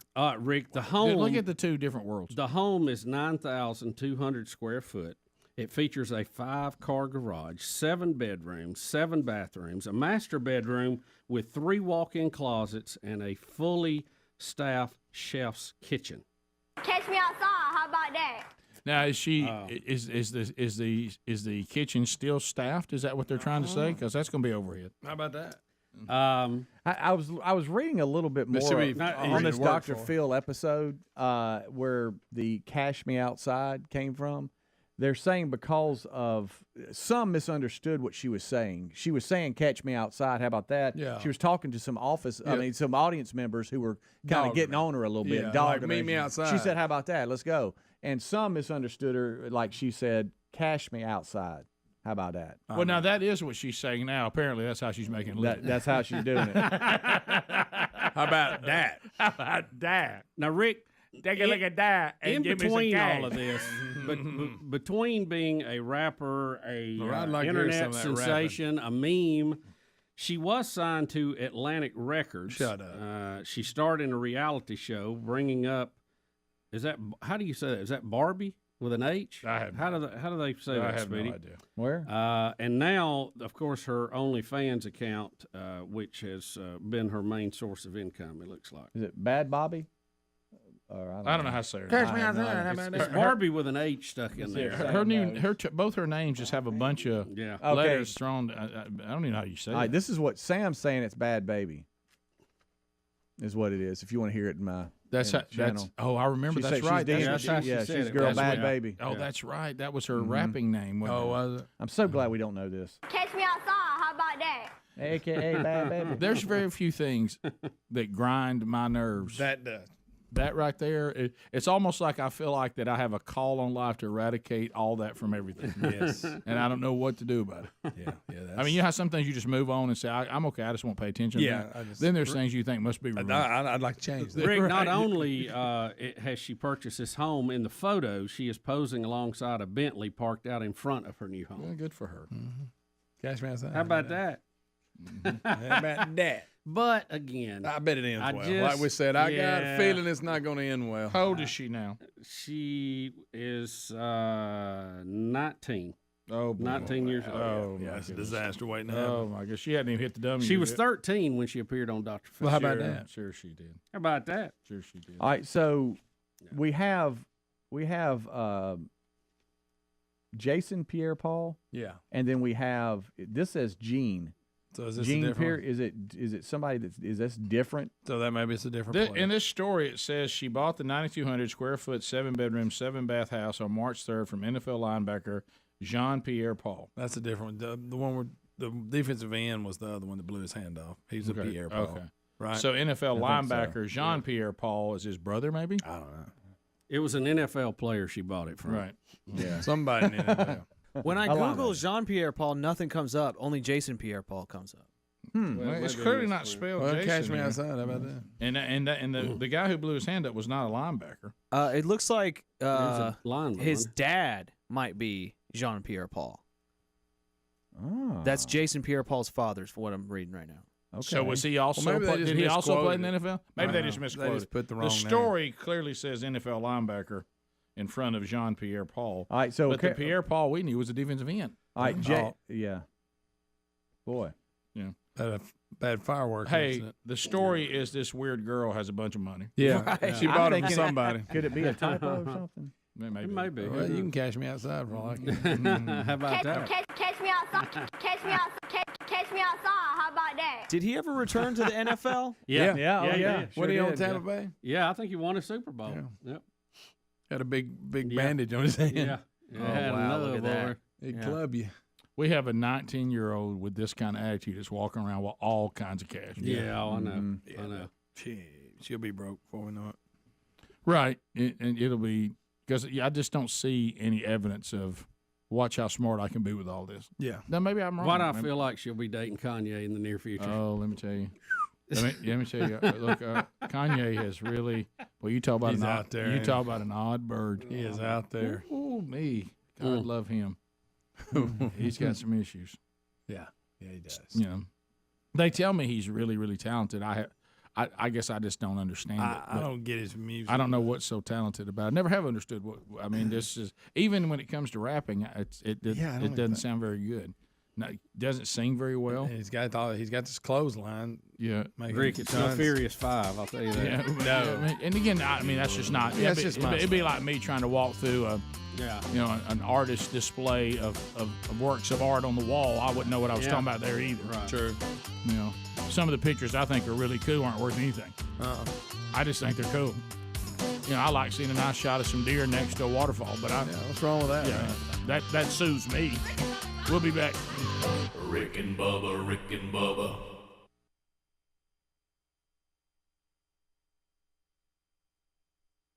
And Helms, you said there's a good way to highlight on here.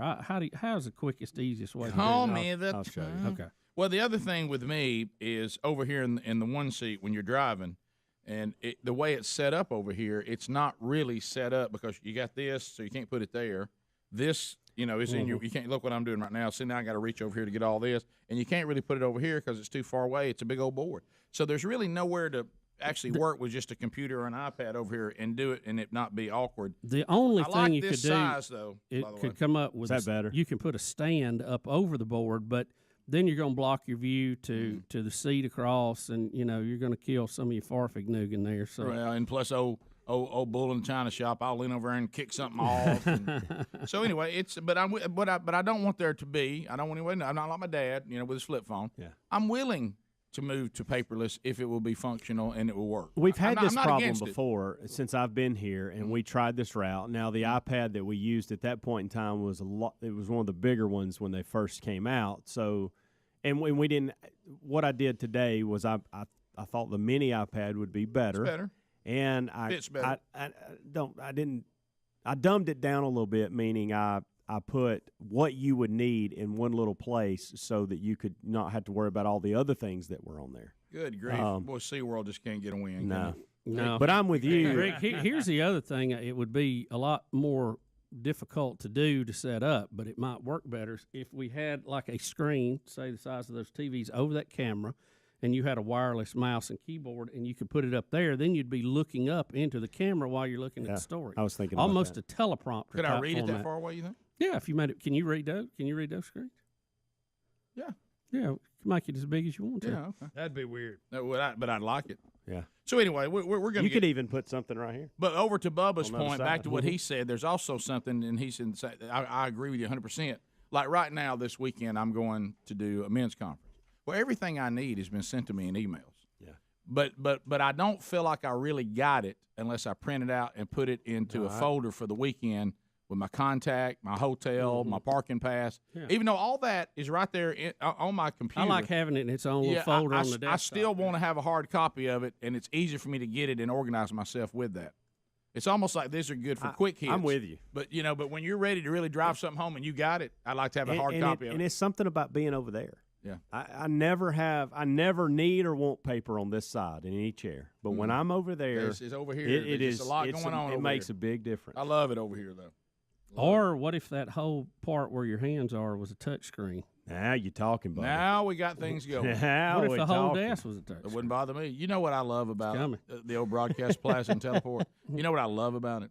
Like I watched that 30 for 30, Mike and Mad Dog or whatever that thing is.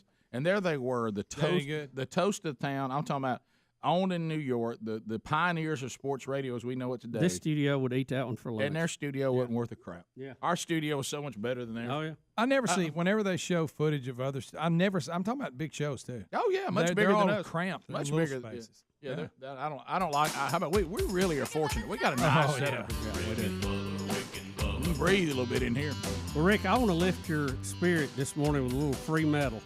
Have you seen this video clip? No, but I just love you describing it to me. It We fires can me up. set this up. I can see it right here on my think. little iPad. You'll be able to see it on RVTV, but I think we can set it up for you on the radio. 6.6 million views so far. Free metal. We'll be right back. 17 minutes past. Bubba, Rick and Bubba. All right, as we come back, buddy, as we started this, Bubba was telling me when we started the hour, Rick, I have good news for you. The metal is free. The metal is free today, my friend. And so tell me what's going on. All right, so there is a video. It's out.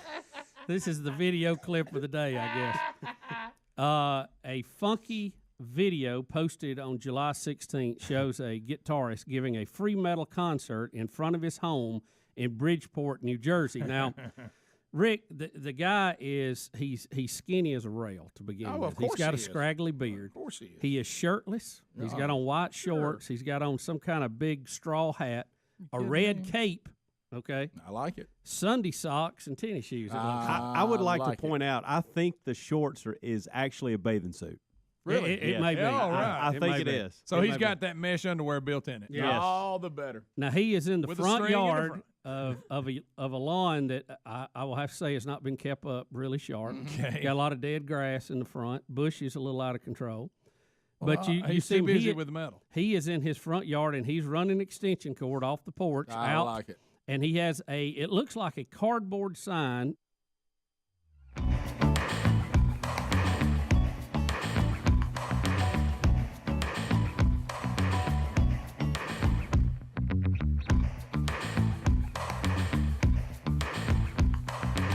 Thank you, Blake. 35 minutes past the hour. LinkedIn.com/Bubba. Got a job opportunity out there? Want to make sure you make a good hire? You better make sure. Look, there's this great reshuffle. Record number of employees are considering switching jobs, so now your chance to try to attract them to your company is it's never been better than it is right now. LinkedIn Jobs is here to help you connect with people that you want to interview faster and for free. Create a free job post in just minutes on LinkedIn.com/Bubba. You'll then have access to their network of over 770 million people. And then you add your job and the purple hashtag hiring frame to your LinkedIn profile to spread the word that you're hiring, so your network can help you find the right people to hire. Simple tools like screening questions and make it easy to focus on the candidates that have the right skills so you don't waste time interviewing people that don't even meet the basic criteria. Also, the experience that you're looking for. So when you sit down and start interviewing people, you're only going to interview the best of the best. LinkedIn.com/Bubba. They'll help you find those candidates that are worth interviewing. Every week, nearly 40 million job seekers visit this site. So your job post right now is free. because you're supporting this program. So go to linkedin.com/Bubba or find a link at rickandbubba.com under the sponsors. And I did say a job post will be free. All right, so let's update a few stories that we've talked about in the past. I know we have the boy that fell to his death, sadly, 430 feet on this ride at Florida's Icon Park. He was sitting in a seat where, unfortunately, they have now discovered, because he was too big to be on the ride, 340 pounds worth, and the ride should not allow anyone on it that doesn't weigh more than 286 pounds. And they noticed that the sensors had been manually overridden so that they could put larger people on the ride. Yeah, the sensors had basically been jimmied, which led to some of this. But as you were saying, the manual for this ride says that all riders should weigh 286 pounds or less. Wow. This player weighed, and he was a football player, weighed 340 pounds. So he was way overweight to be on the ride to begin with. And then with the sensors being jimmied, and there wasn't really clear, at least the way I was reading it, to see if they were jimmied just for him to ride it, or they had been jimmied all along, just so that it wasn't slowing down the ride. Yeah, because if it supposedly it wouldn't work if the sensor wouldn't. If Right, it wouldn't allow it to go. So it was like a They catch-all, reprogrammed and it. they got around it. So From like a 3-inch gap to a 7-inch. Right.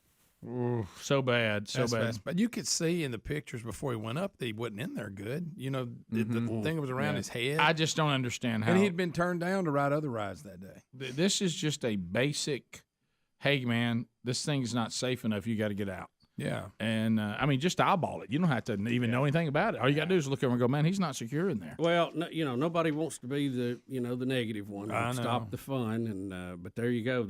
They have these weight limits for a reason, for safety, and but a terrible deal for him to fall 430 feet. They said the gap between his harness and the top of the seat horn, which is where it's supposed to be connected, was 6 to 7 inches a gap. Yeah. So meaning if you tilt forward like he did, his mass He just fell out. is going to take him over the horn that's sticking up because it's not going to hold him. He's not pulled down. There's too into much it. room. He's gone. Too much wiggle. Said he hit the ground going about 75 miles an hour. Wow. That's terrible.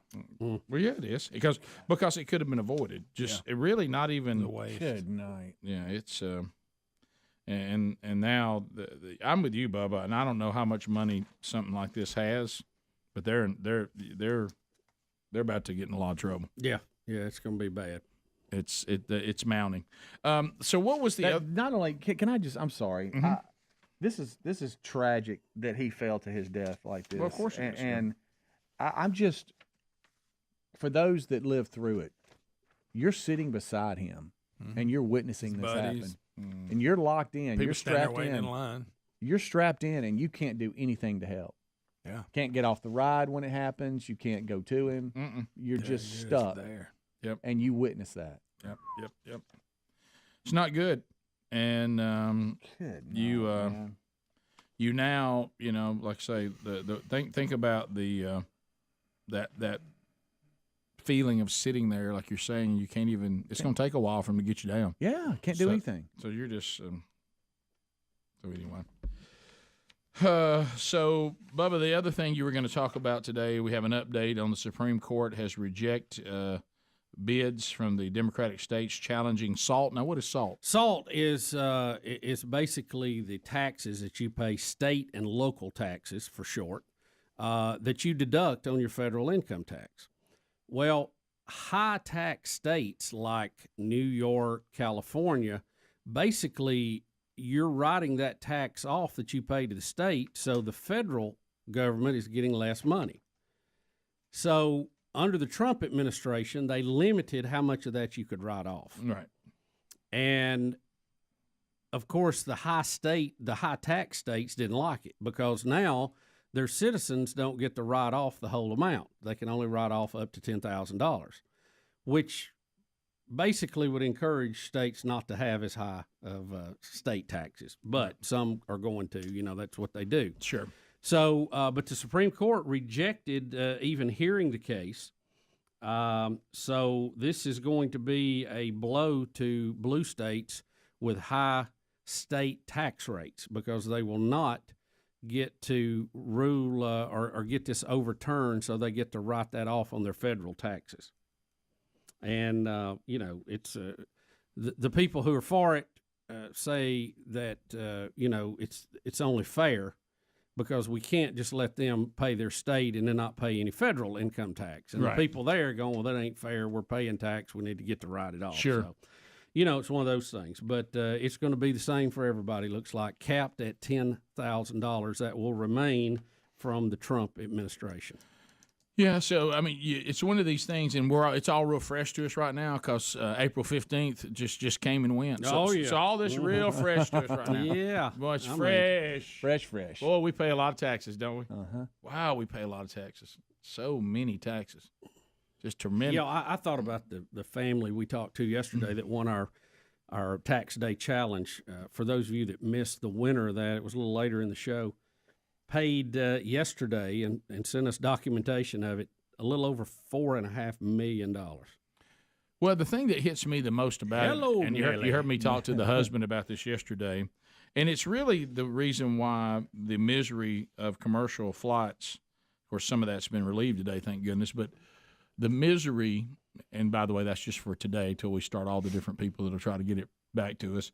But, it's okay when you're having to sacrifice and something's happening if you feel like it's making a difference. Like, I really don't have any problem paying for a product that is really, really good and does a really good job, and you think, man, this is life-changing. Yeah, isn't that and pleasant? all this kind of stuff. Got no problem with that. Hey, you get what you pay for. But see, in taxes, that's not true. You don't get what you pay for. You pay a lot and you get crap. I mean, and you just get it's like somebody has taken money from you for crap, and you're like, my goodness, y'all are so bad with it, and you do so many terrible things, and you waste so many things. As a matter of fact, a lot of times you'll take money that I earned, and by the way, government, it wasn't yours. I love this little trick y'all played on taking payroll taxes and all that out, taking it out of people's checks. That was brilliant because if we got invoiced and we had to write that check to you, not just the stuff on top of it, we had to really write you a check. Yeah, it'd be tough sale. We would be up in arms because you pretend like it's yours, and not only do I see you act wasted and you're so poor with it. Sometimes you'll even use it to make my life miserable. Oh yeah, and then I think, my goodness, I'm funding my own misery. And so it's really, I know you can only do so much. Now do everything you can to minimize it, but legally. But yeah, we all want to pay our fair share. I think we just all want to think that our fair share is fair. If I could get that, if I could get that fair share thing defined, if I could have somebody actually give me a definition of that, they never have. They throw it around a lot. Yeah. What's the number y'all looking for? I mean, where you finally go, okay, Burge, that's your fair share. So yeah, it just seems to be a moving number. What number is it? And it's that lady that called that day that. Oh, that was so revealing. That was so funny when she was, getting on quote unquote rich people, and said that she thought and we asked her what they ought to pay, and she said 15%. And we said, take it, sold, right there. We'll make that deal today. Sold. We'll make your day, ma'am. Let's go phone calls next. All 10 lines are available. We'll talk about whatever you want to. Dial us up right now. We'll be right back. Rick and Bubba.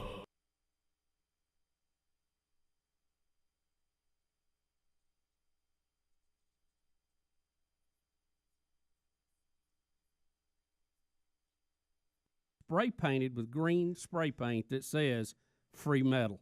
The metal is free. And he is hosting a one-man concert in New Jersey. Have guitar, have amp, we'll play. Let's see if we can see and hear this. The metal's free, guys.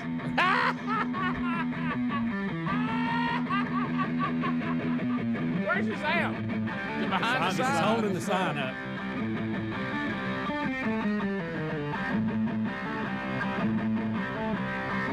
I hope he's got sunscreen on. Guitar players not known for their tans. Yeah. little Metallica for you. Well, it's free. Enjoy it. He's not bad. He's out in front of that house everybody had in the 70s. Yeah. And what's funny, whoever's videoing this, just stop and roll the window down. Well, what's free metal? You want everybody to have it. He just stands out in his yard and wails. Golly, that's free metal's what that is. The metal. I like when Rick, he you know what it looks. costs? That'd be zero. The metal is free. There's only one point in that. He's looking down. He's doing his guitar thing. He looks at the car on the road. Just to give him a little look, like, check well, you this gotta out. make eye contact. Check this out. If I'm providing the free metal. Can I hear it again? Look, if I'm providing the free metal, I'm going to make eye contact with all who've come to consume. He kind of looks up like, you know how the guitar players look like, hey, check out what I'm doing. Check here. out, I got free metal. Yeah. You know, with the face comes with it. You know what I mean? So he's studying. He's studying the guitar pretty heavy right here. Yeah, right now, so he's showing you he can look away and jam. Now it's far away look, man. I'm saying to it. Nice, dialing it back in. Yeah, we're real sure I had.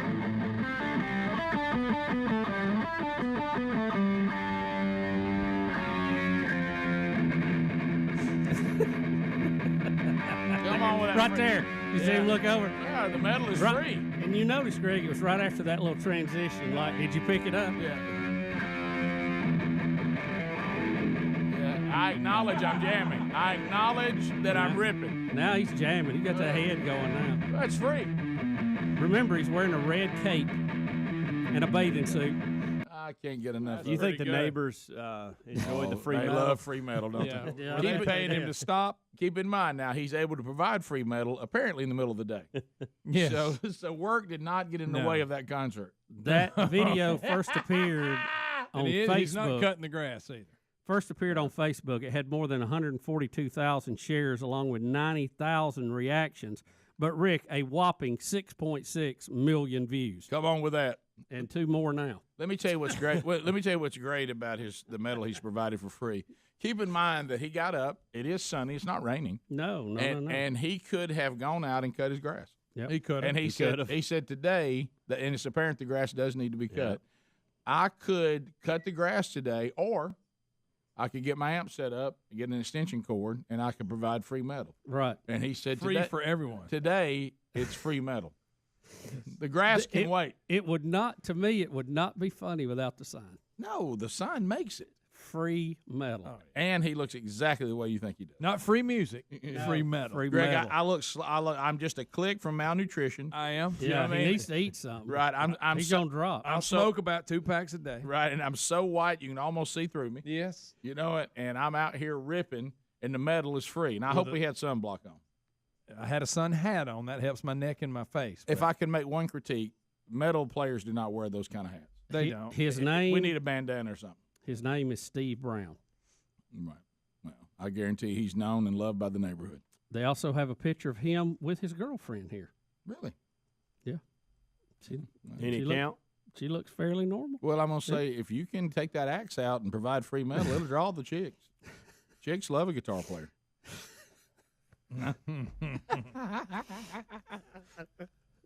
Do you think in that neighborhood the term Steve Brown is tossed around a lot? Yeah. Hey, is Brown doing a metal show again today? Yeah. What's Brownie got going? I imagine it's a lot like being a neighbor of the Adlers, you know? Yeah. Picture this. I think, like, you call home, okay? Hey, what's going on? How the kids doing? Fine.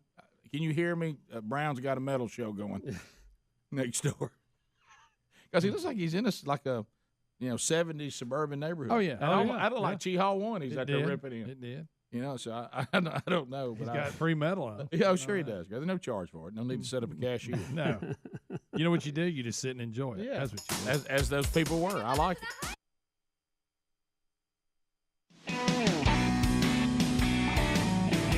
There's the phone show music. You can join us now at 866-WE-BE-BIG. The lines are available. We got the callers ready to go. Dr. Dudney teaming up with Rick and Bubba again. Don't forget about Fix Mama's Mouth. The deadline is coming up on Thursday. Thursday is the deadline. So if you want to get Mama in the contest, go to the contest button, follow those directions to the letter, and get Mama, she could get a $16,000 dental makeover from Dudney and the gang. So go to rickandbubba.com right now, click on the contest button, and get Mama entered before Thursday. At the end of 30 seconds, the buzzer sounds. Your time on the program ends. Another person gets their opportunity unless you grab a timeout from Bubba today. We'll start with Jonathan. Jonathan, welcome to the Rick and Bubba Show. You have 30 seconds. Go right ahead. Hey, guys. I just wanted to see if you guys would have some time to reach out to Tristan Gressett from Pell City High School student that's made the top 14 on American Idol. Nobody can speak truth into someone's life like you guys, especially telling someone to watch who they surround themselves with as they become a stardom. And this kid, I think, just needs to hear from someone like y'all just to speak some truth into his life as he's going on this road. Are you saying that you think this guy needs what we used to call Rick and Bubba summer camp? Yeah. I'm a little out of the loop on American Idol right now. One Greg Burgess isn't. He's brought him up to me before. He's up on it.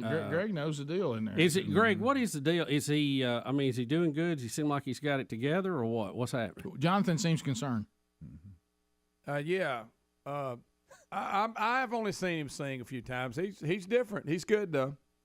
So you liked him. Now do you think he's got his act together?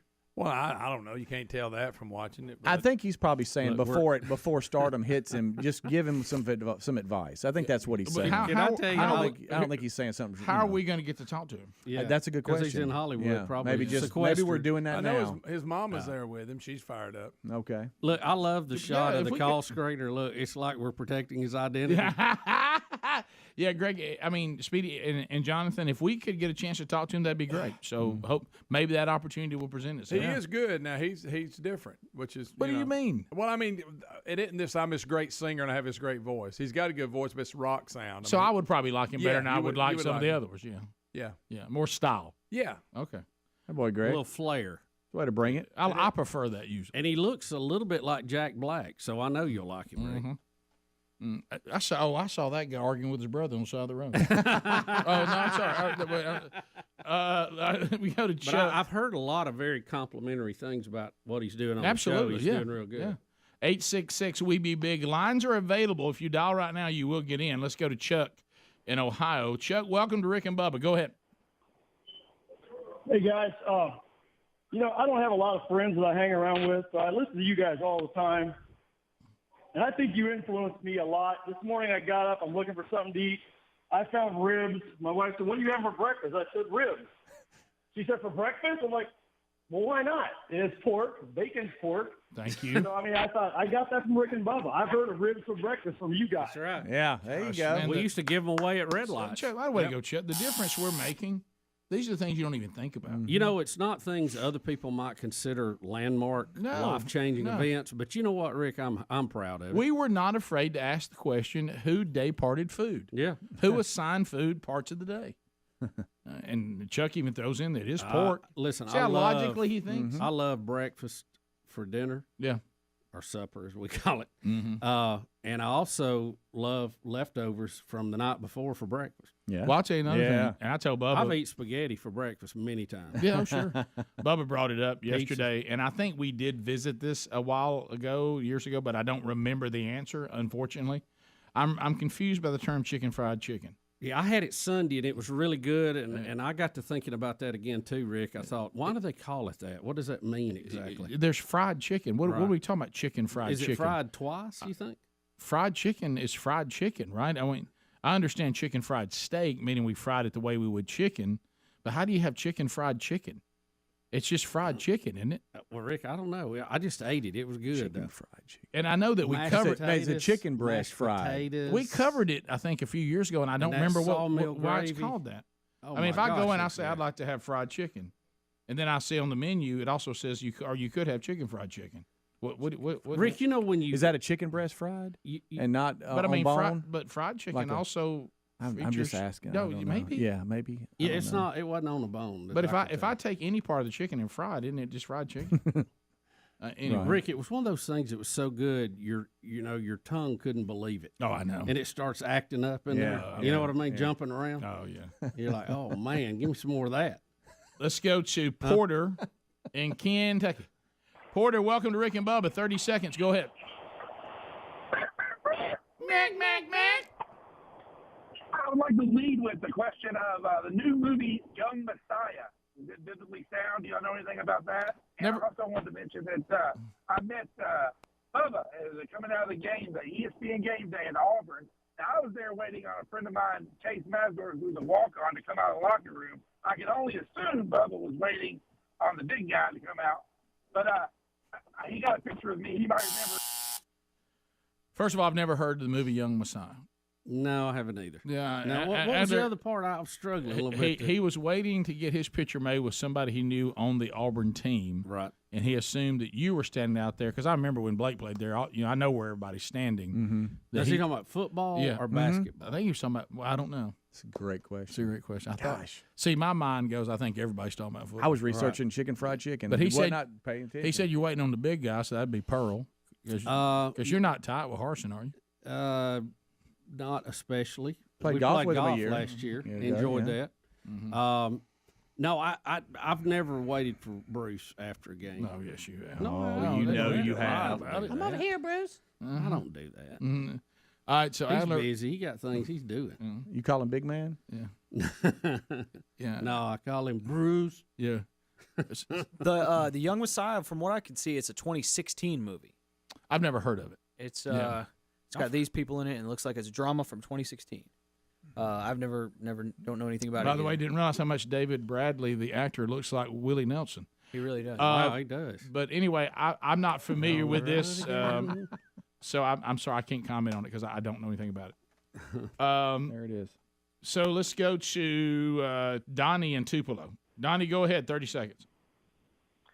Hey, have y'all broken down the Joe Biden, how much he gave to charity this past year? Big-hearted Joe, y'all dissected that yet? Well, I know in the past, he would give, 2 to 3% sometimes. Now, he gave 2.8% this last year, and 5,000 of that went to the Bo Biden Foundation. So I don't know if he gets credit for that. Kept it home. He kept it close to home. Yeah. Joe's never really. Yeah, he was a 1%er for a long time. Yeah, his taxes never reveal a tremendous amount of giving. He's not a big giver. I've noticed that Joe he'll keep a lot of it. Yeah. And of course he'll lecture you about how uncaring you are. Yeah, we've had several lectures from the president that have kind of come back around. As a matter of fact, if you want to, we'll take a look at those. You remember when he got on the guards at the border when they were saying they were whipping immigrants coming across, the ones on horses? Yeah. Of course, they've had their due process, and that was totally wrong. Yeah, it was wrong. That didn't happen. So are they going to apologize to him? Well, they were asked, and they've declined. Top of the hour. Rick and Bubba, Rick and Bubba. I'll give him this. I mean, he was on. He had Metallica down. Well, I mean, he was shredding it, Greg. I mean, he was seeking and destroying. Yes, he was. With his axe. Yes.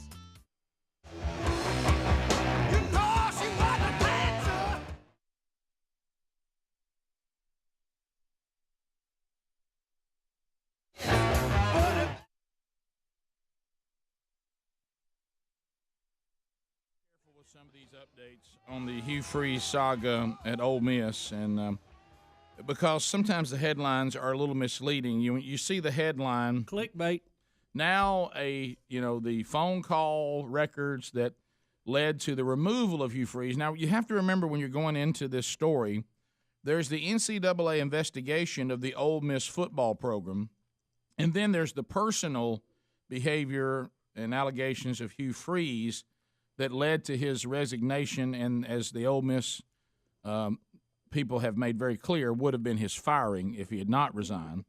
So now that's tied to the latter, not the NCAA investigation. Right. Okay. Right. So and how we ended up with this other stuff really was when Houston Nutt said, "I'm tired of everybody acting like these NCAA allegations are tied to me, and I'm being." Well, some of them were though, right? I don't know. See, all I know is that we do know this. Houston Nutt was mad about saying his reputation was being dragged through the mud incorrectly. So I don't know the answer to that part. But anyway, so then you see the headline, and because, you get into rivals, and if you're around other parts of the country, obviously in the state of Mississippi, Ole Miss and Mississippi State are big rivals. and you see the headline, "The phone call records that led to the downfall of Hugh Freeze tied to MSU graduate." Well, when you look at the story, this is just a lawyer that's been brought into this case after the case was already rolling, and he is a Mississippi State graduate, but it's not like a Mississippi State graduate, went and found some dirt on Hugh Freeze and brought it out to the public. He's just now involved in it. But Rick, you know how rivalries are. Yeah. I mean, in our state, if Alabama's being investigated and it's an Auburn attorney, Auburn judge, Oh, you think that's going to rest, or vice versa? Yeah. So it's better that you probably avoid some of that. Well, yeah, but what I'm saying, when you I see know they have a big law school there. When you see the headline, you think that this was revealed by somebody from Mississippi State, but it's really not. And really, I'm not sure what we're looking for now, because Hugh Freeze has resigned, and if it's personal behavior, it's now between him, his wife, and his Lord. Well, did the Houston is there something? Is that still tied to? Is that thing, still? Did it go? It doesn't go away in that, does it? I guess not. I don't know, but I know that the guys mentioned in it, Robertson and Thomas Mars, the attorney. They had never even met, from the way I read this, and they said if he had just apologized to Houston Nutt, he said, "I don't even know who Thomas Mars is, and I never have the phone records." And Robertson said this to Mark Slayball, "I never find that phone call."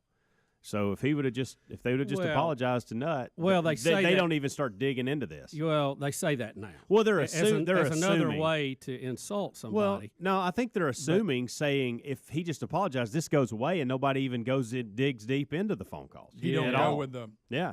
Because most attorneys are involved, they're not looking for an apology. They don't go to the bank on those.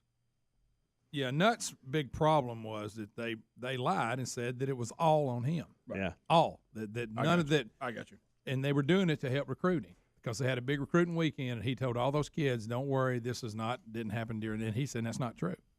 Yeah, he's saying some of it happened during my tenure, but a lot of it happened under other tenures, including this one.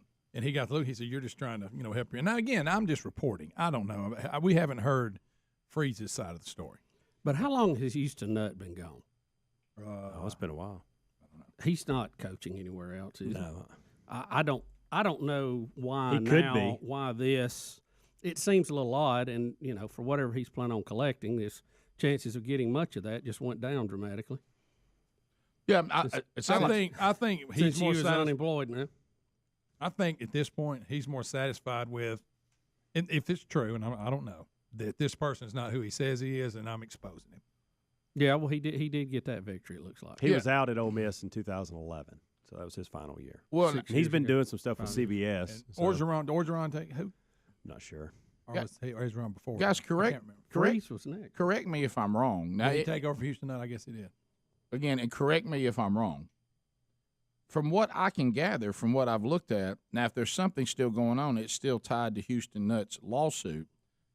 What Hugh Freeze did in his personal life and his behavior is not up for debate, because he admitted he did. Correct. Yeah. And that's why he hasn't resigned. denied it. Right. Yeah. So that's we haven't heard from him. That's the thing. We're not investigating whether he did that or not. That's over. According to the press conference, their admitted athletic it. director said that he was transparent, and basically he owned up to it. But we haven't heard him say that yet. We haven't heard anything from him. Right. Well, which speaks volumes. Except his resignation. Right. Yeah. Right. And them saying they confirmed what they were looking for. And them saying that the reason why he resigned is we brought this before him, and he said, yes, that is accurate.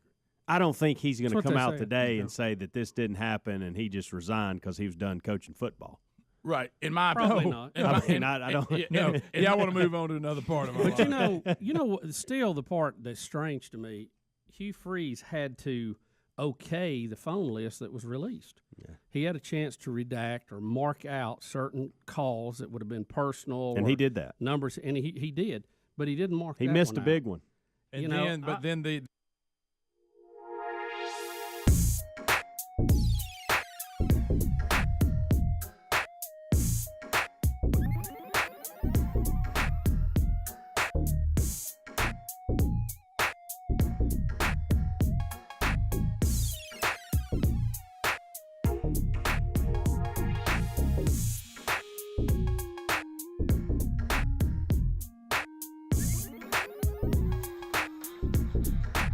6 minutes past from the unnamed studio, Speedy, the real Greg Burgess, Adler, all here as we move forward. Helmsy out, back tomorrow.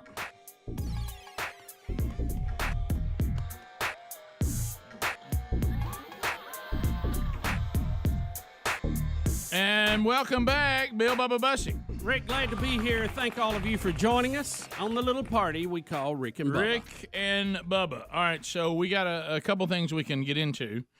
We can talk about the apology that was not an apology. Yeah, let's do that because we mentioned it last hour. I'd like to go ahead and just cover that right quick. Adler, if you can give us cut number 4, that'll give us the flashback to this.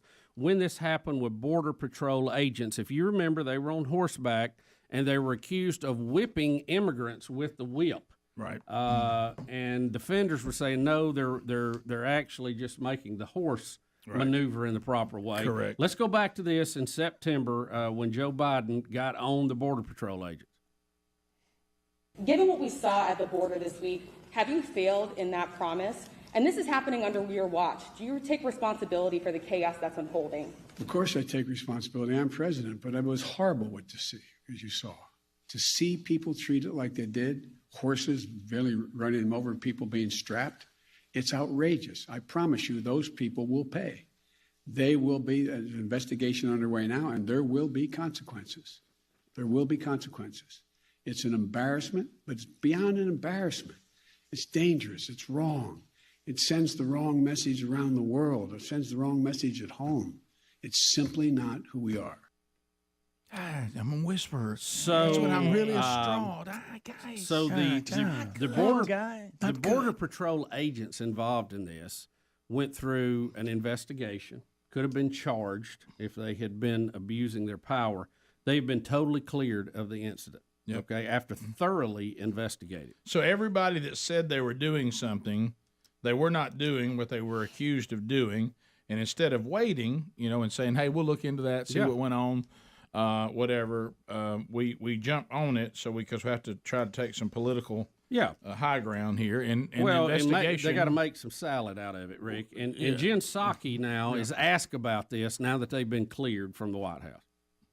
Question about something that happened a few months ago down at the border. We've been told that the mounted Border Patrol officers the president accused of whipping migrants have been notified they will not face criminal charges. So when is the president going to apologize to them? There is a process and an investigation that's gone through the Department of Homeland Security. I don't have any update on that.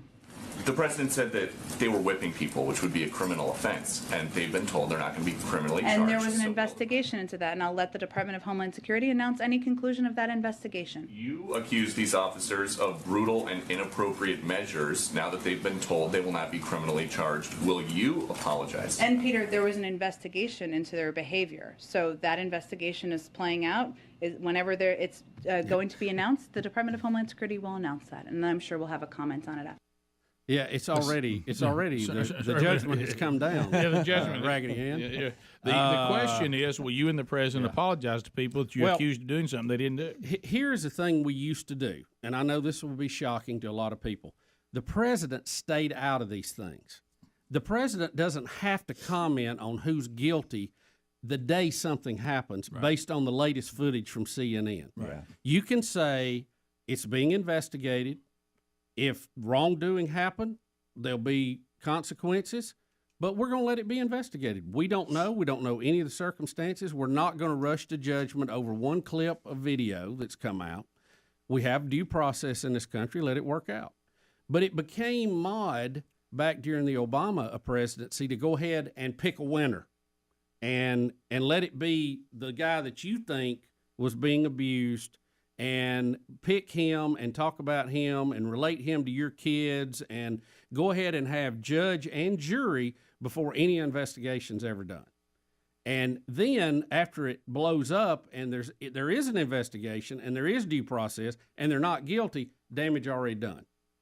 So, I know this is tough for presidents who are trying to pander for every half a vote out there they can get.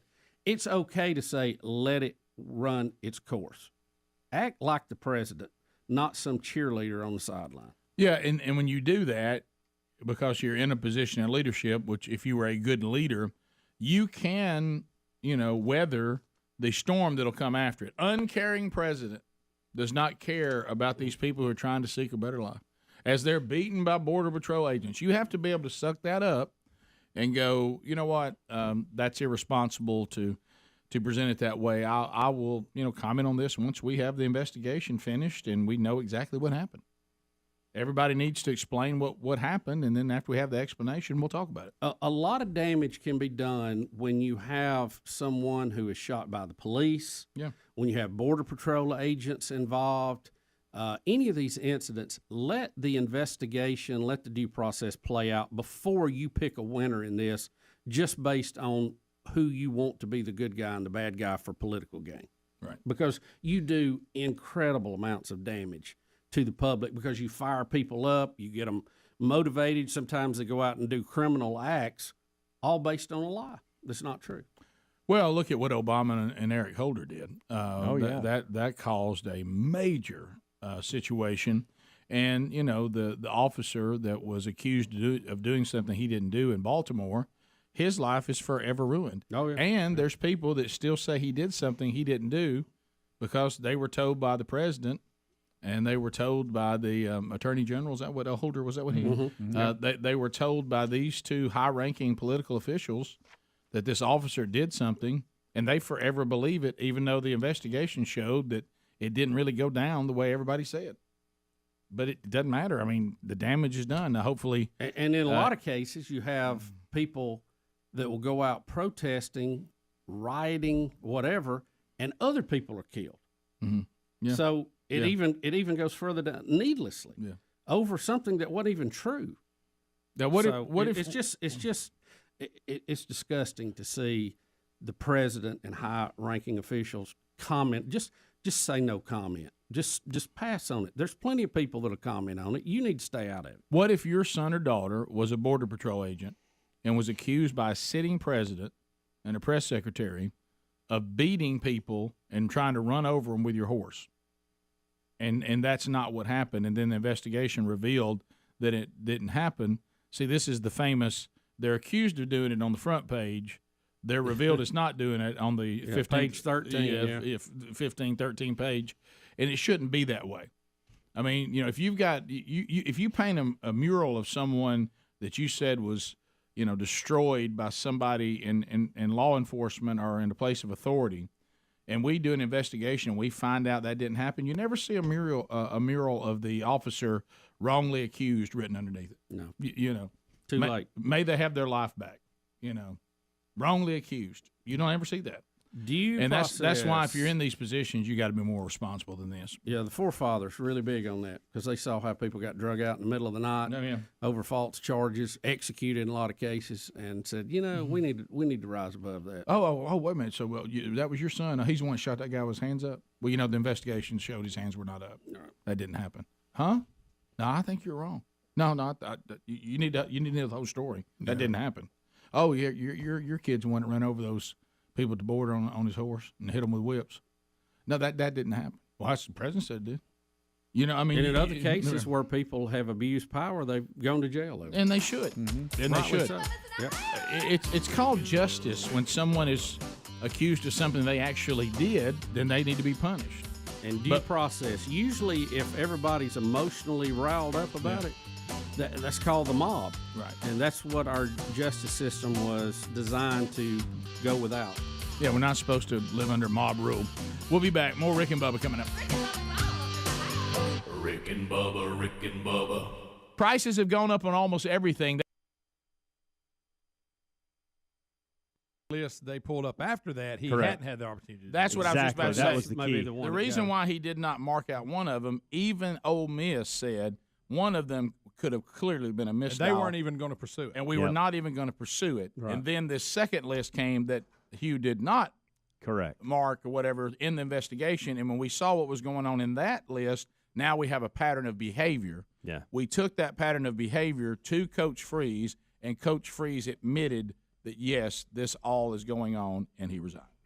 So we haven't heard from him. I'm a little surprised we haven't. I'm sure we will sometime in the near future. But yeah, I think so too. But here, he's probably at home trying to get his life together with his wife and all that, like he should be. The sports shows have all been, speculating, will he have an opportunity to coach again? And you think today it doesn't look good, but look at Bobby Petrino. Oh, he'll absolutely have an opportunity to coach again. He may come in as an assistant. Yeah. But Guys, I really think, again, there's two. Take a little time. There's a lot of things going on here. Am I doing that? No. There's a lot of things going on here. And, of course, there's the one that is much more important. Yes, one day somebody will let him coach football again because he's a pretty good football coach. A coordinator probably, then back to head coach again somewhere else. Heck, he may be the coordinator at Alabama in 2 years. The way they're doing this rehab program they have going. But what I'm saying, and he wouldn't be a bad one considering how well his offense has played against Alabama when others struggle. But what I would say about this, the big problem is, and what more people are concerned about, is that he was using his faith as a shield, and he was going out saying he was a certain way and going out to these conferences and things like that. There's been a big damage done, again, just like what we dealt with in our state. When somebody comes up now and says, hey, I want to talk to you about my faith, they're like, you talking about Bentley? And so now, you have these men, especially with these men's conferences, that are looking around, rolling their eyes, going, well, there's another one. Mm-hmm. Now, again, that's not fair. The person we're going to have to deal with is Jesus, not Hugh Freeze. Right. Okay, and the Word of God says what it says, whether the person saying it is not living it. That's between them and God, and can it discredit them to speak at future things? Of course it can. But there's a big damage done when this goes on, and I know that and hopefully that will all be resolved and it'll come out. But as far as the damage that has been done and the confusion that it causes and the doors that it opens for the faith to be ridiculed and to be and people be discredited and and all the jokes that go along with it that are going on and the articles and stuff like that. Just sitting here as a man who has been down the road and the thing that is most important in my life, that's the part that is most grotesque, is that. Yeah, well, that went without saying. Yeah. That was we were down the list. But to your point, the football part, sure, they're going to put him back up there. I mean, that absolutely will happen. If he gets his I think how he handles the first statement he does will be critical to the delay in that. Well, I'm talking about you don't really have to go any further than Paterno. This is y'all brought up. I mean, you don't have to go any further. Am I saying that's not Petrino? You don't have to go any further than Petrino. Right. If Petrino can get back to being a head coach, because he was riding around with somebody on his motorcycle before the whole world as a married man and crashed and all that. If he can work his way back from that to coaching again, Hugh Freeze, that's not a big stretch at all. Now, Hugh Freeze may be the kind of man that was struggling with something in his life. He couldn't get a handle on it. It was destroying. He could not shake it. He could not love Jesus more than he loved that. And he hadn't got to that point in his life, and he got busted before he did.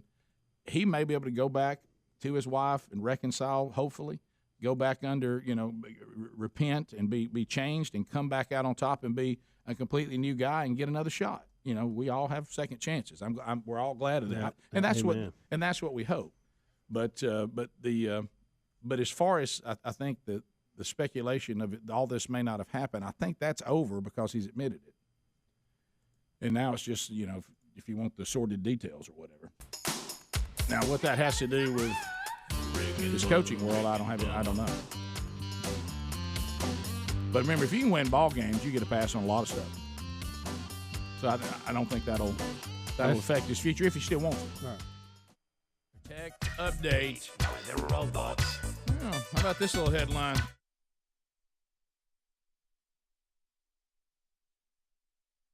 Wisconsin tech company says they're about to be the first to.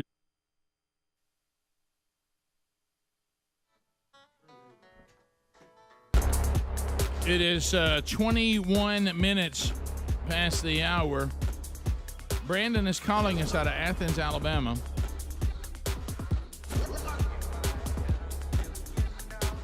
If I had $1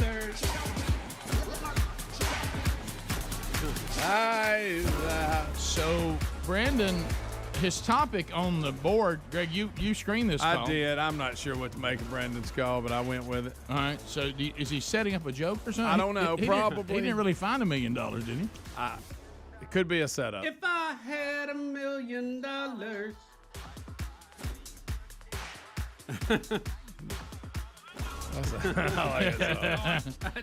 Brandon, That welcome dates to that Rick song and a little Bubba. If you want to join us, you can. 866-WE-BE-BIG. What's up? Hey, how's it going, fellas? We're good, Brandon. I hope you're well. Yeah, I tell you, it's been a crazy, crazy Monday. It's probably the craziest thing that's ever happened to me. I actually work for a company. I make deliveries, and I was driving up around the Atlanta area, and I had somebody pull out in front of me, and so I had to immediately slam on the brakes. And I heard stuff in the back shift up to the front, so I had to pull over, and I was like, man, I hope there's no damage in the back. And I open up the back, I get back there, I look around at all the stuff I'm hauling around, and no damage, luckily. So I get out, and I look over in the ditch, and I see it's just a duffel bag laying there. And I'm like, what the heck? And so I go, and I'm like, and it looks like somebody just threw it in there, and I'm, I had a curiosity. I'm like, whatever. And so I go over there, and I look at it, and I open it up, and I kid you not, it's just a bag of money. And so I'm sitting there, and I'm like, I'm looking at it, and it's 100 bundles of $10,000. No. And and I'm thinking, what in the world? So there's three things that are running through my head, right? I'm like, okay, I can call the police. Yeah. I can keep this money. I'm like, well, I found it, so it could be mine. But as I look through the money, I see there's a sticky note inside. Here we go. Okay. Well, this is a long way, Brandon. No, listen, I'm telling you, and I'm like, okay. And it's a note. It says, "Hey, Marcus, I told you I'd take care of you." And then there's a phone number on the back, right? And I'm like, okay. You know what? I'm calling the number, and then I'm calling the police.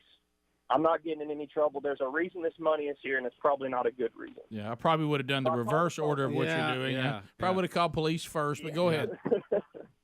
So I call the phone number, all right, and it's ringing, and my heart is pumping. My heart is pumping, okay? So I call the number, and this guy answers, and he goes, that's the first thing. He didn't say, hello, how you doing? He said, you get it. And I go, I found this on the side of the road. I'm not Marcus. And he says, that's not good. And I said, well, hey, man, look, I'm calling the police. And he goes, no. He says, take the money, go get yourself a little topaz. Wow. Wow. Wait a minute. Wow.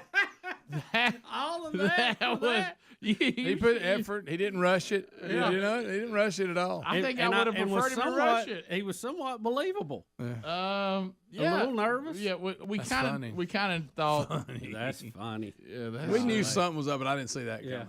I knew he was going somewhere with it, but I'm with you guys. I had no idea. Yeah. So, but he did a good job telling it. He did. Took a little while for us to get it on the ground. Yeah. Land that baby. That's funny. Let's go to Topaz. Key Largo. You thought about Topaz. Topaz. Jeremy, go ahead. Hey, good morning, guys. Hey, man. Hey, I just wanted to share a little advice for Adler that I learned from my therapist when you have a issue with one of your siblings. Right. Mm-hmm.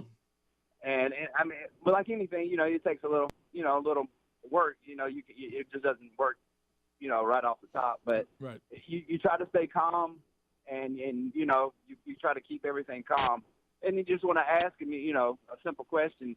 Have you ever tried a little topaz? It's just a new thing now.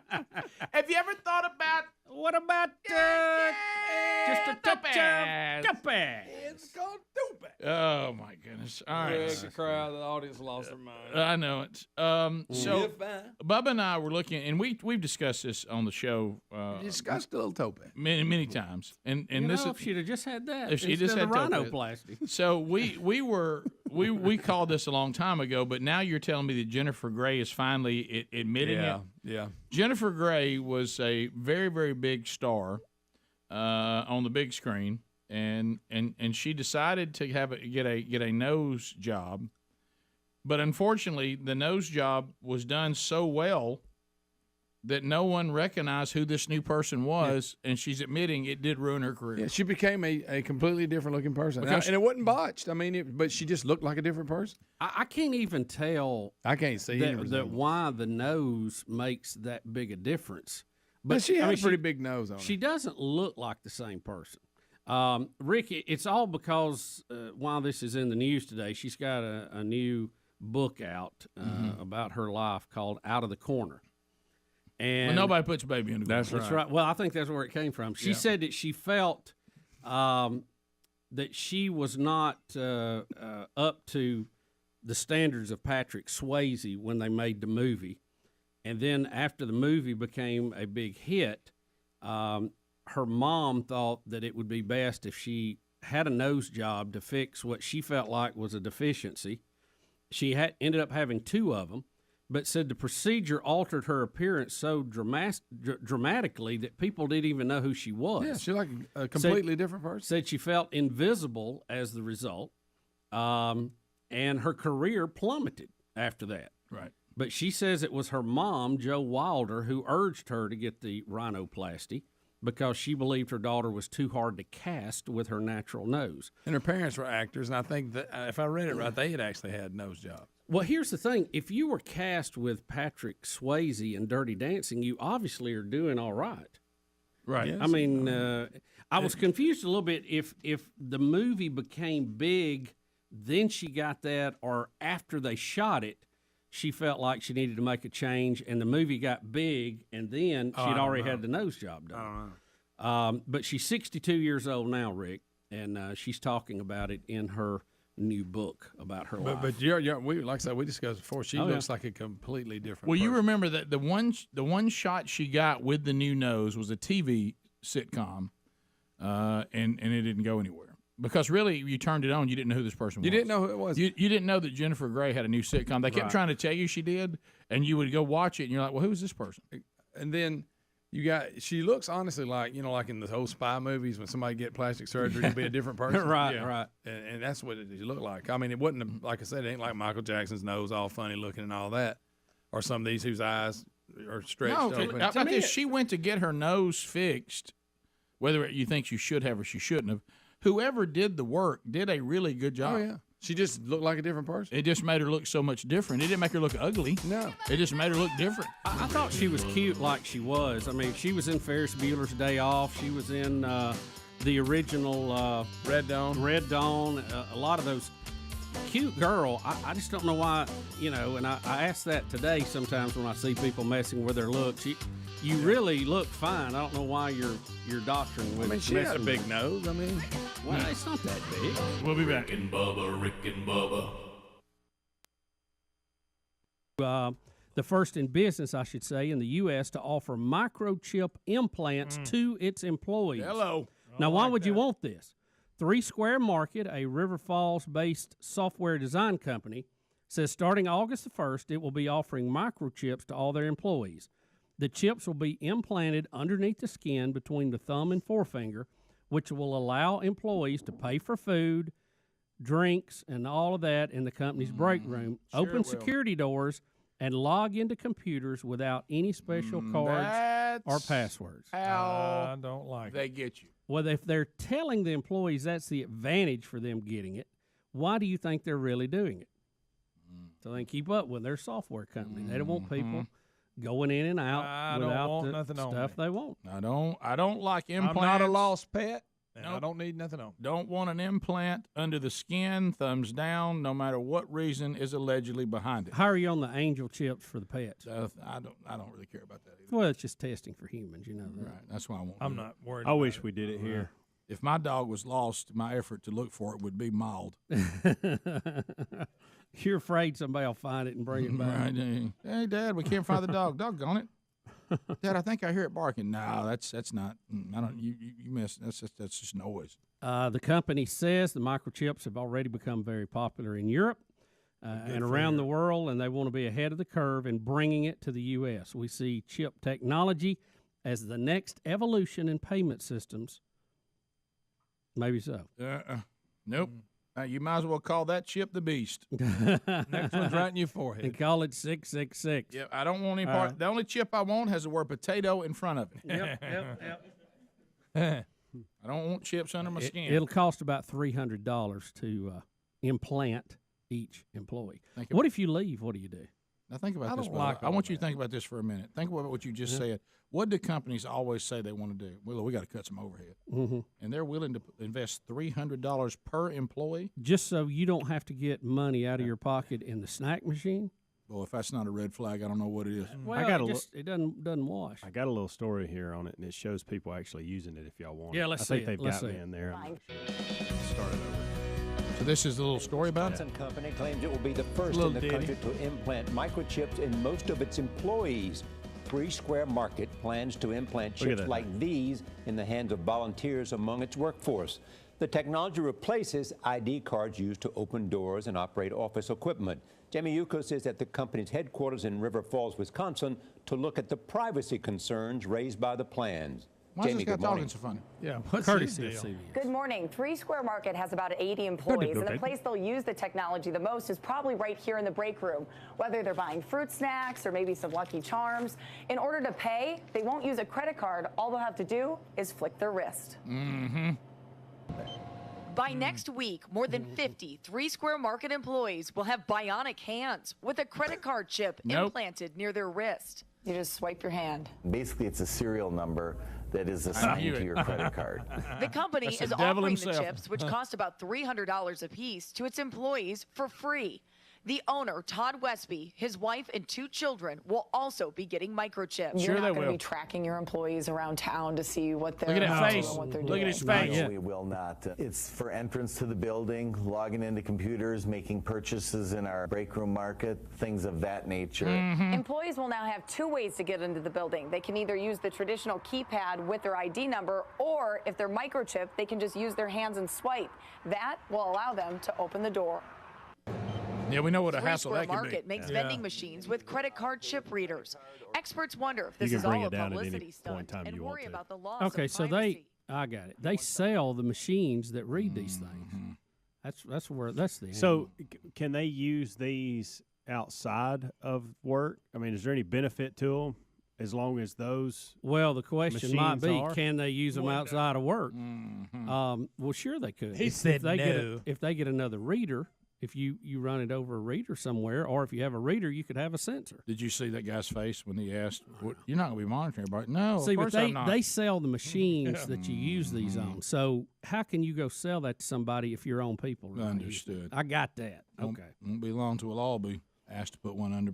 Well, they look just like the things that Tom Cruise and them had shot in their head that held them hostage. Well you said. remember that? What was that? That's how they get you. Which, It's like them which things Mission that- Impossible was that? I don't know. Like them things they put in Snake Plissken's neck and escape from New York. Yep. Mhm. Yep. You're right.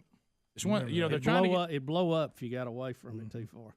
They're trying The to great get. Snake They're Plissken. trying to get to the point where if they can press one button and hold you where they need you. Pass the gravy, please. Rick and Bubba, Rick and Bubba. Ooh, it brings me to my knees. Rick and Bubba, Rick and Bubba. I can't start another. All right, here we go. We're back. Let's talk fuel cards for a minute. You got a fleet situation out there. Fuel prices are crazy. Managing fuel usage is time consuming. So whether you're driving all over the country or even locally, your truck or company vehicles don't care where they fuel up. So why is your fleet using a card that only gets discounts at specific stations? Why would you do that if there's another option? Well, you may be saying today, Rick, in all fairness, I didn't know there was another option. Well, there is. And so go to this website right here, a2b.com/radio.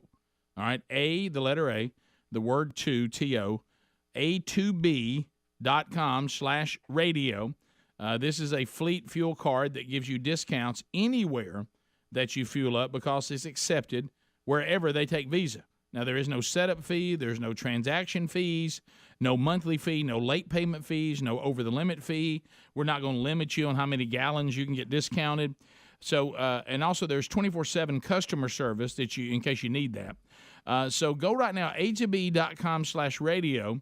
No credit check is required for a limited time. We'll get you a $50 credit when you use their zero-fee card. The website, again, a2b.com/radio. All right, not /Bubba, /radio for a $50 credit. Find a link, too, at rickandbubba.com under the sponsors button.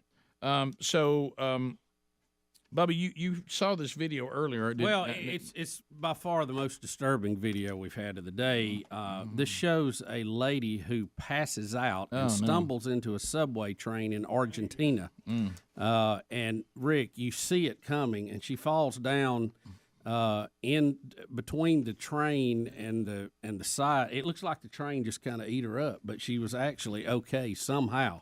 I don't know how you're not killed in this, but look how disturbing this video is. Right, it's very shocking. It's very, very shocking. Thank you, Adler. Agreeing. Mm-hmm. You see her here. She's in the white, and she's kind of passing out, stumbling, and look. Oh, my gosh. Wow. And just goes, it looks like the train just ate her up. But she fell down in between the cars and somehow survived. Got under it without the wheel.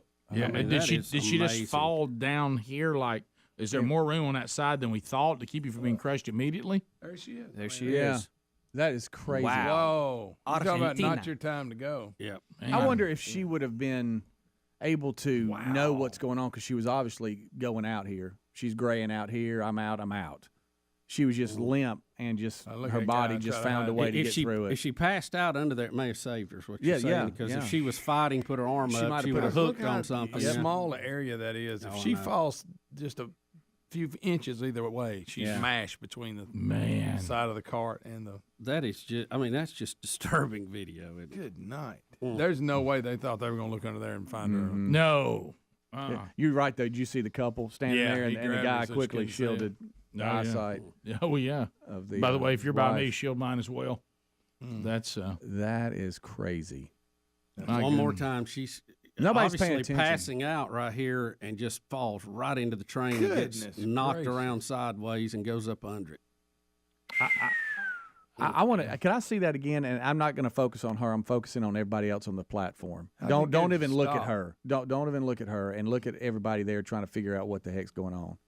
The guy about your guy right there. Yeah, he grabbed the girl and wouldn't let her look. I'm talking about the guy over in the peach shirt. Yeah, you see him. Oh my goodness. Yeah, he was kind of like you when Ryan passed out. He didn't really know what to do when the fall was happening.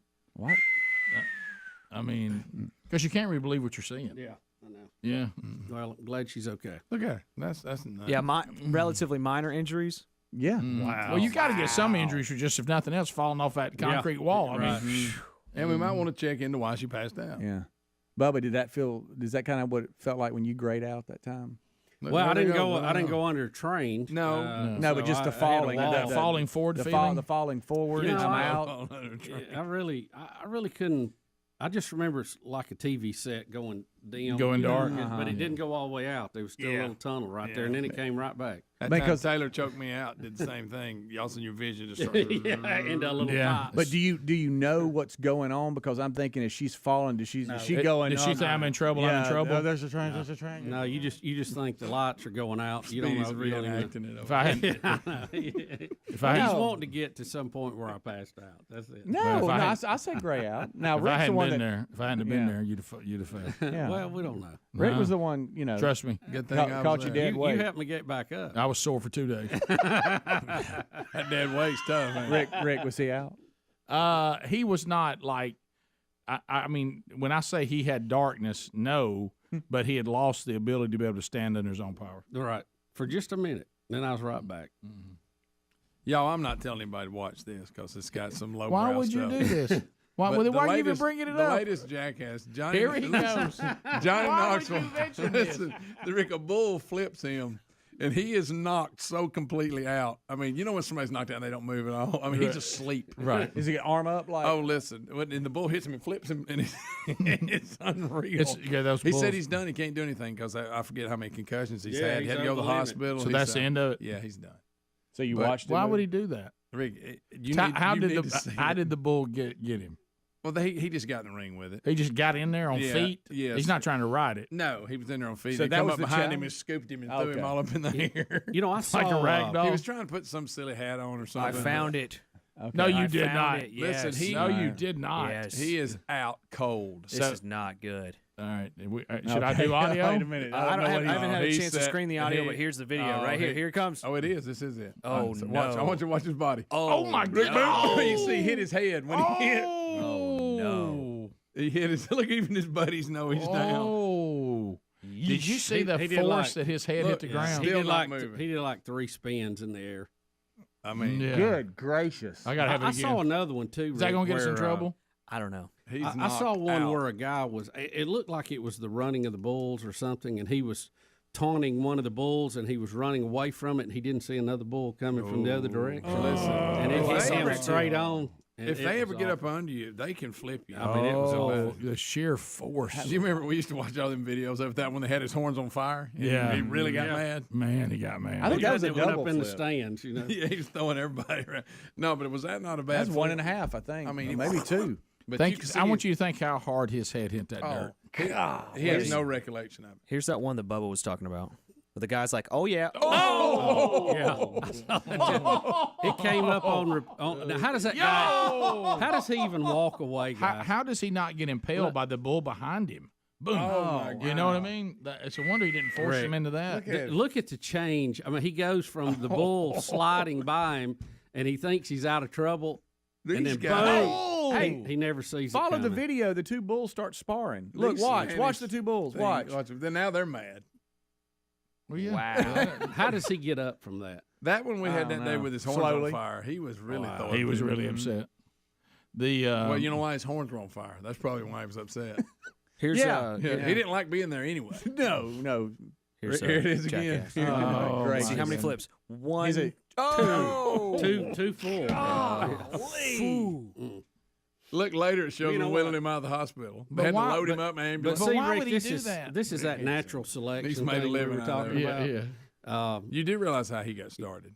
And do not do this at home. In fact, we had a bad story of one going bad. Shot himself with a bulletproof vest on. That's what started his whole career. He did it on video. See, eventually, Why would he do that? those people will be Some filtered out of the gym. Yeah, do not you do know? that. Again. Some of the stuff they come up with. But think about it. This is kind of like the Catch Me Outside girl. Yeah. There's got to be better ways to become Yeah, famous. yeah. I mean, it's. I heard an interview with him. He talks about all the injuries he's had.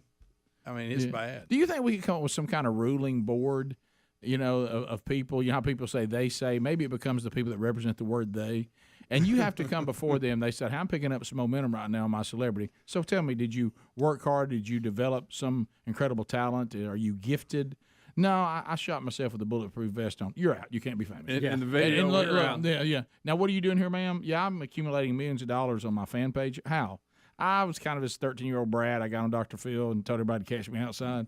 Okay, is there more? Have you done more than that? That's all you brought? Yeah, no, you can't be famous. You're out. I mean, it's you have to be to work a little. Bring something to the table. Was he in the movie Walking Tall with The Rock? Did he play like his sidekick in that? He's been in movies. I know he. That's probably an easier path. I'm really just out of saying. the loop on He those did the guys. Dukes of Hazzard. But he the wouldn't have Dukes of got to be Hazzard in the movie. movie with The Rock if he hadn't. True, That's but right. you would think from that point forward, you'd go, all right. Yeah, Yeah, right. Some of the stuff. Once I got there, Of course, then they do stuff that's just ridiculous. Yeah. You don't need to watch it. especially if they bring the stapler out. And they ain't scared to involve nudity in it. Oh, Greg. There it is. Yep. We'll take your phone calls next. 866 We Be Big, whatever's on your mind. More Rick and Bubba coming up. Rick and Bubba, Rick and Bubba.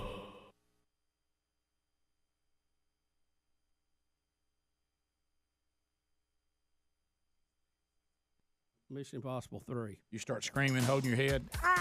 Yeah. It has one setting, it just gives you a headache.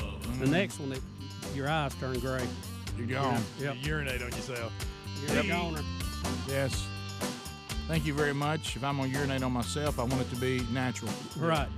The way God meant it. That's right. Me confused. In the middle of a T-ball game. Right. Or when you dream you go in the bathroom, you don't get up. Yep. Yeah, that happens.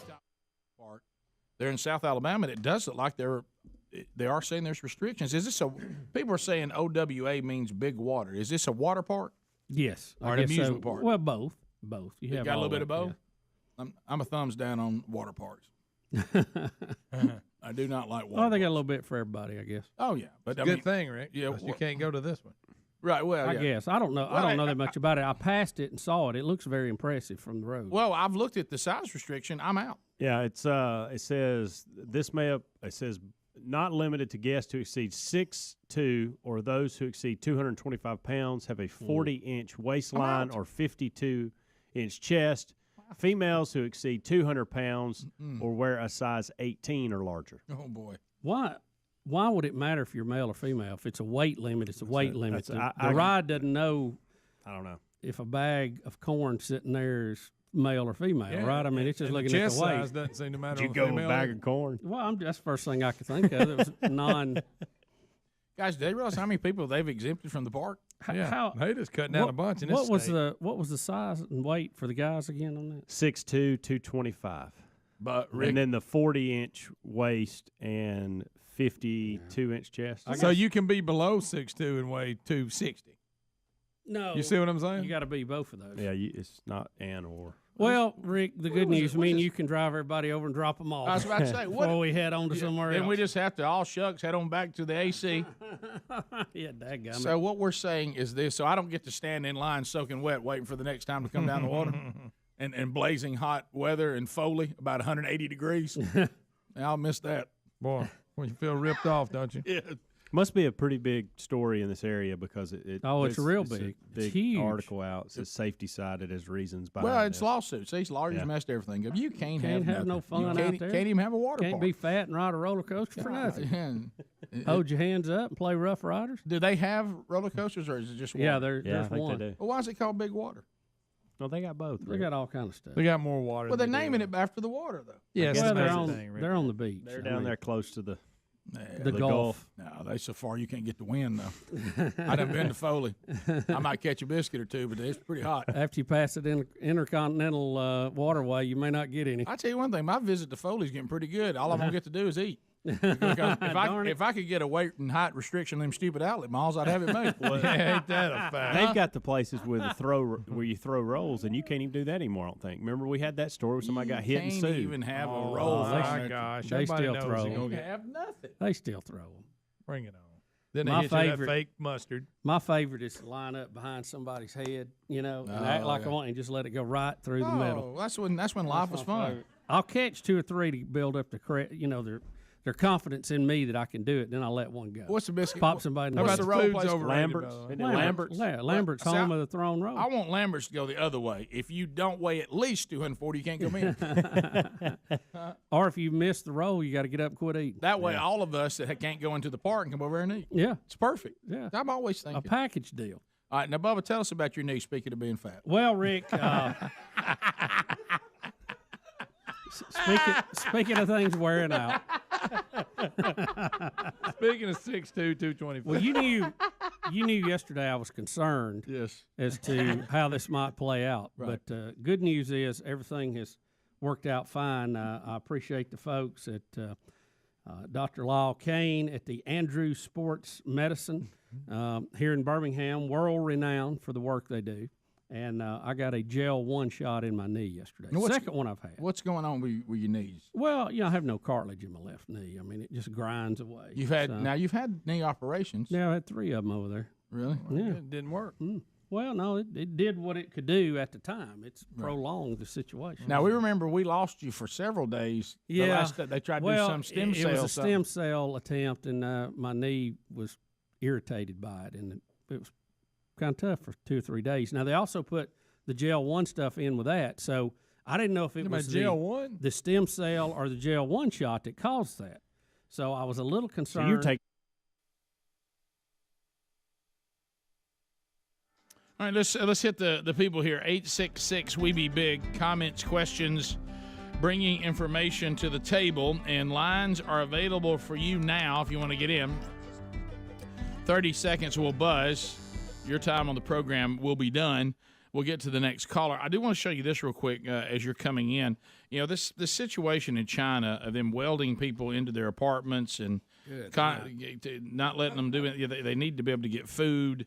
All of this with what I guess they're calling, you know, the government has declared the uptick on COVID cases there again has reached the point that they once again believe foolishly that lockdowns will solve this problem.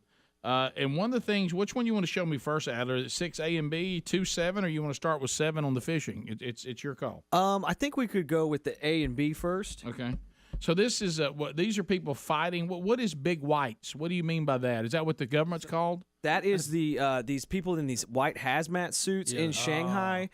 Shanghai also has 26 million people still locked down with a 90% vaccination rate. They're still locking down completely 26 million people. And a vaccination rate of what? 90%. Okay. And then you see these big whites. These are these people in these hazmat suits that are government officials just going through people's homes. You can see here's a guy on his balcony. Here comes a big white. Yeah. Big whites there. What are they doing to him? So what are they doing to him? They are apprehending people and taking them away to these COVID camps, separating families. It's crazy. What? So they think he's positive for COVID, even though, and they're taking him away. Is that what this is? Like a leper or something? Let me ask you this: if he did have it, wouldn't you be better just to leave him welding it in his apartment? Yeah, Get him out and march him around and infect all the big whites. This trying to achieve nobody ever testing positive is just not going to happen. What we want to do, as we talked about earlier, is give treatments and help people not to have a tough time with it. But this thing of trying to make sure nobody catches it, that's over. And that's been over. Yeah. And this is a video that's going viral, and people are putting the quote under here, "Become ungovernable." And here's a super old lady fighting off one of these big whites in Shanghai. Look, he wants to test her, and she's like, I'm done with being tested. Look at her. Fighting him with a stick. And she's fighting him off with a stick. Look, I would just give it up. I wish she'd poke him right in the stomach with that thing. And then people needing food, Bubba, they're using drones to fish. Rick. To try to get Are you food. kidding No, me? Adler says he's straight. Look. All right, so this is look at their fishing line on it. Yeah, and this is a drone. Where are those fish? They're in someone's koi pond. Yeah, koi pond. You know how they love those koi ponds. Look, and he's got one, and he's bringing it in with a drone. Yeah, that is wild. Can you believe this? That fish is like, I'm going to heaven. Yeah. How they picked me. Yeah, they flew that drone, found the pond. Yeah, went down in now, there. Adler, I know you've played with drones. I have good. too. I don't know how much they could lift. That looks like a pretty good fish. Not a bad fish. It does. I mean, if you hook one too big, your drone's done. It's not going anywhere. Yeah, right. But you go for the small. But you know, if you're starving, you just try. Yeah, I know. Yeah. And by the way, but you can't eat the drone. So keep in mind, we continue to have Hollywood elites and professional athletes give this country a pass for some reason. And we even have idiots in this country that want us to aspire to be more like China. Yeah. Let's do that. One other quick thing, and this is just for me. I would love to watch one of these big whites bust on one of these hoverboards here, if that's okay with you guys. Oh, yeah. Is that them going on hoverboard? When he's pulling a wagon with supplies. Oh! Sorry about that. Sorry about that. He fell like a tree. That's almost like out there with Castro. When you get a bunch of them, let's see it again, Adler. When you get a bunch of them together, it looks like stormtroopers from Star Wars. That's creep. Right. That's creep city is what that got is. Their mask on. I hope you fall right on your face. And a shield. Yeah, Boom. I hope you busted your teeth. It's like he just fell over on purpose. Let's go to Jerry in Piedmont. Jerry, 30 seconds. Go ahead, buddy. Hey, Jerry. 30 seconds, Jerry. What's going on, fellas? You, buddy. Hey, Rick, earlier during Adler's story, he was talking about listeners hating him and stuff. What is he talking about, man? We love him. He's the man. We love hearing his stories and everything. I don't know where he's coming from. Well, you know. This must be one of the guys emailing. Hey, Adler, you reckon $1,000 would buy that 4Runner? Not $1,000, but I appreciate your kind words. Really do appreciate Adler's the kind huge words. in Piedmont. Huge. He is. He's big there. Jeremy in Pensacola. Jeremy, go ahead. 30 seconds. Meat. Hey, man, I was just trying to find out if y'all seen the new thing. I had the commercial about the southern border being open. Yeah, her latest commercial. I Southern saw border? it. Yeah, she's zany. Right? Is she high stepping again? I forget what it. I saw it. I can't remember. I haven't seen it, Jeremy. I'm sorry. You got to see it. Get Adler to pull it up for you. It's great. Yeah. Well, she it's I do appreciate her being cute and all that, and we certainly enjoy that. But it's it's enjoy that. Well, it is. It's entertaining, Right. But as far as like how the government operates and how life for Alabamians going to be better, being funny is not going to But happen. we all think Joe Biden didn't know who he is. We all don't. We all want the border shut, and we all want to be able to shoot our guns. But I mean, and you're precious. I mean, you're cute. You're fun. But and I have bad news for those running against her. That's really all she has to do. She just has to be cute. Yeah. And she's got that down. Let's go to Omar in Gunnersville. Omar, go ahead. Hey, good morning. Monkey grass and green acres. Thanks for the call. Omar. So what's up? Hey, I'm just trying to figure out whatever happened to Nopi the dog. Who knows? We don't know. It's That's the part. That's the bad part about being lost. Yeah. If you're not found, you're still lost. Yeah. What? All it would have taken is just one caller. With the phone number on it, and the Nopi thing could have been solved. Yep. You know Yep. it? And, I hate that. Trust me, I've got one on my dog now, and my neighbors know who to call. Boy, do they. Rick, I don't know when you're going to bring him for a play date. Never. Bubba, never. That's never going to happen. There is no scenario that I can think of. So you want us to bring ours to you? No, no, I don't do play dates with dogs. The only people that can come to visit with my dog are people who are willing to take him on as their dog. There's no. Look, Betty's ready. Okay, well, I mean, I don't see any action. Where's the action? It was funny. I had one of my sons make that bold statement too, and I walked him through everything that Buddy needs. Right. Yeah. Right. Suddenly, the enthusiasm faded just a little bit, and we talked about what a good dog he'd been. Yeah. Right. And so it's a lot to. It's sweet, well trained. Now you're going bad breath don't need to bother you. And medication and it's and a specialized food. But how about this? How old is he now? Probably 9, something like that. But the good news is Sherry and I both thought didn't know the other one had ordered food, so we got plenty of food. We got food. Comes with a lot of food. Yeah. You won't have to buy that specialized food probably for 3 months. So you gain some ground on the front end. Yeah. Some of it we've already taken care of for you. That's funny. But anyway, he is a very well trained, good dog. Yeah. It was funny watching him sit at the table while we played a board game Sunday. Because the niece and nephew were over, so they brought him at the table. Oh, yeah, And yeah. Of course, he sat there and just played apples to apples. I mean, just sitting right at the table. Just watching. Yeah, sure. But, of course, this disrupts, our order in the house when he's supposed to be on his place. Yeah, right. Now he thinks he's one of those dogs which is always fun to go to somebody's house and their dog's under your feet, sniffing your bottom and trying to eat your food. That's always fun. That's pleasant. Top of the hour. Rick and Bubba.